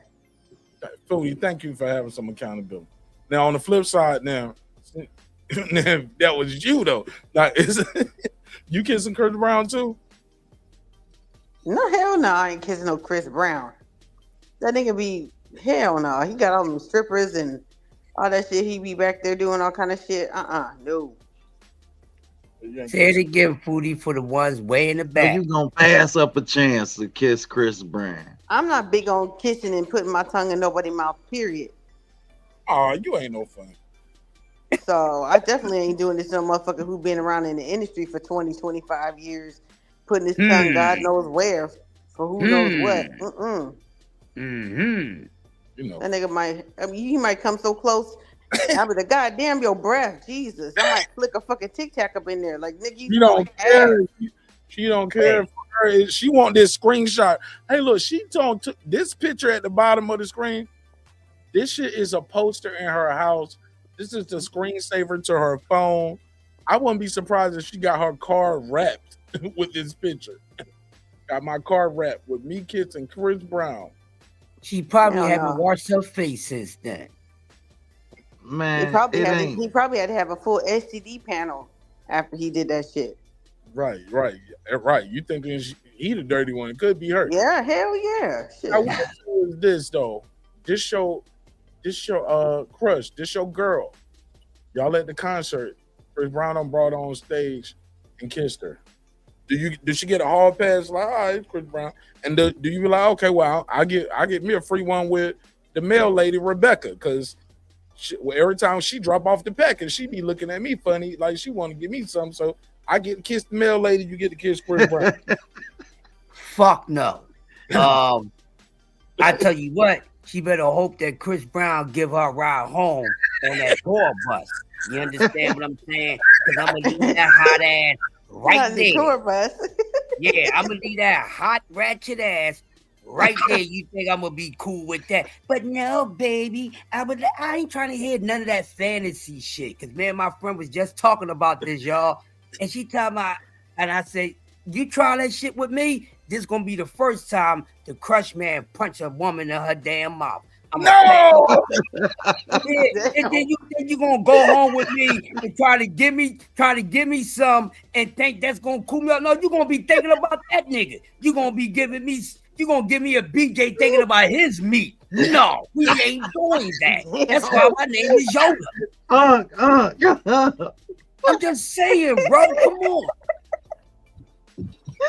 Yo! That's Smash the fucking like, man. Now we know that lady that went home at the Tongan Chris Brown. There's no way in any brainwave in her damn cell of her head that she gonna just automatically forget about that. Her man was Chris Brown until he made her not. Till he wasn't Chris Brown no daggone more. So you didn't kiss this dude. I don't even want to touch you. You ain't gonna even be you. Game over, Jody. Your girl got taken from you because she got kissed by her damn heartthrob. No, can't do. Hall & Oates can't go for that. We got a problem, Houston. Go ahead, OTB. Same question, bro. What you gonna do? If she bought the ticket, she can go up there. Oh shit! She bought her own ticket. Chris, bring her ass home at 5 a.m. Not 5:01, not 5:03, not 5:23. Shit, she bought the ticket. She get to go up there and kiss him.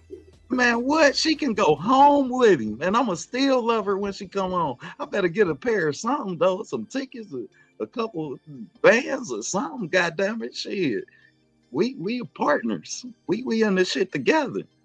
So goddamn it, if this nigga OTB said we partners. We in this shit together. Hey, Cody. Yeah. It sound like him and his girl gonna hit a lick. They're gonna accuse Chris Brown of rape or something. I'm about to say, it sound like you trying to create a throuple or something. Like you trying to be part of. Hell nah, I said bring her home. God damn it, you missed the key word. Yeah. Bring her home at 5:01. We heard you, but that sounds like. She can go if she bought the ticket. She can go. Shit, I ain't tripping, baby. You get one chance in your life. You go enjoy your night, man. Okay, I'm about to go enjoy like mine. boundaries, like boundaries. We listen. How they be saying? We listen. And we don't judge. Hey. We judge a lot. I'm lying. We judge. Right. Hell nah, we definitely judge. But shit, hey, judge me, and I'm gonna put my. Because he said that leave the door open for him. Like basically, I'm gonna go buy Beyonce tickets. Yeah, we gonna run right back. Ain't cheating. My whole thing about kissing versus fucking or whatever is like there ain't no mouth condoms, right? Like you might fucking, fuck something. You got some protection, you got some birth control, right? If I don't know, I don't know. You know what I'm saying? But then everybody didn't see this one thing. That's bodily fluids exchanging. Yeah, hell yeah. It might be sores in your mouth. You might have got some dental work or some shit. I don't fucking know. And my dick hole and you're going in, my urethra going in your urethra. You get what I'm saying? Yeah, your urethra. Yeah. Like everything, like the man only got one hole. Oh yeah. I got you. Like all my shit coming out of here. Or into it, yeah. And into it. You know what I'm saying? So mouth is dirty, man. I call it donut foodie, like so. But kissing a bitch, I ain't gonna get the same thing from kissing a bitch, and I'm gonna get from the hot dog and the donut. No, if you use, protection, you will hope somebody will use. They have ulcers and sores in their mouth and all kind of shit. Yeah, but motherfuckers be getting gonorrhea in the mouth, in the throat. Yeah, and you got to think you pulling somebody up on stage. You don't know what's in their mouth. How did that happen, Foodie? How did you get it? Gonorrhea in the mouth and the throat? Yeah, how did you get it? Well, that one time you tried to give it to me, and I was like, oh no, I need to see your my chart. Don't use that AI my chart. Because I know what you're doing. Damn, y'all got fake my charts out there. They got the AI my chart that they be having down there in Houston and shit. Y'all niggas be real sneaky down south. I ain't falling for it. You got that nigga. What's his name? What's Mr. Marcus? Ironically, Mr. Marcus. I remember that nigga, that porno nigga. Who got in trouble because he forged this shit. He was giving niggas, was it chlamydia or syphilis? It might have been syphilis. Syphilis. It was syphilis. Yeah. The crazy part about Mr. Marcus, one of my neighbors is his first cousin. Oh my God. No bull crap, y'all. I can't make this up. In Lake County, you out of pocket, man. Man, I want to hear that. He's your Yo, my neighbor 3 doors down from me, man. Yo. And I said, what? Showed family pictures of him. I said, you happy about that, bro? He was like, it's my cousin. That nigga get the bitches. Yeah, well, don't go follow behind him. You gonna get everything else he got. You know? That's the thing. You can treat that too. That's like, I'm like, bro, that's fucked up that he forged his documents and kept doing scenes and caused the whole pandemic in the porn industry in California. Foodie. So when you talking about South niggas did it, shit, y'all West Coast niggas taught them how to do it. You ain't lying. And them niggas been, hey, I ain't gonna hold you. You ain't seen shit till you been to LA, boy. They dirty as my rallies in LA. They just do everything different. Let me go. I don't know, drop me off. Did you say out there in LA? Oh yeah, no. It was wild out there, even before they had my chart and shit. That's what, like, California, that's why they passed you have to use condoms in porn. And that's when the industry dropped off. The industry dropped off because, like, nobody want to do that shit. Nobody want to see nobody fucking nobody with no condoms on like that. So that's when it dropped off. Yeah. But don't talk about Cali being dirty. Motherfuckers down south be dirty. Everybody. Yeah, it's an epidemic, bro. I don't think that's exclusive to no people, no race, or no region. People are people, yo. And if you travel this country enough, and you travel the world enough, you'll see that. You know what I'm saying? I see the same people in China, Korea, Japan that I saw in Jamaica, Mexico, America. You get what I'm saying? Like, what you think them passport bros be doing? They be fucking dirty. That's why they trying to ban them out of there. They be passing around and starting pandemics and shit. Epidemics out there. Yeah. No, a lot of them niggas be bringing that shit back too. And some people get it. Leave some down there, bring some back, spread it around, sprinkle it everywhere. Shit.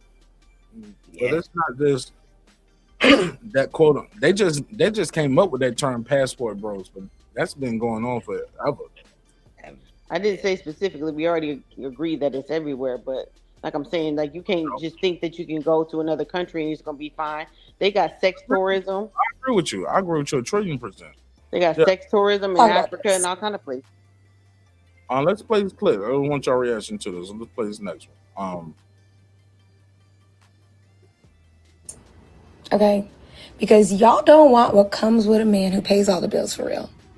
Y'all don't. And there is 3 key ingredients to this, okay? Be his peace, be submissive, and learn to shut the fuck up sometimes.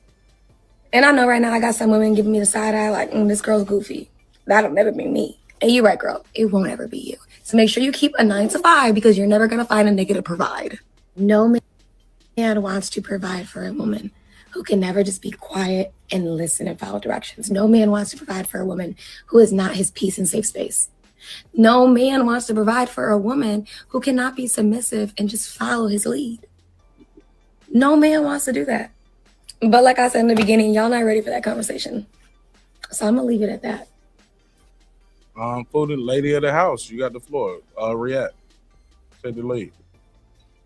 I pass on these goofy bitches with these goofy comments about goofy shit.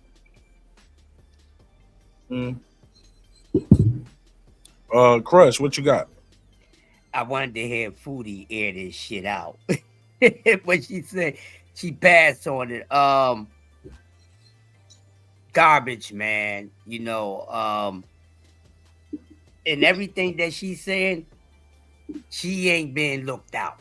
That's why she spoke it so damn well. Because she's one of those not being submissive and this, that, and the other. I see the cap like a clear bottle of gin, bro. It's cap is garbage. You know, so there's no instruction book to it. Look, you vibe with a person the way you vibe with them. You're going to do for a person no matter how they are. It's a lot of women out here that have men doing things for them, and they not the most submissive. It's not about that. Man going to take care of women no matter what. We see good, quiet men have loud, ratchet wives. Take care of them. But man, love that woman, he going to take care of it. She ain't being loved, and that's what it is.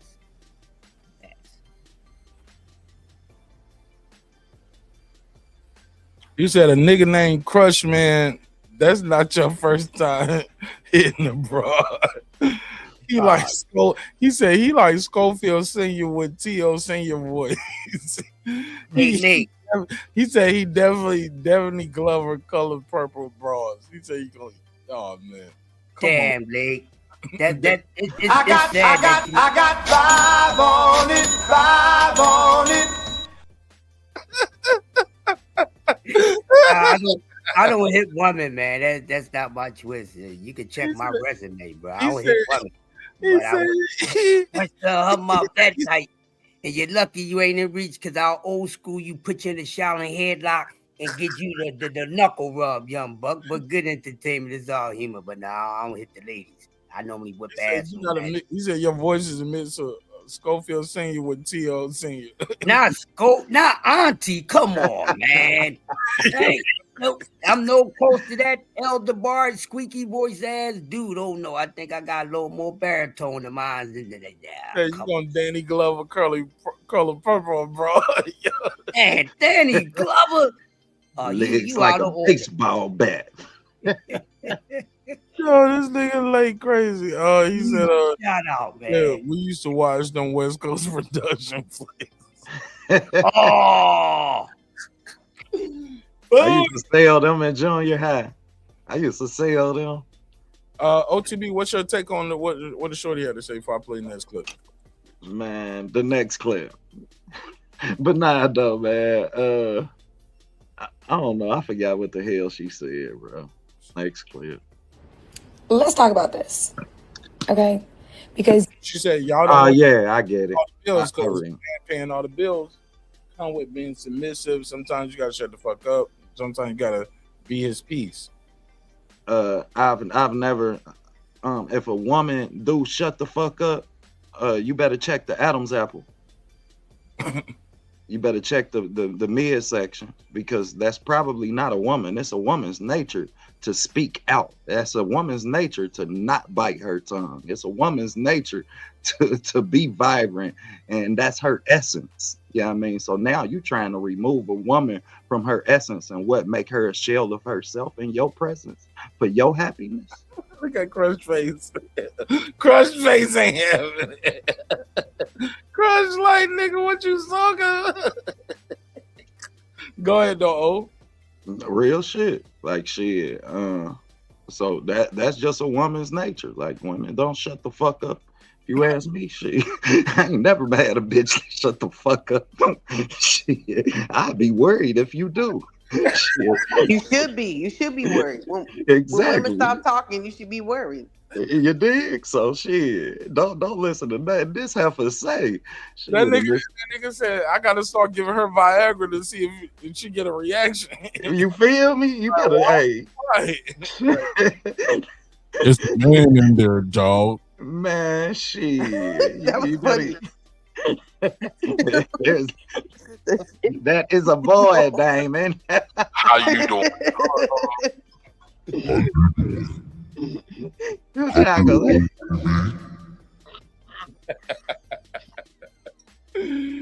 Your sausage is mine.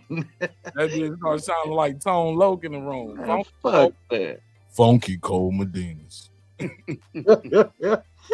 Nah, no, man, that's crazy work. For me personally, I answer it. I've been with girls and I ain't pay all the bills, and they were still very sweet and submissive. I think it's in the character of the woman. I think it's how they raise, it's how you treat them.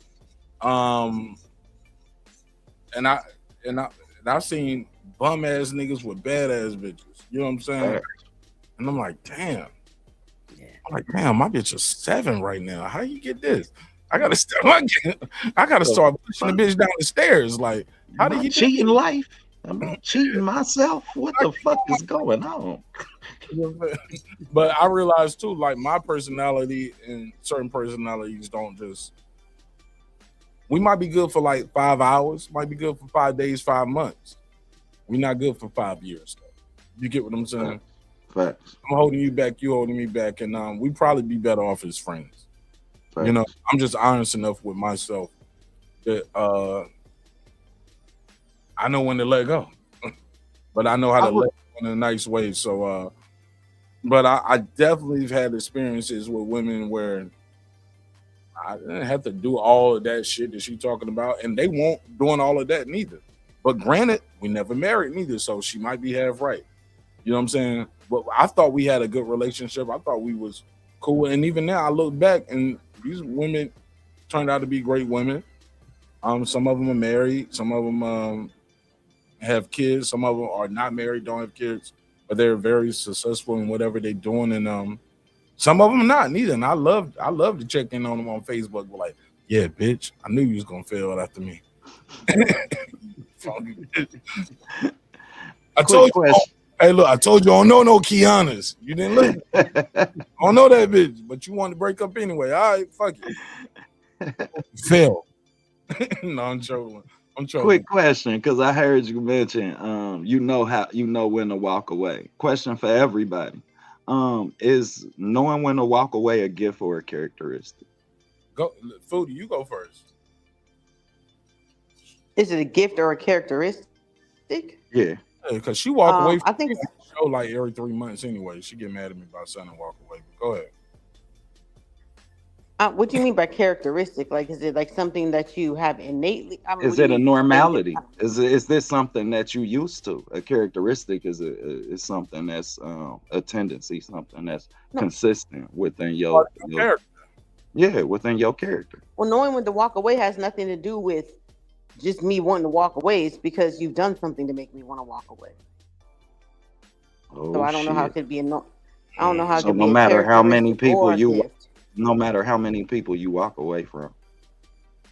Well, that could be I just have a bad judge of character. I keep picking the same person over and over. Shout out to Foodie. I appreciate that. Not me specifically, but I'm just saying. No, If no, you no. keep running into Yeah, the same thing over and never over. specific. Always on the general principle because you never know who's watching in So I real don't think life. it's a gift or a characteristic. I think a lot of times people jump into, sexual relations too early, especially nowadays, or shit in the last 40, 50 years when it's, promoted. And that gets you hooked in certain ways, but then you realize you're not even compatible with this person. And when the sex is good, sometimes you ignore all of the other red flags. People don't take the time to get to know each other. So that's what I mean. I don't think it's a gift or a characteristic. I think, well, in characteristic as far as, knowing how to pick people who are more compatible with you. Because if you keep running into the same obstacle over and over and expecting different results, that's what the definition of insanity. It's not. But there You're are not some doing people who can't let go. right. Usually it's because they have trauma bonds. People trauma bond a lot of times. The broken person in you bonds with the broken person in me. So it's not really love. It's a trauma bond. And people don't take the time to learn themselves enough to realize these are the areas that I'm broken in. I'm attracted to these same areas that I'm broken, hoping that you can fix them, but you can't because you're broken in the same areas that I'm broken. So instead of taking some time to get to know myself and fix myself, find people who've done the work that fix themselves, and so you're whole. You're not a half and a half looking for a whole. You're a whole and a whole. Now we getting somewhere. Talk that shit. That's what happens over and over a lot of times, especially when you're young.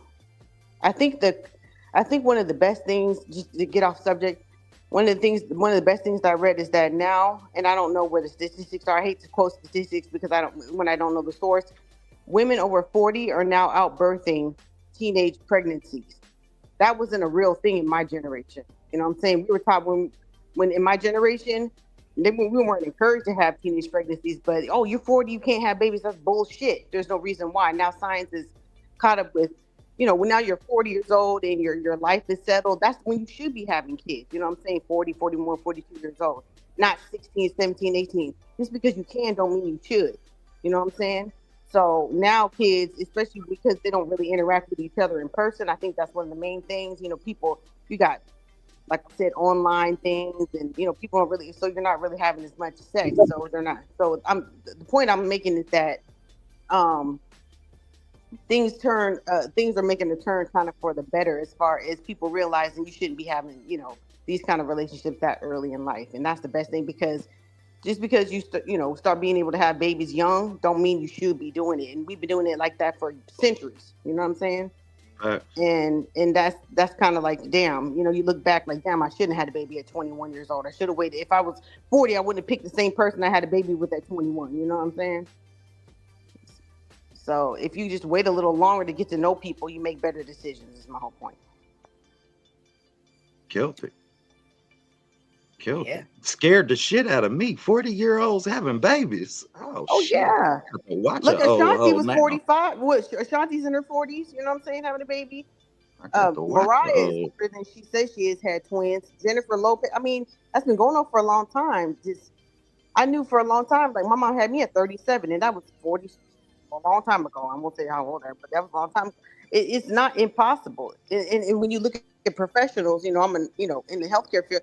They wait a little longer because you in your 20s have fun. That's why I told my sons have fun. Know yourself before you get into a lifelong commitment. Whether you get married and stay married or not, you still want to have enough of a friendship with somebody that you can raise your children together, co-parent.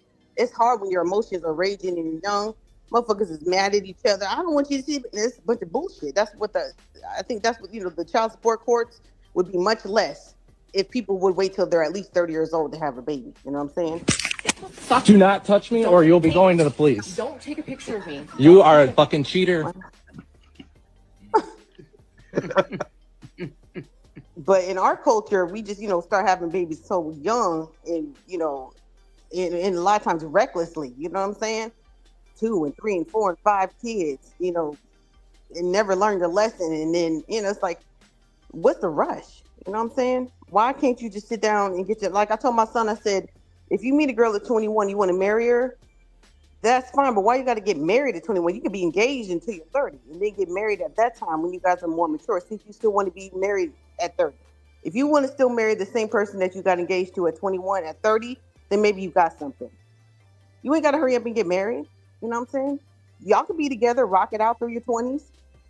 And if you're 30 years old and you still want to be together, maybe you really got something. You know what I'm saying? And then you got, get, what's the rush? You just be rushing. You say that though as a mother to your son, but if you was a mother to a daughter, me being a father to a daughter, I would not tell my daughter to be sitting around just still dating this nigga for 9 years, playing with your life. Damn, good point. I'm not advising them to do that. I would tell my daughter, you need to be focused on your career. Don't fuck with this nigga. This nigga don't care about you. That's what I. No, you're not stopping your life. That's the whole point. You've been with this nigga since you was 21. You 29. If he wanted it, he would have got it by now. Yeah, I get that. But the thing is, like at 30, yeah, you can say that. And they fucking too. Like right. They don't have no babies. Well, listen to my point of why I'm saying that. You're not stopping your career. You're not stopping your life just because you guys are engaged. You know, you're not stopping and getting your career goals. You know, if somebody can be with you when you go to college, get a PhD, or whatever you want to do with your life, and they still rocking with you, maybe you got something. But you can waste your 30s. You can waste 10 years of your 30s. You know, I mean, not your 30s, your 20s. Your 20s. Yeah. Why do we have to do that? And why can't you? No, as long as there's no babies involved, that's just lessons learned. Nah, fuck that, man. I want my daughter not to make the same mistakes I made. Nah, fuck that. I'm not volunteering no lost decade. Just like, nah, it's okay. Just lose a decade. Yeah, that's understandable. It definitely got to be a limitation on time. Yeah, but that's her opinion. She's entitled to it. But me personally, I just don't even like how that sounds. Like, yeah, just waste 10 years. 10 years? These your prime years, 20 to 30. You missing everything and everybody that's really the one for you. No. I did not advise my son to meet somebody at 21 and do that. I ain't talking about you personally and your son. I'm talking about you asked me why I would say that in this way. My daughter. Yeah, and I was talking about in general. Yeah, he's just offering an ulterior perspective. I wouldn't want anybody to get engaged at all. Like I said, I wouldn't want nobody to get engaged in your 20s. That's for you. But some people really feel like they just got to be attached to somebody.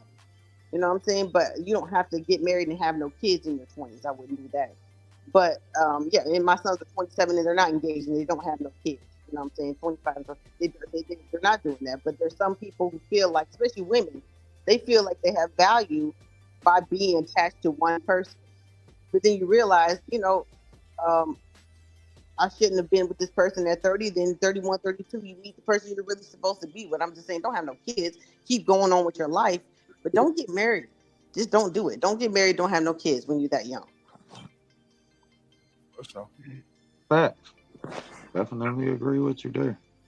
That might be it, man. That might be it. Did y'all talk about that nigga getting sued for the Lion King reference? I seen it, but I didn't really look into it or look at it. Wasn't he like a comedian? Bro, they suing that nigga for a joke. What happened? The nigga who, you know that, he's saying, oh my God, it's a lion. Oh, yeah, I saw that. Oh my God. I didn't know it was a joke. They suing that nigga for $27 million. 27 million? For translating that shit. Hello, everybody. It's Lenmo Jonasi here. So I didn't think I was going to make this video, but because things are getting out of hand, I just had to come here and give you context on what happened and, you know, my reasoning on why I chose to dismiss, you know, the composer of the Lion King chant, Libo M. When this man first approached me, he approached me with the attitude of saying that I am, you know, disrespecting his work, right? And I was like, no, actually, I'm a big fan of yours. I actually love the song, you know? And therefore, this was just a joke. And comedy has always had a way of starting a conversation. Like, I told him this. I was like, this is now like your chance to actually educate people, because now people are listening. You know, I was actually ready to even create a video with him. Like, to be honest, I was like, oh yes, this is it. We can actually create a video together, and after we laugh, then we can, you know, because personally, I had no idea that it had a deeper meaning.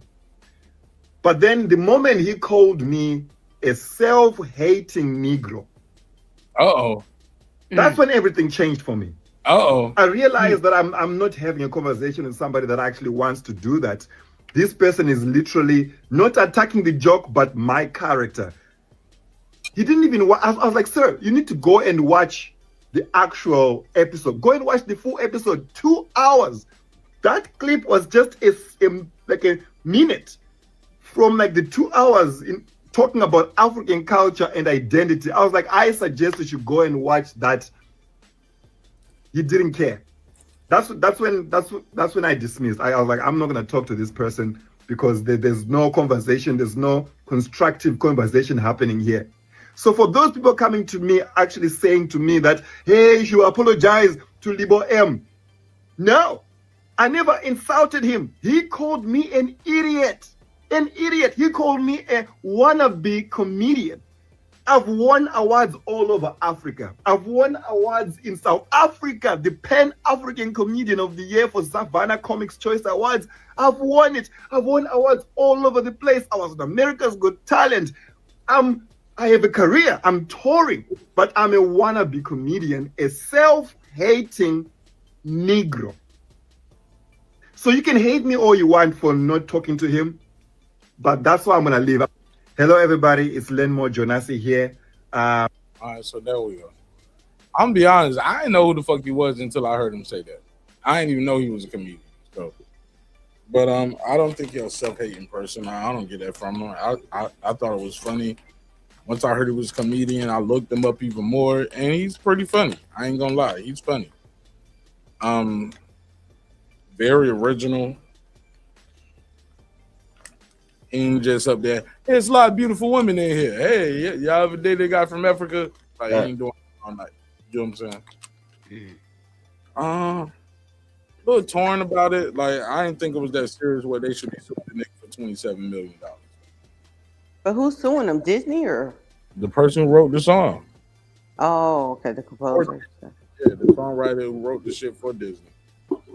Is he saying he's lying or is it a joke? Like, yeah, he's suing for defamation, saying that's not the interpretation of it. Oh, okay, because I believed him. I didn't know he was a comedian. Yeah, right, me too. Me neither. I thought that's what it was. I thought he was just a guy up there on Godfrey show translating, and it was funny, but they was like, but he even said, like, look, it's more than one interpretation of it. I didn't even know that. You know, I didn't either, and I had never heard no interpretation of it. Yeah, man, like I would like for him to interpret how you start your bangs in the middle of your head like that. Well, oh wow. Well, Foodie, I mean, Foodie has wow. Foodie he has ain't got no hairline. He got no hairline. None, but he got bangs. You gotta let that shit go. Yeah. So it's like whoever. You gotta let that shit I have go. locks, so. Oh wow, dude. You gotta let that shit go. That's If I ever exciting. get that badge, y'all, man, Not y'all the better, band. man. If I ever get my shit ever look like that, man, you better goddamn it. And he he young. go in the house. Man. He young. Some people do be balding prematurely, but that's crazy. That's why he got the bangs. He pulled in the middle. The bang, not the bang. Yeah, but them bangs ain't doing nothing, man. It's like I don't even know how to like say the that shit. Say that Turtles. shit again. What was Not the the movie with Bang. Van Damme played then? And he had the guy from Thai. He had the little ponytail. That's what it Oh, he yeah, need to put- yeah. You know what I'm talking about? Yeah. Dude. Oh, the shit with What's his name? The white dude. Samuel Jackson when he was the nigga. Oh, and Pulp Fiction. Yeah. No, not Pulp Fiction. When he was the nigga, That's my movie. when he was wearing the kilt when he was the nigga with the kilt and he had cornrow. He was the old. I mean, I can see his some hairline type of piano. all the way in the middle of his. Wow. And then he got the twist out going on. Twist and shout. Fuck that, y'all. He got the middle of that shit cut. That shit done been cut and shaved. And lined up. He got it lined up, but then he took the middle of his You hair feel me? and pulled it forward. He got a head taco. He got a. He got a. That nigga, thumb head ass nigga. You know, in the old kung fu flicks where they not quite bald and they don't have a full head, like they shave half of it. Like David Carradine. Yes. Yep. Exactly. Thank you, Food. Yep. I don't want. I know you still watch. Hey, I knew you still watch them goddamn old kung fu movies when you said you would put him in the Shaolin headlock and give him a noogie. I said, man, that's a Wu-Tang. The Shaolin headlock. That's a Wu-Tang reference. Donkey, bro. Listen, I watch martial art movies. Yo, you know Stormy B, man? Yeah. Yeah, he be on that shit, man. Noise on culture. You gotta holler at him. Y'all need to do an episode. Oh yeah, man. I watched. Matter of fact, I did watch some earlier. I watched the Three Evil Masters. I'm always watching martial art movies, man. I grew up on them. You know. Yeah, back in the 70s and 80s. Yeah, Black Book Theater and Kung Fu Sunday or Saturday. It was something like that. In your era, that's your era, and the era before you was my dad's era where they watched Cowboys and Indians. That's my mom and them. Yeah. I was a kid. Little House on the Prairie and Bonanza and Maverick. Maverick, yep. What's the other one? Wells Fargo. No, Wells Fargo is a bank. Huh? Wells Fargo's a bank. No, Wells Fargo was the Western. My dad watched that shit all the time. It was a Western. Yeah. God, we had watched True Grit. Look, he was the Wells Fargo dude was the guy that made sure the money got delivered. Like everybody was all robbed the cart. Yeah. Also, they named the bank after the movie. Yeah. If you ever look at the emblem of the we got bank, that shit out here West Coast. Yeah, Wells Fargo is a real bank, and the show is called. I don't think they have it anymore, though. I don't think there's no Wells Fargo. Fargo. Nah, we got Wells Fargos in Ohio. My dad banked Wells Fargo. I don't think they got them in California anymore. They used to be. They universal. That's one of the only banks I never fuck with. My sister loved them. Yeah, they around. In Bank of America, fuck them. And they pay. They the worst. They the worst, man. I done seen so many people get this shit fucked over. Unnecessary overdraft and shit. So yeah, they vicious. But well, and I hate the Waltons. I used to hate going over my auntie house and they watching that mess, man. I'm like, the Waltons. Okay. Yeah. Little House on the Prairie, the Waltons, all that. I used to love me some Little House on the Prairie. We used to read them books in school and shit. Yeah. Long Winter and all that shit. Laura Ingalls Wilder, yeah. Oh man. But I love me some fucking Little House on the Prairie. I hate that bitch Nelly though. I can't stand that bitch. I hate her to this day. To this day. This little snotty bitch. Like, why the fuck y'all couldn't just jump her or something? Yeah. Bitch. But yeah, that's big in California and shit. Like, you know, they had the little candy shop and shit with you get the penny licorice and all that shit. My mom used to tell me about all that shit. Little soda fountains and shit. Yeah. Like County say crippled Avengers, 5 Daily Venom. Venom. Hey, listen, the whole Venom clan. I got the whole Shaw Brothers collection. I got the entire Shaw Brothers collection, bro. I got every last one of them. I'm telling you, Wu-Tang ain't got nothing on me, man. I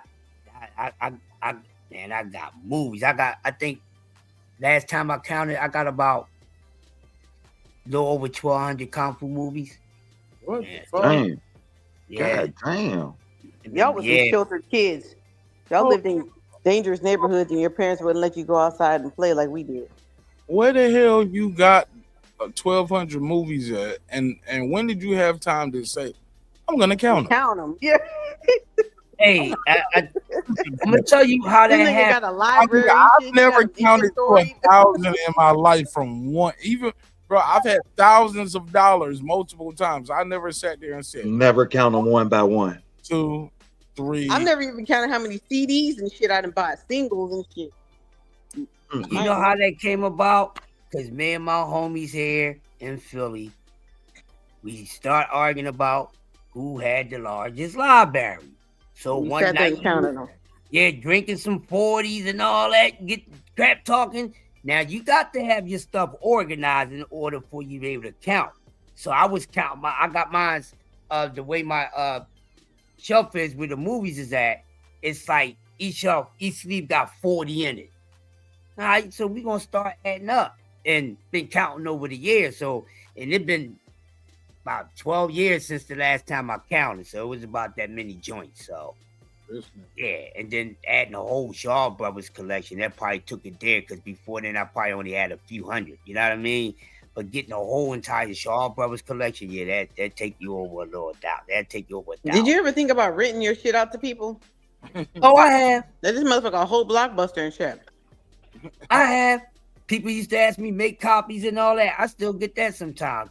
But you know, you got somebody hold something. No, I'm renting this out to you. You damage it, you don't pay for it. I'm a clown for you.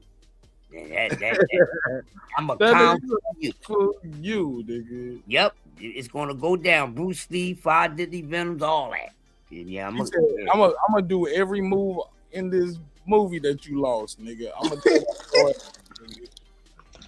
Clutching Tiger, Hidden Dragon on your ass, my nigga. You ain't got my shit. I'm gonna beat your ass in every film. My only kung fu movie that I really like, it's not even a kung fu movie, it's Kill Bill. Kill Bill Volume 1. I love the fuck out of that That's shit. a classic, man. I love That's considered a martial arts movie. I like all the Kill Bill. Kill Bill Volume 1 and Volume 2, but Volume 2 was as good as 1. I used to quote that shit. I used to have that I used to have that shit as what's it called on your ringtone? The one Daryl Hannah did. I ain't gonna wish I could get Yeah, yeah. Rudy, where you rank Tarantino as a director? Like, ooh, good question. No, he's up. I like a lot of his movies. I don't really rank them though. I haven't seen all of them, but I love Pulp Fiction and I love Kill Bill. what about did you ever see that one Hateful Crazy Eight? Eight. Hateful Eight. Yeah, I didn't really. I wasn't really. It was cool. Yeah, but these people made it to be. See, because what made me think about it, cause I was like, damn, he did a martial art movie, he did a Western movie, he did a gangster flick. It's like he's doing, like he did like that. Jackie Brown. That was okay. Yeah, that was cool. I never saw Reservoir Jackie Dogs. Brown. Oh, Reservoir Dogs, that's a classic. You never It's a saw classic. Oh man, we gotta do one.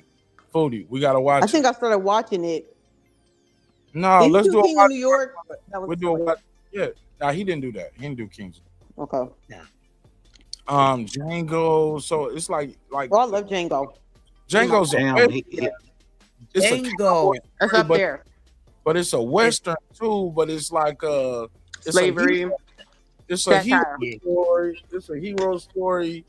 You know, where the guy gets the girl at the end and ride off in the sunset. He gets a revenge. Story about revenge. Like, Yeah, I like that part. fucking That's what Tarantino. Django is I like hot. about That's what I love about Oh, Kill Bill. Because I was just thinking Tarantino. about that earlier today. The motherfucker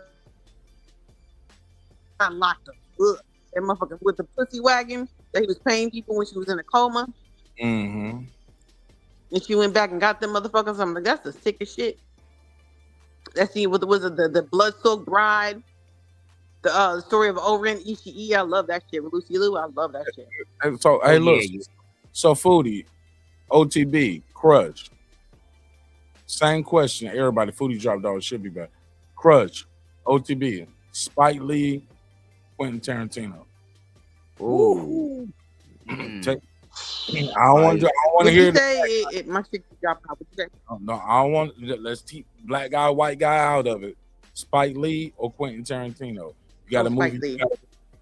You got Spike. So you didn't think about it twice. I think it's because how how young I was, and he like there was a story of like just growing up. You know what I'm saying? Like he had so much, you know, do the right thing was huge when I was growing up and all that shit. You know what I'm saying? School days.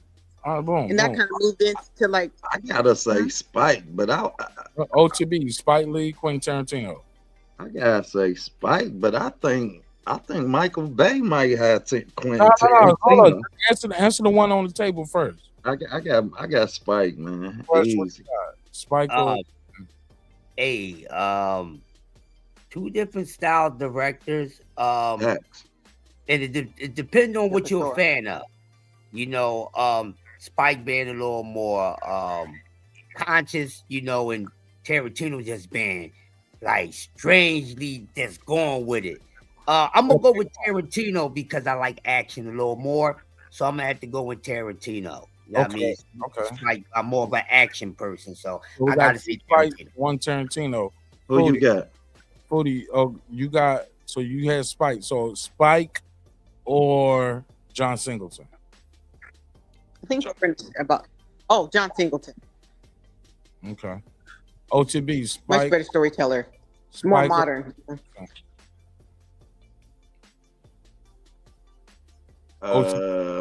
Singleton. I gotta say Spike, man. Still got I gotta Spike. say Spike. I just grew up on all them damn Spike movies. Okay, Spike, Quentin or John Singleton. Said Spike. No, I switched it for him because he didn't have Spike. Yeah. Crush. Go ahead, You Crush. said Spike. You called him. On this one, we talking about John Singleton and Spike. No, for you it would be John Singleton versus Quentin. Oh, John Singleton and You already Quentin. got Spike out, yeah. Right. Spike out. On this one, I'm gonna go with Singleton because he had a combination of both. I'm taking Singleton. Okay. Interesting. Okay. Yeah, I took Singleton. Interesting. Okay. What was you about to say, Foodie? Nothing.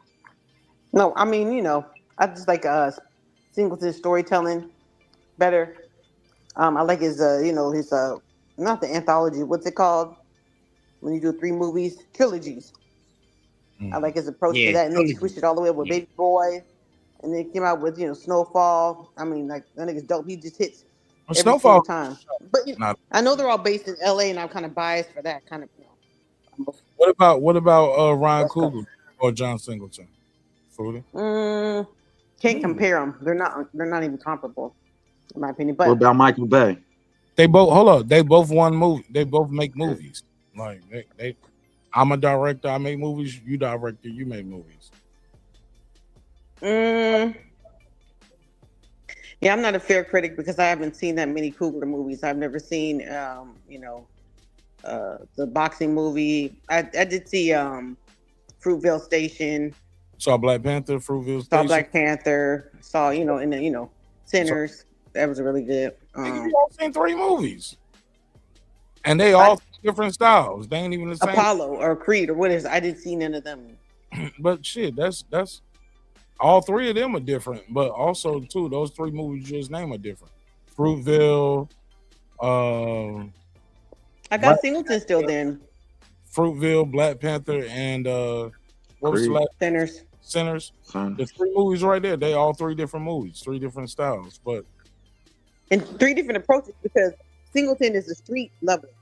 He tells the story from the streets, and Coogler's a little more abstract. When you think about Sinners, when you think about Black Panther, that's Marvel Universe. But I like the fact that he brought superheroes into black characters for little kids to see like that. It wasn't as magnetic as magnanimous as I thought it would be. Magnanimous is what but it was good. But I didn't follow the comics, And also the second one, I didn't even see that one with bitches in it. The girls, I didn't see that one. I was not interested in that one. So I still got Singleton because I just kind of like story from the street point of view, like the everyday person going through the hood. I like hood movies. So yeah, but that's more the script than the direction. the more the story. And the Well, you asked script. me about the movies. I like the movies, and I like. I mean, No, that's what I'm saying. You can't compare their points of view. They're not even coming from the same points of view. Now, if you said the Hughes brothers versus John Singleton, you know, or whoever did Above the Rim, and whoever did not Minister Society, who did New Jack City, those are the same era. Juice. I don't even know who directed those movies, but they're the same era. What you think? Hey, Mark, real quick, they do a good direct out there. My man Fuqua, Antoine Fuqua, he's a heck of a director too, man. Training Day. Mm-hmm. Yeah, I like Training Day a lot. You think that would probably be a better one to say John Singleton? He doesn't really have as a bigger body of work, in my opinion, as far as I know. Who, Antoine Fuqua? No, What he other got movies did he- nice body of work. Man, he got a lot of shit. I said man. as far as I know. What other movies did he do outside of Training Day? I don't know. That's the only one I know, really, that I can think of. The Equalizer series, Brooklyn Finest, Michael, Emancipation. I didn't know that. I didn't know that. Magnificent Seven. Shit. He's gotta put him on the list. He did that Shooters movie. What's that one? That boxing movie with 50 Cent. He did that shit too. Yeah. What was that shit called? He did with 50 Cent. That box. Southpaw. That was not good. I went and saw that in the theater. That wasn't good. With Jake Gyllenhaal. Was that Jake Gyllenhaal? Yeah. You didn't think it was a good movie, or you didn't like the I didn't think it story? was a good movie. You didn't like the story, or the direction? I was expecting more. Yeah, I thought it was. When I walked into it, I thought it was going to be more of a boxing movie. It was more of a story about a boxer. Avenging. But I heard he's supposed to be doing Hannibal with Denzel. Now I'm excited about that movie Hannibal. Y'all heard about that? Like Hannibal Lecter or Hannibal the Warrior? Hannibal the General. Yeah. He's supposed to be Hannibal. That sounds like it might be really good. Man, Hell yeah. That sound like, with Denzel, that sounds like it might be. Who kinda doing fire. that? What director doing Anthony that? Fuqua. Antoine Fuqua. I say Anthony. Whatever. Yeah, that's gonna be glad.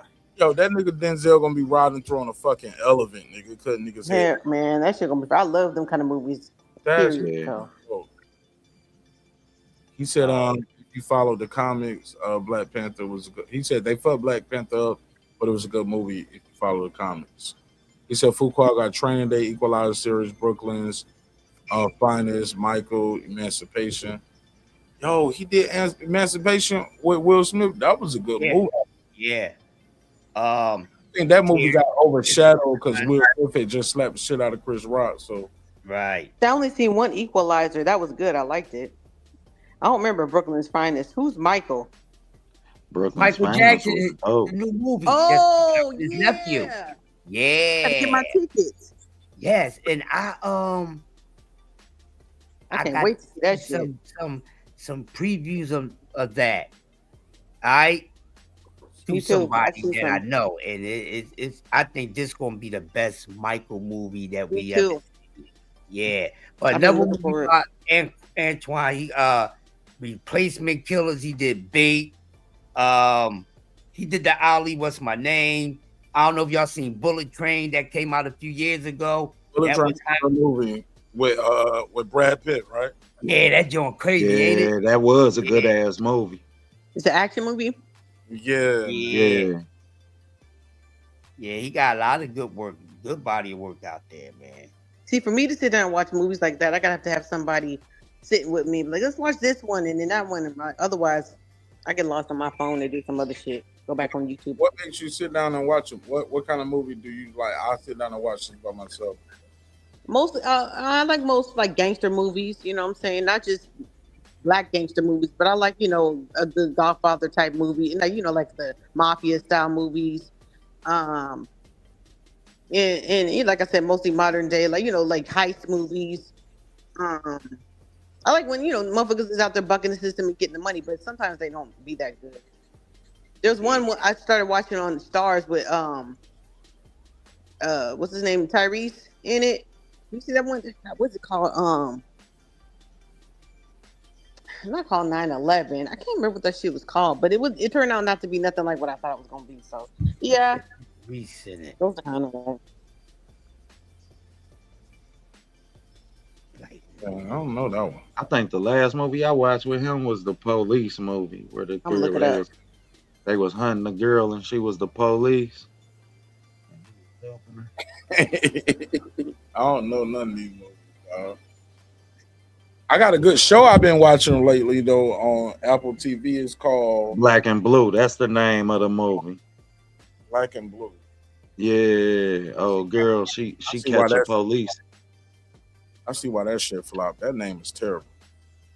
Yeah. It's called 1992. With Tirade. Okay, I remember He's hearing like- about it. I never He's saw like it. an ex-con, something like that. And he's like trying to raise his son. They like in the hood. And I don't know if he meets up with some bank robbers. They intertwine. I don't know. I remember that bullshit. Yeah, it took too long to iron it out. Like, are you gonna be the robber? Or are you getting robbed? Like, what the fuck is going on? I thought it was gonna be like a throwback it's so movie, like 1992. I'm like, what in the fuck is going on here? It was Man, that disappointing. shit stupid as hell. I cut that shit out. Me I too. never saw that movie called Detroit. Did y'all ever see that movie? Mm-mm. That's what No, I Tyrese never in it? seen it. What is called, bro? It's a movie Detroit. called Detroit. I never saw it, but I heard it was a good movie, but I never saw it.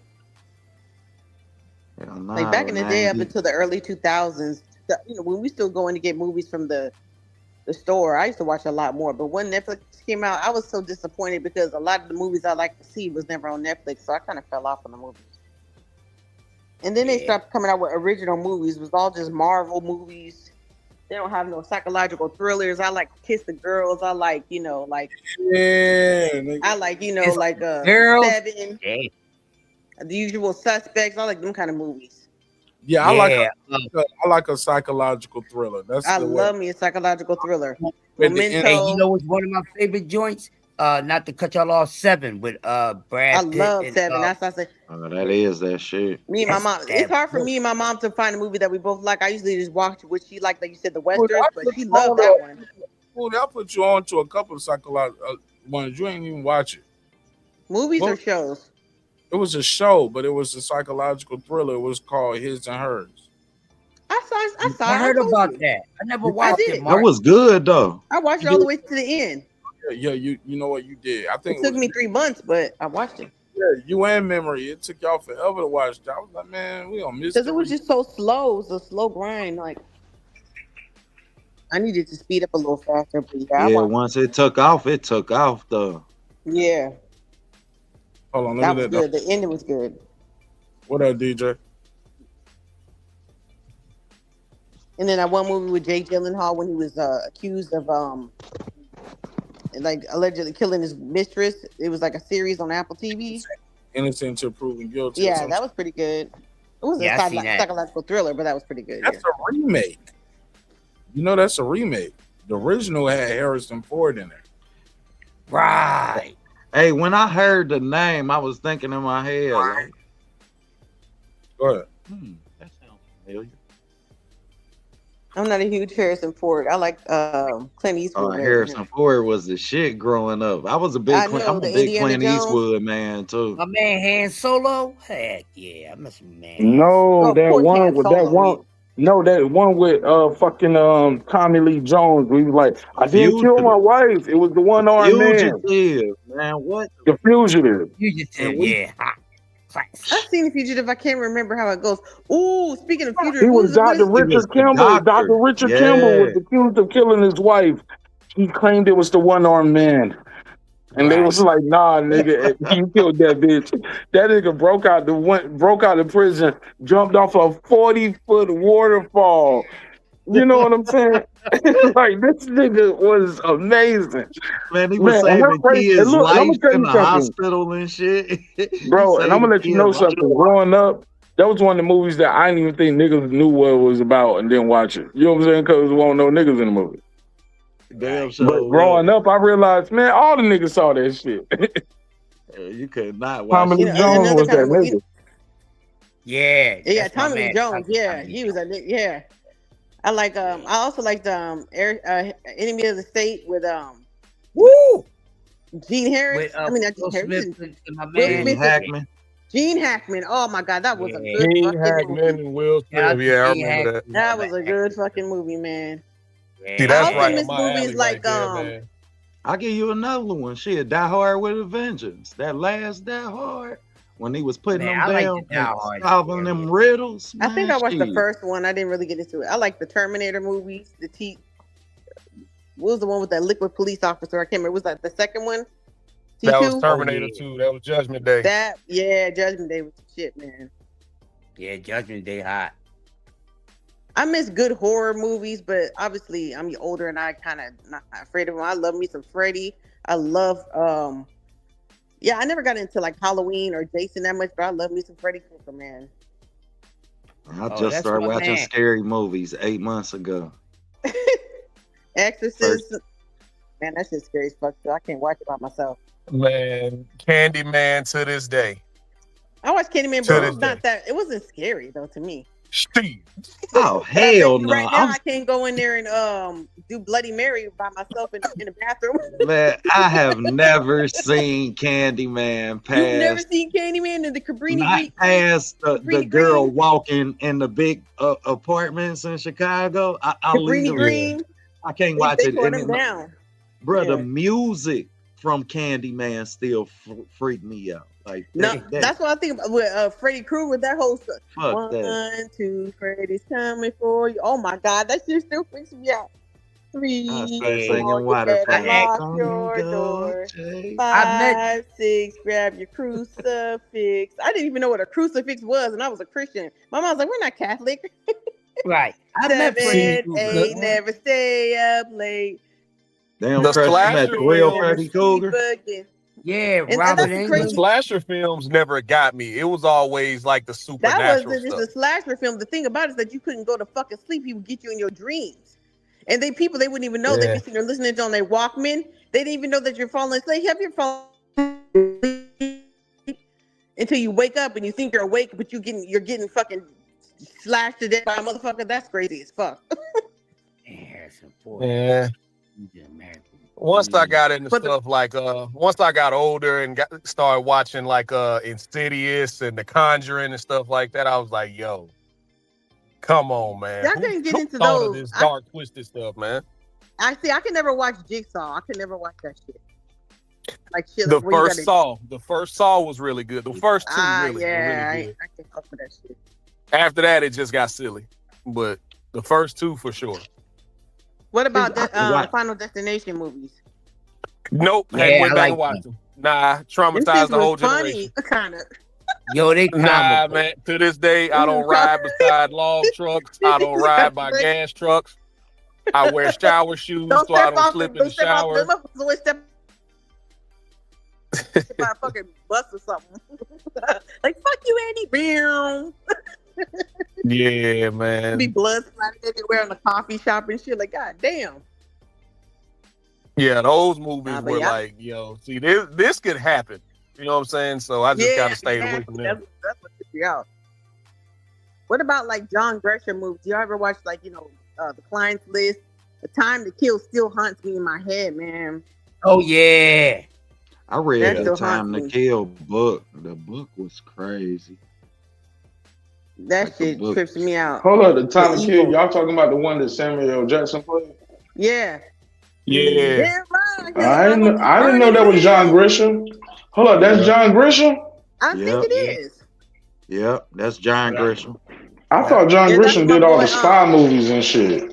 No, bro, but the book is fucking live. When I say it's so much, like, man, the book was live. I read that shit. What in was the like other a one? Was it month. The Client's List? He did A Time to Kill. He did. What was that one? This might not be John Gresham, but I love me some Jack Nicholson. You can't handle the truth. What was that one? That was A Few Good Men. A Few Good Men, yeah. A Few Good Men. That was a good fucking movie, yeah. Okay, you know what? I got John Grisham in the mix with John Clancy. That's what I was thinking about. John Clancy. Yeah, Oh, yeah. You talking about John Clancy? Oh, John. Yeah, my bad. Clancy. And, you know who got me He's into them dope, John too. Gresham books? My grandma, she was the first one that I realized you get the books in the big ass print with the old people that can't read. Right, She used to have right. big ass print books. And I'd read them shits like, goddamn, these words as big as a motherfucker. But that's when I got into them. Like one summer I read a few of them. Yeah, John Grisham's good. Trying to think. I think Yeah. Denzel You know what's was one of my on. favorites about John Grisham? Pelican Brief. That's my Yep, Pelican that's Brief. what I was just thinking. Like, trying to think man, of it. no, I was trying to think Denzel of it. I did a think I read the John book. Grisham book. Yeah, it was Man, they Denzel. don't. Man, I always used to read better. books. Man, it don't seem like these kids Yeah. read books no more. Am I I know, I used to tripping, go or to these the kids don't library. read books no more? No, they don't read no Nope. more. Not even on their phone or nothing. That's because you got so many people on TikTok that'll tell you everything about the book. And I do that sometimes cheating. Like to get the premise of it to see if I want to read it. But yeah, I don't even have like Well, I feel like niggas don't read no more. everybody's just waiting for the adaptation now. It's not that people don't yeah. necessarily read books. Everybody's just waiting on the TV and film adaptation now. If And it's you really popular, cheating yeah, yourself. that's true. That's true. You really cheating yourself. Like I'm That's why Yeah, sitting but that here shit whack. now You can't trying to even get tell. everything in though, DJ. You can't even squeeze it I all know, in. man, and you missed so much. Like I know A they're gonna lot, take yeah. some stuff out, but just with even the Game of Thrones series, right? Like I was I about to say. read all the books. See, I Like never read you it, but missed I so watched much. every They episode. changed so many of the characters. It's That's what crazy, people but a lot of say. that stuff they couldn't put on TV. No way. Yeah, it was extremely expensive to film that. But yeah, I never read it. And they also have like way more books than they have. I think they're doing another one too. Yeah, but I never read the Man, book. So a lot of what was the writer name that did Iceberg Slim and El Dorado Red and Oh, all man. them gangsta ass movies? Fuck, he was a heroin addict. I can't remember. yeah. his I name. love them shits. Was it White Boy or Whitey? Was the shit he did? It's Yeah, not Iceberg Slim. That was his nomenclature. yeah, that's other dude. Yeah, he did. I mean, he really turned his life around. But that shit was good. Hell yeah, all them was gangsta ass books too. He had a whole Robert Beck series. wrote Iceberg Slim. I'm sorry, I got kicked off. Somebody else got kicked off too. I think it was Robert Beck. Yeah, Robert Beck. He wrote Iceberg Yeah. Slim. Donald Goins. That's who the Donald fuck Goins. I'm That's talking the about. Donald Yeah. Goins. Man, Yep. that's Wasn't why that he. his alias though? And that Him on another West Coast. alias? Yeah, that was his alias for Robert I Beck. think it is Yeah. too. Yeah. Yeah, that was Yeah. the alias Yeah. for Robert Beck. Donald Goins was vicious. Yeah. You know, on the West Coast, pimp culture is huge, man.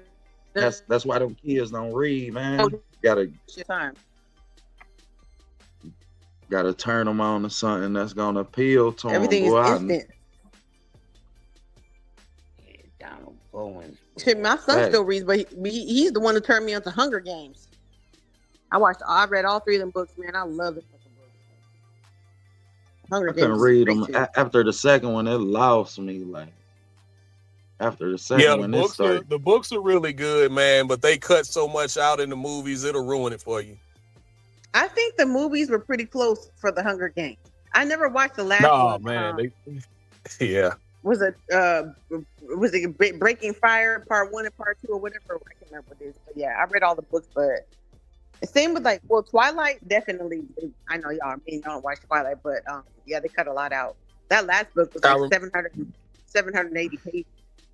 Yeah, why the fuck is them books so big? Like that shit is just almost the size of my Godfather book.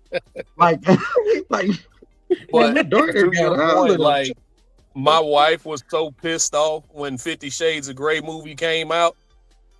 She was like, Oh, this ain't nothing like the books at all. What are they doing?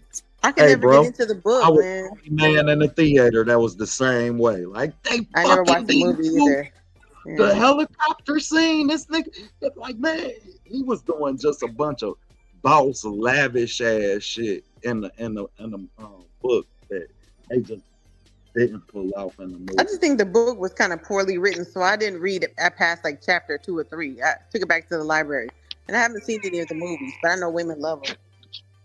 Yeah, Hey, I never got into it. But earlier when y'all was speaking on that Hannibal movie coming out, I think we being set up for failure. There's no way you can tell that story in 3 hours. No way. I They think better that probably better needed figure a that shit series. out. I cannot They They watch better needed a figure it series out. for that. They needed at least an 8 to 10 part series to fit. Just the Hey, part where he's crossing the Alps. That's gonna take 2 hours. DJ, they better figure it out Man, because they ain't gonna get Denzel for 8 hours, nigga. They better figure it out. man, there's no way they're gonna be able to tell that whole story in 3 hours, Well, they ain't man. got to tell the whole story. Like they gonna pick up at a certain part of his life. That's how they gonna do it. They might pick So it they're up gonna like pick it at up his. before or after he lost his eye. They might pick it up at the beginning. I mean, like Man. like certain parts might be a flashback. Certain parts that when they do it, it'll be like, hey, Right. look, this is right before, like showing like up to his death. Because man, I seen them. They did a hell of a job with what was the movie Colin Farrell played? Who was Please don't he say played? Alexander. Man, I The thought Please don't say it, Alexander. it won't. I That didn't think it movie was the was best dog movie, shit. but yeah, I didn't think it was the best. But I thought they did a good job explaining, about the times and what they wore back then and how what we know as Persians now. I mean, what motherfuckers that's Iranian now, they were Persians back then. Right. Pakistanians and this was before Pakistan and India was split into two countries. Like I thought they did a good job showing how he not even just geography. him, like actually that wasn't even the best version. Like that was a bad example. What's the one they did with Forrest Whitaker? That might be a better example. What they did with Forrest Whitaker. The Last King of Scotland? Yeah, Oh my they could do God, that something movie's like crazy. that. That was a great They movie. they might can That bring it shit in was like that. live. Like That they was a didn't tell movie. his whole That and life Hotel story. Rwanda. Those are two good movies. Yeah, like they didn't tell the whole story, but it's in Latin they got this thing that I remember when I took theater, it was called immediate res. And it's Latin for in the middle of things. So we bring you in like in the middle of the story. Opening scene, Right. boom. Like you coming to become a king. How did this happen? And you can tell some of the story through flashbacks through. You know what I'm saying? So they can get a lot done through that too. But they definitely can bring us in the middle of things, bro. I really believe this is a story that needs to be told and should be told, and I just don't Because want to shortchange it. I'm gonna give you a perfect example too, where you've seen it before too. When you hear the story of Troy, right? You know the story of Troy, right? Absolutely. Okay. That's part of the Odyssey, though. If you really going all the way through it, but sometimes you can skip. You ain't got to go through Odysseus and tell the whole story of the Odyssey. You could just bring in the story of Helen and Troy, and that's a whole nother story of his own. So you brought in, but you kind of brought in the middle of the Odyssey, though. You get what I'm saying? Yeah, if I'm making that was sense, I don't know if I'm making sense or not. Yeah, that was more centered around, like you said, Helen of Troy and the story of Achilles more than anything. That didn't really highlight who Agamemnon was. But the Achilles story is a whole story of his own too. Right. You get what I'm saying? Immediate rest in the middle of things. Go ahead, I'll pass the mic though. But we'll see. We'll see. I feel like stories like that should be too long and drawn out. Don't miss one detail. Tell this story. Don't rush it. Don't miss nothing. How Hannibal started hating the Romans. Why he made it his life's mission to bring down his empire. How he was able to defeat them on several different fronts. Like, it's just something about that that's telling me when they announced that it was going to be a movie, it's like, they're not going to get all this out in 3 hours. You ever seen The Passion of Christ? Not for a long time. Not for a long time. Did you see? But you seen that movie though, right? Immediate Rest. Like they brought that in the middle of things, and they told a whole bunch of stories about Jesus and brought it all the way through, all the way up to. But the whole shit was a lot of flashbacks too. You know, so it's possible, bro. And if anybody can do it, these brothers gonna do it. Not because let's not forget, Denzel is not just one of the best actors of modern time, not just black, just one of the best actors of our era, right? Yeah, of modern time. And Hey, he did a great job with he's Hamlet. also I'll a give him director as well. He did a great Hey, job look. with Hamlet. Yeah, and if you did you ever see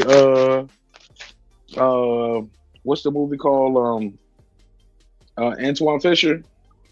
Yes. That's his Classic. first. That's his directorial debut, bro.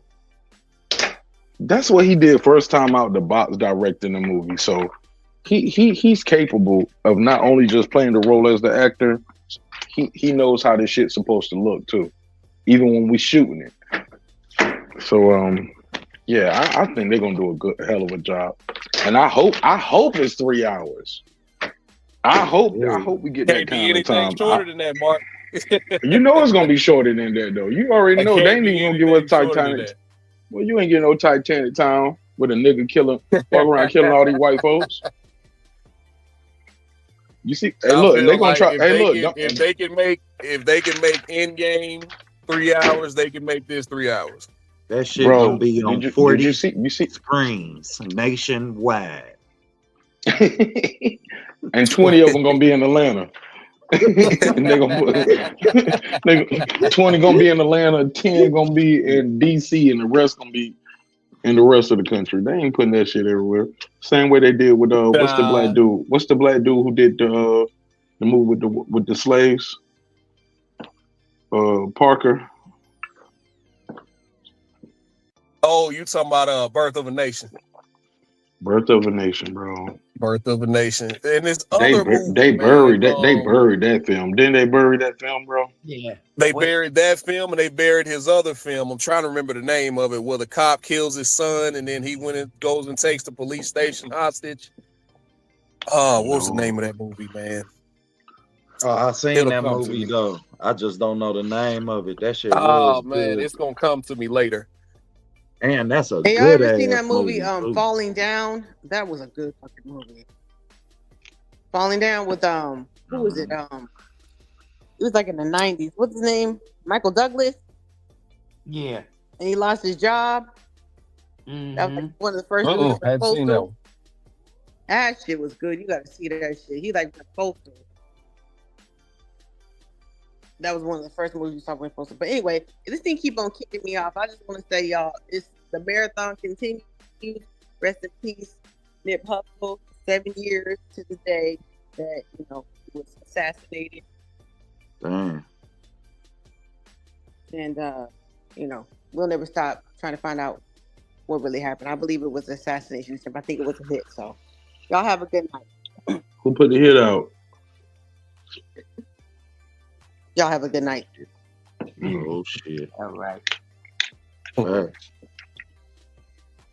Y'all think Nip was assassinated or something too? I think it was definitely orchestrated. By who?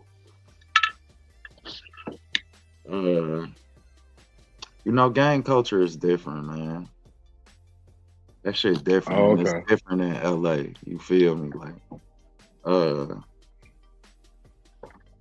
for an example, I remember I went to the 10th grade, or the 11th grade in LA, and I never forget getting out there, bro. And they made me change in the airport. Like I literally had to change clothes in the airport. Shit, dog. Scary ass nigga. Shit, nigga. Nigga say you ain't getting us, Mark. Nigga, you running around like a stop sign. We don't dress like that. Nigga, you can't take that shit off. If that's all you brought, leave that whole suitcase. Shit.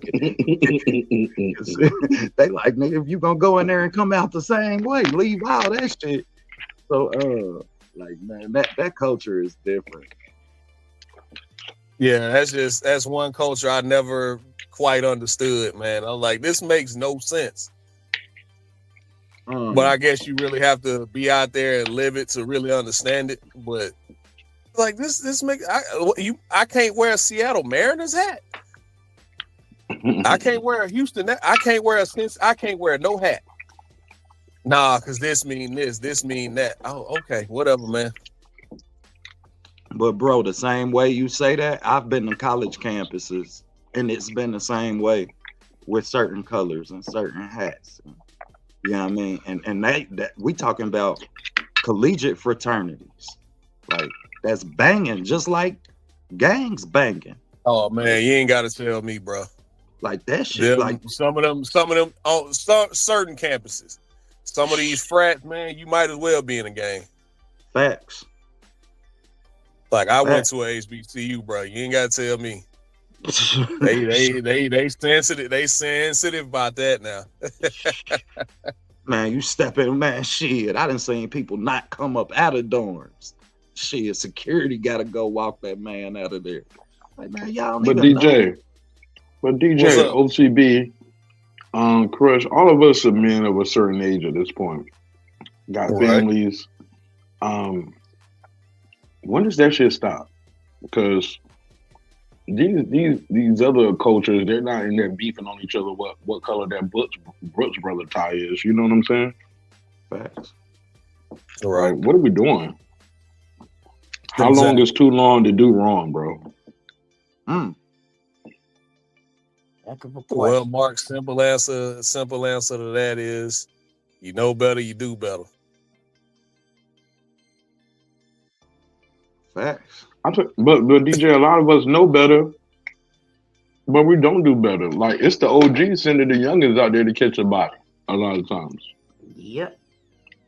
Let the youngin go do it. You'll be out before you're 30. This your first offense. They'll only give you 3 years. Oh, wait, no. What you mean? I don't want to do no time. What are you talking about? Type of shit. You see what I'm saying? And y'all hit the nail on the head. We had different OGs. Our OGs never pushed us in the street. Never pushed us to the block.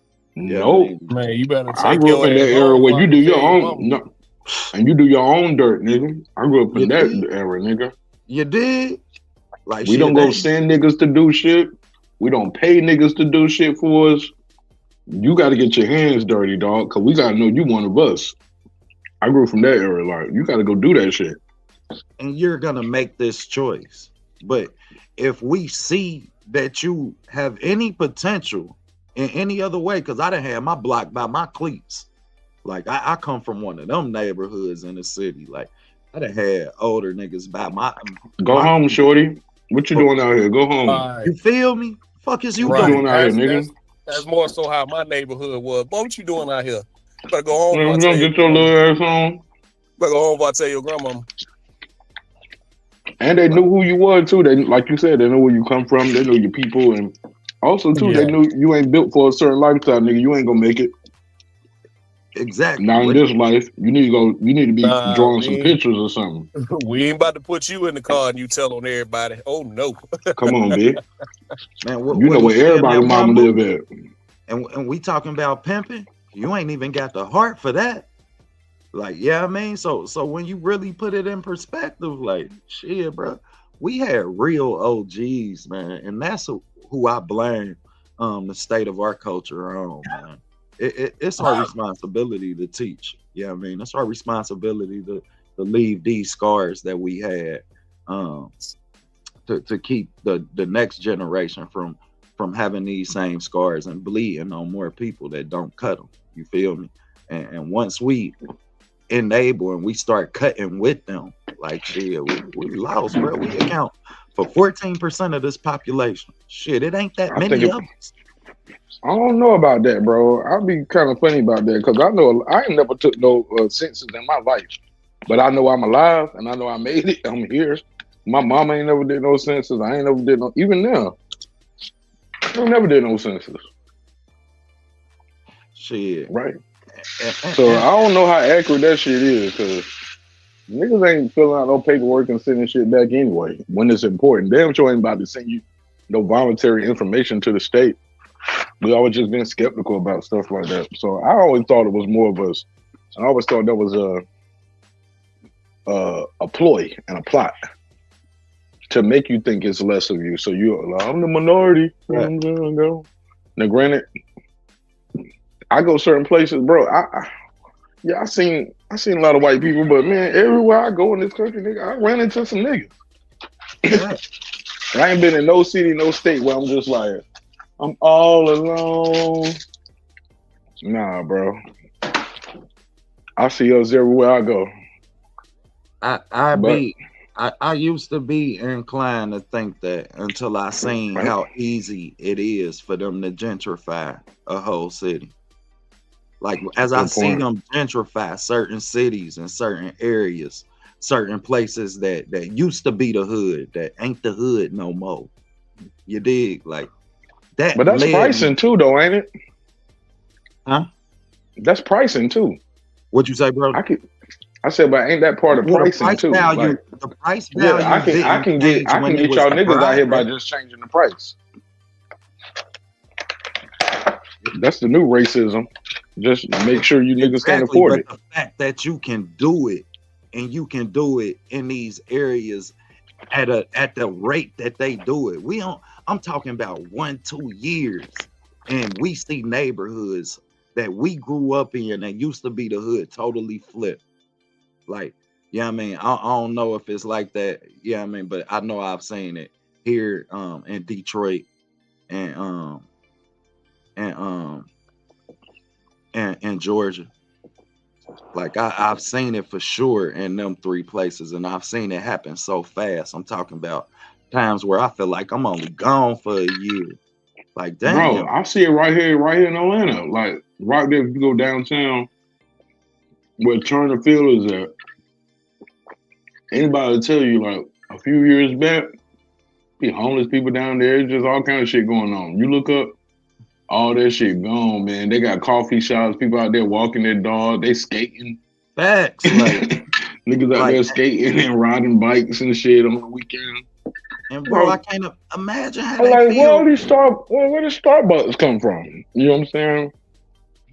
Like, and I couldn't imagine being from Brooklyn, looking at Brooklyn now. Like, Brooklyn now. Like, shit, that.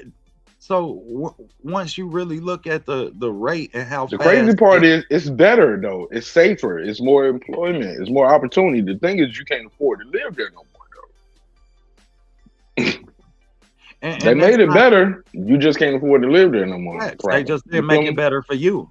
You know what I mean? They made it better. They just didn't make it better for you. Like, shit. You just can't. No, it's better for you too. You just can't afford it. You gotta get your paper up. Gotta become one of us. One of the elites. And see, gotta get. Hey, look, we gotta have some dirt on you. You gotta be in them Epstein files. Yeah, what you do is then you can move these in. Parties.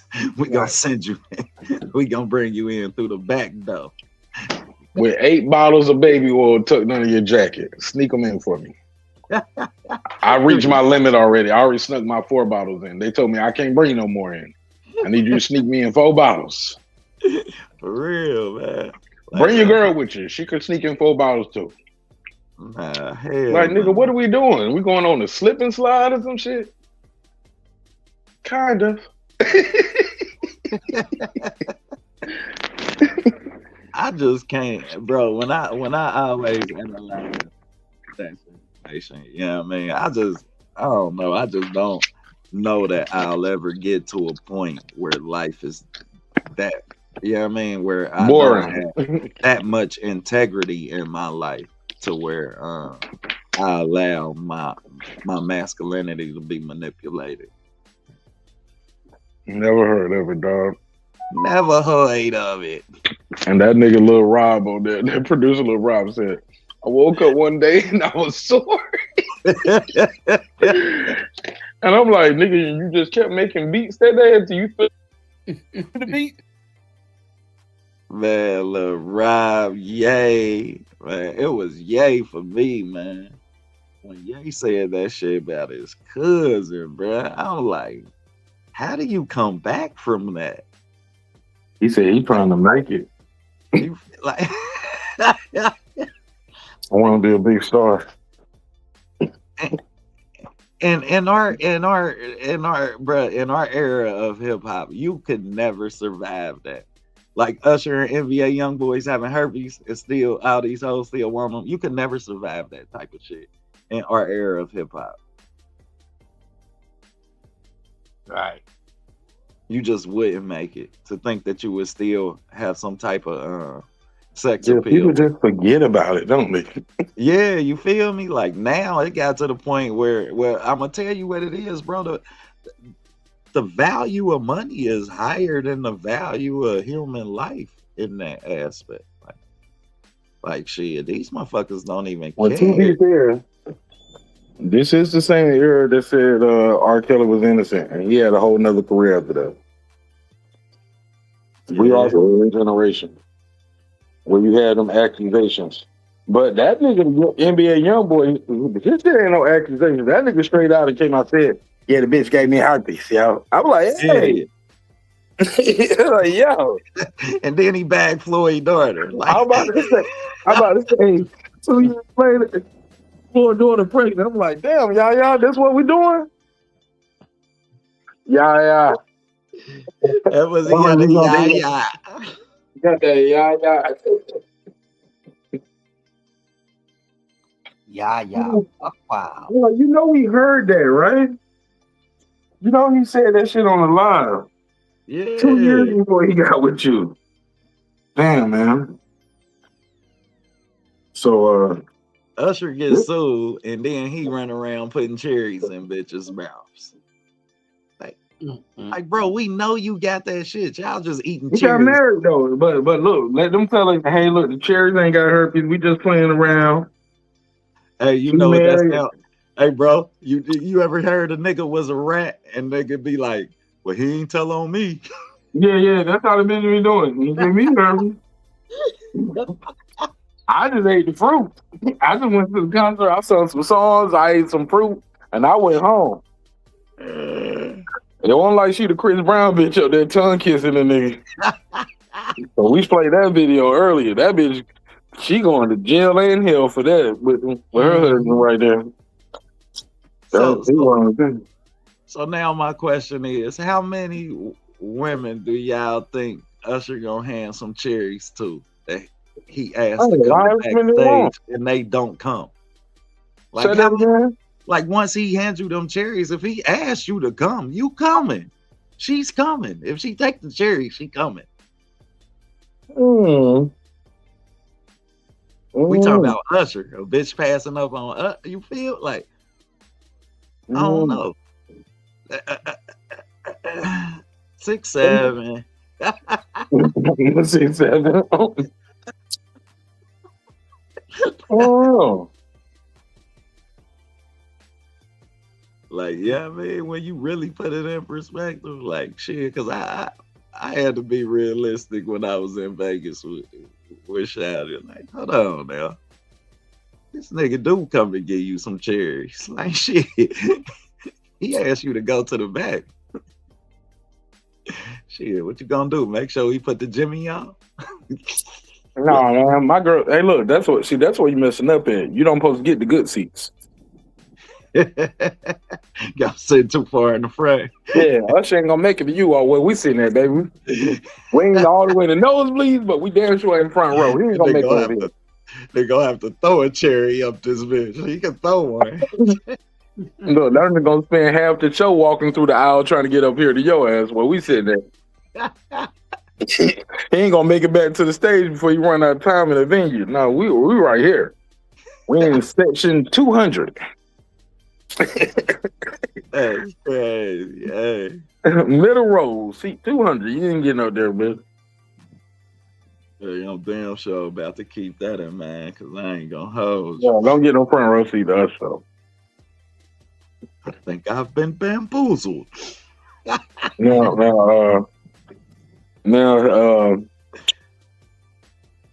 that nigga Big Ass the plug in town.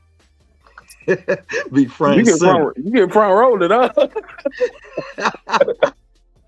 I'm safe to say I'm the biggest, the largest. Hey, we sing along to all these songs right here, front row, baby. Yeah. Nigga take his shirt off, push her Hey, look, forward. that nigga Fat Joe in town. Yeah, get Fat Joe up here. Lean back. Lean back. We're gonna do this all night. We're gonna have a good old time. But man, I wish I would get front row seats to an R&B concert for a bitch. Nigga, what? Yeah, he was asking for it. Better be Ruben Studdard. Oh man. Yeah. Yolanda Adams. We go see Yolanda, He baby. go see Yolanda, nigga. Hey, look, hey, look, we're gonna be right there. Never would have been. Yeah, right here together, man. Side by side. We ain't gonna see none of these heartthrob ass niggas. Hey, look, I ain't gonna lie though. I heard that nigga Ray J at the verses, so we can go to Ray J. That nigga was terrible. That nigga. Man, Ray J we done go to a came Ray out J as show. full blown gay anyway. He Oh, done for came. real? Yeah, he done came out as full blown gay. No, he did when? I missed that. When it happened? Man, and he be talking gay and saying blood like it's cool. Like I fucked that nigga in the ass, blood. No, you joking, bro. I'm dead serious, Brody. When was this? Man, shit, I just seen this. Yeah, crushing my When? line. When? No, he ain't lying. That boy I said, foul. when was Within the past 30 days, man. Yeah, within the past, I seen it in the past 2 weeks, bro. Yeah, Like, that man, dude crazy, man. He really out the closet. He's super thug, plug, booty boy. Well, baby niggas boy. knew not to put that on my topic docket because I ain't know nothing about that. Niggas didn't even send me that for the show. Yeah, good. I'm glad they didn't Niggas send it to him, Mark. didn't hit me with, hey, Mark, you want to talk about Ray J coming out the closet? No. Hey, look, I don't want to know. Nigga, I did not know that. Yeah, last thing I heard about Ray J, he was threatening Cam and Mace because he just found out his sister was some bust down for the industry. Come on, nigga. You know everybody was fucking your sister, nigga. Wanye, Kobe Bryant, Mace, Sean, nigga. What's the nigga he ended up having the baby by in the NBA? What's his name? When Richardson fucked his whole career up. Yeah, they got a line on Oprah talking about she married to the nigga. Nigga like, man, I ain't married to that bitch. Clean came straight out and said it, Did she man. fuck Rodney Jerkins too? Then once she with him too? Yeah. When we went the gospel route. Allegedly, bitch fucking for beats, man. Come on, man. Ray J, you better calm down, nigga. Act like your sister ain't no rip for the industry. I like Brandy though. I like Brandy. Fredo Star, remember Fredo Star was like, yo, he's like, I ain't fuck, but the hell was crazy though. Remember that? Remember that nigga said that? That nigga Fredo Star said, I ain't fuck, but the hell was crazy. I was like, what the fuck? Hey. I wanna be, hey look, I was like, I wanna be down with what you doing through. Yeah, baby. I fuck with Brandy. Come fuck with me some Brandy, nigga. Yeah. Yeah, man. I mean, after Fredo said that, every time I look at her, I be looking at her mouth. And I think about when Charlamagne asked on live on the radio, he said, what that mouth do? Man, I've been looking at her mouth since she was Moesha. Like, God I just damn. bet you had, you little wild young boy. You. Hey, I was coming straight home from school to watch Moesha. Like, Mo set up, Ethan. Hey, There's that show was off the hook, man. Man, that was a good show, man. That was a good cast, a good show. A lot of good hitting gems in that show, man. They was off the hook. They was some little wild little motherfuckers. Yeah, cause they started off like a little like it was just gonna be a cookie cutter cheesy show, but then they started touching on some real issues when that nigga Fredo, like them niggas were trying to get that pussy from Moesha.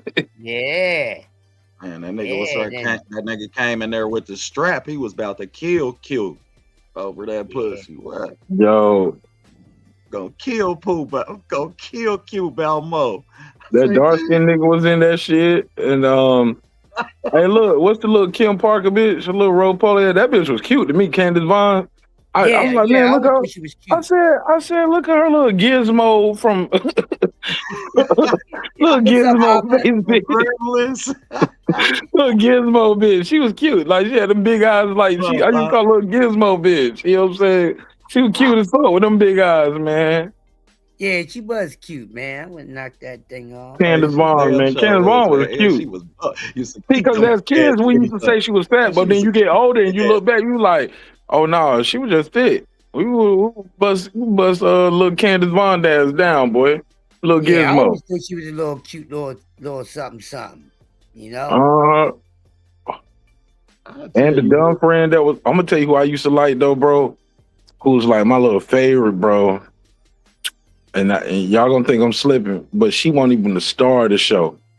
Myra off of Family Matters, nigga. Myra, Man, Oh my God, man. Myra's Michelle Thomas, rest in peace. I'm like, oh my God, nigga. Yo, she was one beautiful. Oh man, I had a crush on her too, Mark. No, she was the one. Oh my God, boy. She was so and Stefan stupid as hell. Man, Laura ain't had shit on Myra. Hey man, she was so fine, boy. Laura was overrated, bro. Like a No, Laura was that shit. She was tall chocolate. She was Kelly Rowland before Kelly Rowland. Facts. She was the original Kelly Rowland for me back in the day. But Myra was so fine, nigga. I dig her up right now, man. What they call it, necrophilia or some shit. Yeah. I'll be humping on her casket right now. God forgive me. I shouldn't have said that. Hey, look, this what happened when it's a late night show. I start talking crazy. I got to get up out of here. I'm tripping. Damn, I love me some Myra, man. I'm like, man, dig her up, bring her back. She was fine. Yeah, she was so fine, man. I had a thing for the iron. Shit, I used to think the iron could get it. I used to hold on. On Family Matters, Rachel. Rachel, nigga. Man, Rachel was a bust down, nigga. Fuck Rachel. That bitch. Hey, look, I hate Rachel. Hey, look, I don't even like Rachel type bitches in real life. Like, hold up, you've been living with your sister and your brother-in-law for all these years with your you don't raise your whole kid and then you still living with your sister and your brother-in-law. You bum ass bitch. Like, I don't like Rachel type bitches, nigga. Like, Lil Richie was in middle school when the show ended, man. Rachel was a bust down. He went from a little baby to having a homeboy named 3J and 3J. And look, and then 3J was getting all the bitches. Facts. Your mama a buzz down, still living off her. Hey, little bitch, how you get a whole restaurant? We gonna call it Rachel's Place. No, it need to be called Carl's and it need to be called Carl and Harriet Place because they paying all the bills, bitch. You living with us. You starting this little pie business in the house, fucking up the whole kitchen with these little pies. But what I used to wonder, bro, is the place was named Rachel's. Why is this bitch a waitress? No, it was her place. She was waiting on tables too. She had the whole family in there waiting and working again. Eddie, Laura, Steve. Yeah, they damn sure was. She had everybody, man. Buzz down, man. Got like, bitch, like move out your sister's house first. Start there. Rachel was a buzz down, nigga. Like, yeah, man. That's a ratchet in me. Bringing all them niggas in and out the house, all her dates. Yeah, man. Shout out Thelma. How you say her name? Thelma Hopkins. Yeah, shout out Thelma Hopkins. But your character, Shawty, they had you as a little bust down, staying with your sister, living off your bitch for a decade. You never got your own crib. You got a restaurant that failed. But they ain't even tell us the restaurant failed. We just stopped talking about it. The kids stopped working there. Eddie started working at the Wiener place. They ain't go there no more and shit. They used to have little family meetings. Yeah, little family meeting there, fights there. The games came through. Carl broke up the games. Man, once Steve got that transformation chamber, it was over. Fuck Rachel's place. Fuck Rachel's place. We got a transformation chamber, bitch. I'm about to be Bruce Lee. That was a different person every week. Low key, that was slick racist what they did with turn them niggas into Chinese. Hey. That was some slick cultural appropriation. Like niggas wouldn't have took that if they did it to us, but we damn sure fucked Chinese people over with that one. They had little bob wigs on too. Come on, son. Put Bruce Lee DNA in there. Come on, man. We was bugging. TV was fun back then, man. Man, our shows had purpose. Hey, Troy Graham said, Nona Gay from Blood and Bones. Nona Gay. Yeah, she I nice ain't little, seen that. Who was known to gay? Damn. gay, nice little actress. Hold on, Yeah. I'll be right back. Hold on, I'll be right back. Let me go look. Hold on, I'll be right back. Yep. Known to gay. What's up, Mr. Graham? How you doing, my man? Facts. Good morning, Mr. Graham. What up, Troy? Damn, Oppa I ain't. Limp. What's up, Op? That's my guy. Oh yeah, that's the family. Oh Damn, yeah. she is drop dead beautiful. Yeah. Mm-hmm. Yeah, man. That's a fine man thing You right know, there, boy. she remind me of Fancy off of Oh, my girl, Garcelle. Yeah. man, what? Hey, Yeah. I that's who used to she love the remind TV me talk of. Yeah, show. she. Okay, But known to gay. That's Marvin Gaye's daughter. Yeah. Yep. damn, She I ain't know beautiful. that. She is Yeah, yeah. beautiful still at 51. That bitch is Mm-hmm. gorgeous. Yo, you Yeah. want to tell you who I always had a little thing for, bro? Who that? Two. I'm gonna name two real quick. Y'all remember Topanga from Boy Meets World? Yeah. I used to Damn. love me some Topanga, boy. And also in Boy Meets World was the girl. It's a Journey Smollett. Journey Smollett? Yeah, Yeah. yeah, Jesse Smollett's sister. yeah. Yeah, those two right there. They was in that same show. There was that crinkly hair, little light skinned black chick, and this white girl with the crinkly hair. I'm like this nigga Corey slipping, man. Yeah. But boy, you supposed to be busting that already. Y'all supposed to be teen parents. Yep.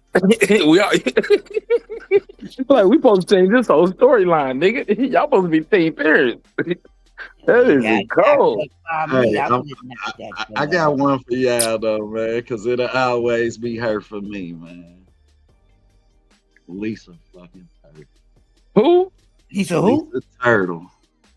Oh, Lisa Turtle, man. Lisa Golly, boy. Man. Oh my Lark Voorhees. Oh my God, boy. I used to love me some Lark Voorhees. Man, she got so messed up, man. It's heartbreaking, man. Oh, she was so beautiful, man. Wow, man. Man, she was drop dead. Just No, did she do the she went she went Sammy Sosa with it, didn't she? Yeah. Yeah, she went Sammy Sosa with it. After Martin broke up with him, man, He said after Mark broke up with it was over. it was over. Lost it, man. She was so fine. I remember her on that Martin episode. She was like, "You are my man." She grabbed him by his ears. I was like, "Oh my!" I was like, "Me next, me next."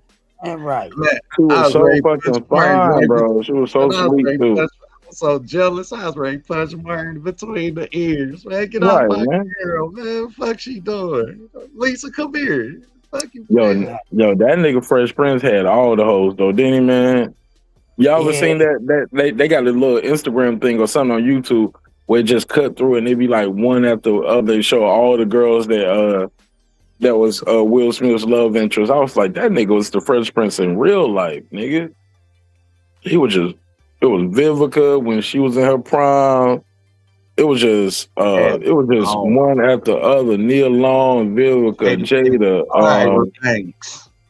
Tyra, like all of them, bro. It was just the girl Gabrielle. Yeah, she was nice before she went weird. What's the girl from she used to be on the show with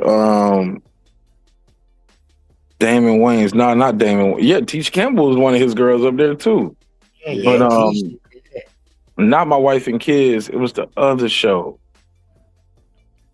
Damn, man. But anyway, y'all know what I mean. That nigga had them all, bro. Yeah. That nigga Will was that nigga, boy. Weird ass Willie from West Philly. I know Willie from West Philly. Jazzy Where Jeff do y'all have Will ranked as a rapper? in Philly? Nah, period. All time. Overall, Period. he's not ranked high. Top 20, like top 20, top 25, top 50. Where you got him at?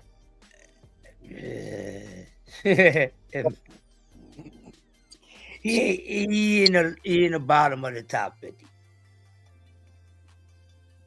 Damn, What you mean, damn, Ain't no damn, What do you mean? Damn, you He talking was about- more successful as an actor, bro. But the success level didn't like it didn't drop off as a rapper. Yeah, it did. But yeah, and that doesn't. I feel you too. Like it don't matter if he's more successful. Like his skill set, though. At the time, Now his skill he set, did this no cussing, no, you know what I mean? man. Shit. A lot of guys did no cussing. Heavy D came out with a song called, no cuss words. You know what I mean, it had a whole bunch of guys Was that on song? it. Was that How song? about this? How about this? Hey, look, Will Smith, Kumo D. Oh, Will, easy, man. You a dancer, Come on, man. You don't think you Oh, being yeah, a hold little on. Don't leave the don't leave the witness. You Will Smith or Kumo D, Crush. Kumo D. I'm more than just a Okay, dancer. Will Smith. I'm just saying. Hold up, Will Smith or Young MC. Will Smith. Will Smith. Will Smith or MC Hammer. Will Smith. Will smoke him, man. Will Smith. Okay, Will Smith or Father MC. Will Smith. Will Smith or Chubb Rock. Will Smith. Chubster. Nah, Chubster. Chubb. Hey, yo, Chubb can spit, man. Yo, you got Chubb like twisted. Listen, the best version of Will Smith, far as him rapping, was when he was the Fresh Prince. When he did his first 2 albums, bro. Yeah. At the summertime. 15. Yeah, at the summertime, that was it. I mean, Summertime was when they came back, though. He had came back after a break when he did Summertime.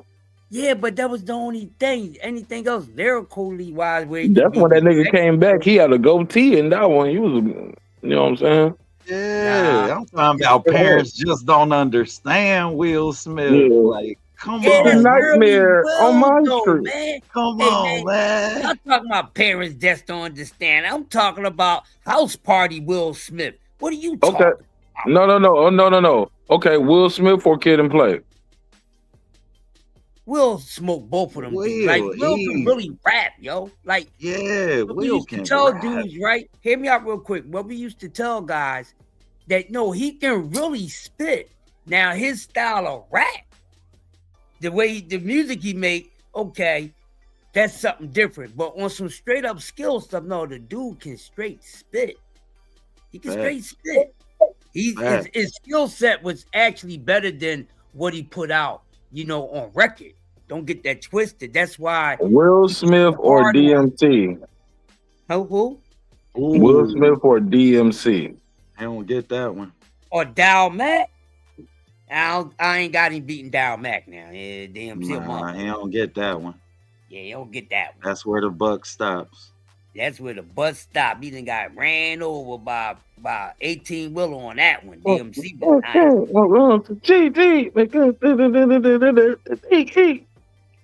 So DMC gonna pack up Will Smith. He gonna get him fuck up out of him.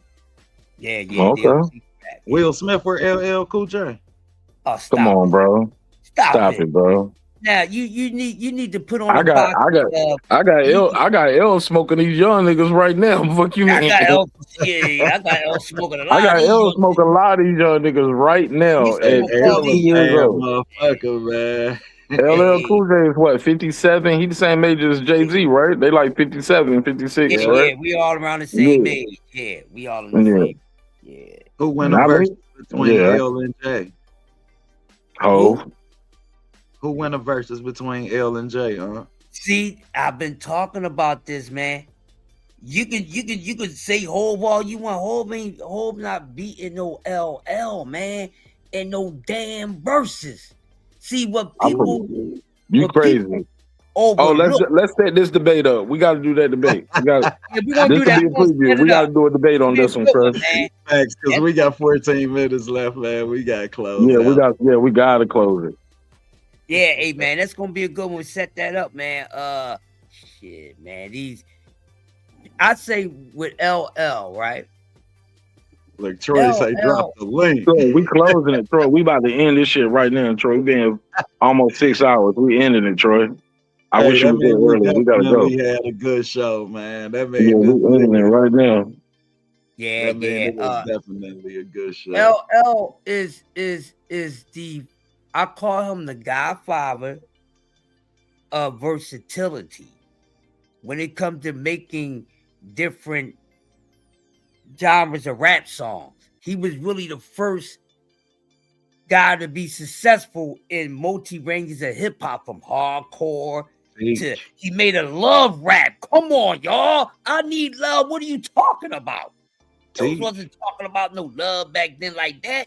Come on, man. He had the hardest dudes back then. This is when crack and everything was out. You know what I'm saying? You had Rich Porter and all these guys, Al Poe and all these dudes talking about I need love. This dude really, he was really one of the first ones that really started the hip hop and R&B collabo with R&B artists. And his collabos was the best. I mean, just look at a couple. Biggie, Boys II Men. Listen, we gotta set this thing up, man. I like Jay-Z, and Jay-Z is splendid in his run. But man, I pull layers back. I like him. I don't like him over Cool J, and it's going to be hard to beat that because LL, he was the one. What he say? Who the one that put Def Jam in that big ass building? Hey man, yeah, that's something else. I ain't too many dudes messing with him in the verses, man. All right, well, look, we're gonna table this one from here, fellas. Y'all want to plug everything? Final thoughts, as always. The guests get the last word. Crush, give us your final thoughts. OTB, you can take us home. Hey man, final thoughts is like this. Hey, change your little pull-ups because I know y'all moist down there, and we got the coming boost in this running 154, man. And I'll be on in 2 hours to do my coffee and donuts and roll-ups at 7 a.m. Eastern time. I'll be on. Well, that nigga about to get to it right now in a couple hours. I ain't even mad at it. Man, I'm about to go in. All right, y'all make sure y'all support him. Yeah, Shout out to the channel, Crush. How they find the channel? Tell them how to find you. Oh yeah, right there. I could drop my link, and it's right there. My channel is my name right there. You can just hit my joint. They can't see it. They can't see it. Just tell them. They can't see it. It's Yoda Wise Crush, MOC, YouTube. So I drop it. I drop the link in there for you. Oh man. All right, go ahead. Take us on, OTB. Facts, man. Thanks for everybody coming through, man. Breaking beats with your boy OTB, man. Y'all know what it is, man. Had a hell of a show. Anybody that tuned in, catch us on the replay, man. Smash the like, hype the video up, man. We'll be back for another spin around the block, man. Y'all know what to look forward to. We got Deontay Wilder, Derek Chisora film dropping in the morning. Man, we gonna clip some of these off. Be in the shorts list. Be looking for us. Appreciate y'all tuning in with us. It is. And like that, we gone, man. As always, the guests will get the last word. Lake County said, Crush, make sure you join the panel more often. Yep, I'll be on, bro. All right, man. I love y'all. Hope you love yourself. If not, guess what? God loves you. So does Marq Nash in the neighborhood here, Breaking Beats, where we break down business, entertainment, art, technology, sports, and any damn thing else you not feel like talking about. We are the #1 hip-hop political sports show with comedy twists. We like to let the jokes fly. You know why? Life is serious enough. Hey, look, sometimes we're going to agree, sometimes we're going to disagree, but one thing's for certain, two things for sure, homeboy, homegirl, never forget this. I built this shit. Me. Brick by brick. And I'll be damned if I let you tear it down just because you don't like the way another nigga talk. I mean that shit. Drive, motherfucker. Hey, it's Antonio Tarver Champion. You watching Marq Nash at Breaking Beats. I usually don't do drops, but I'm going to give you one, bro. I'm going to give you one. I love you, champ.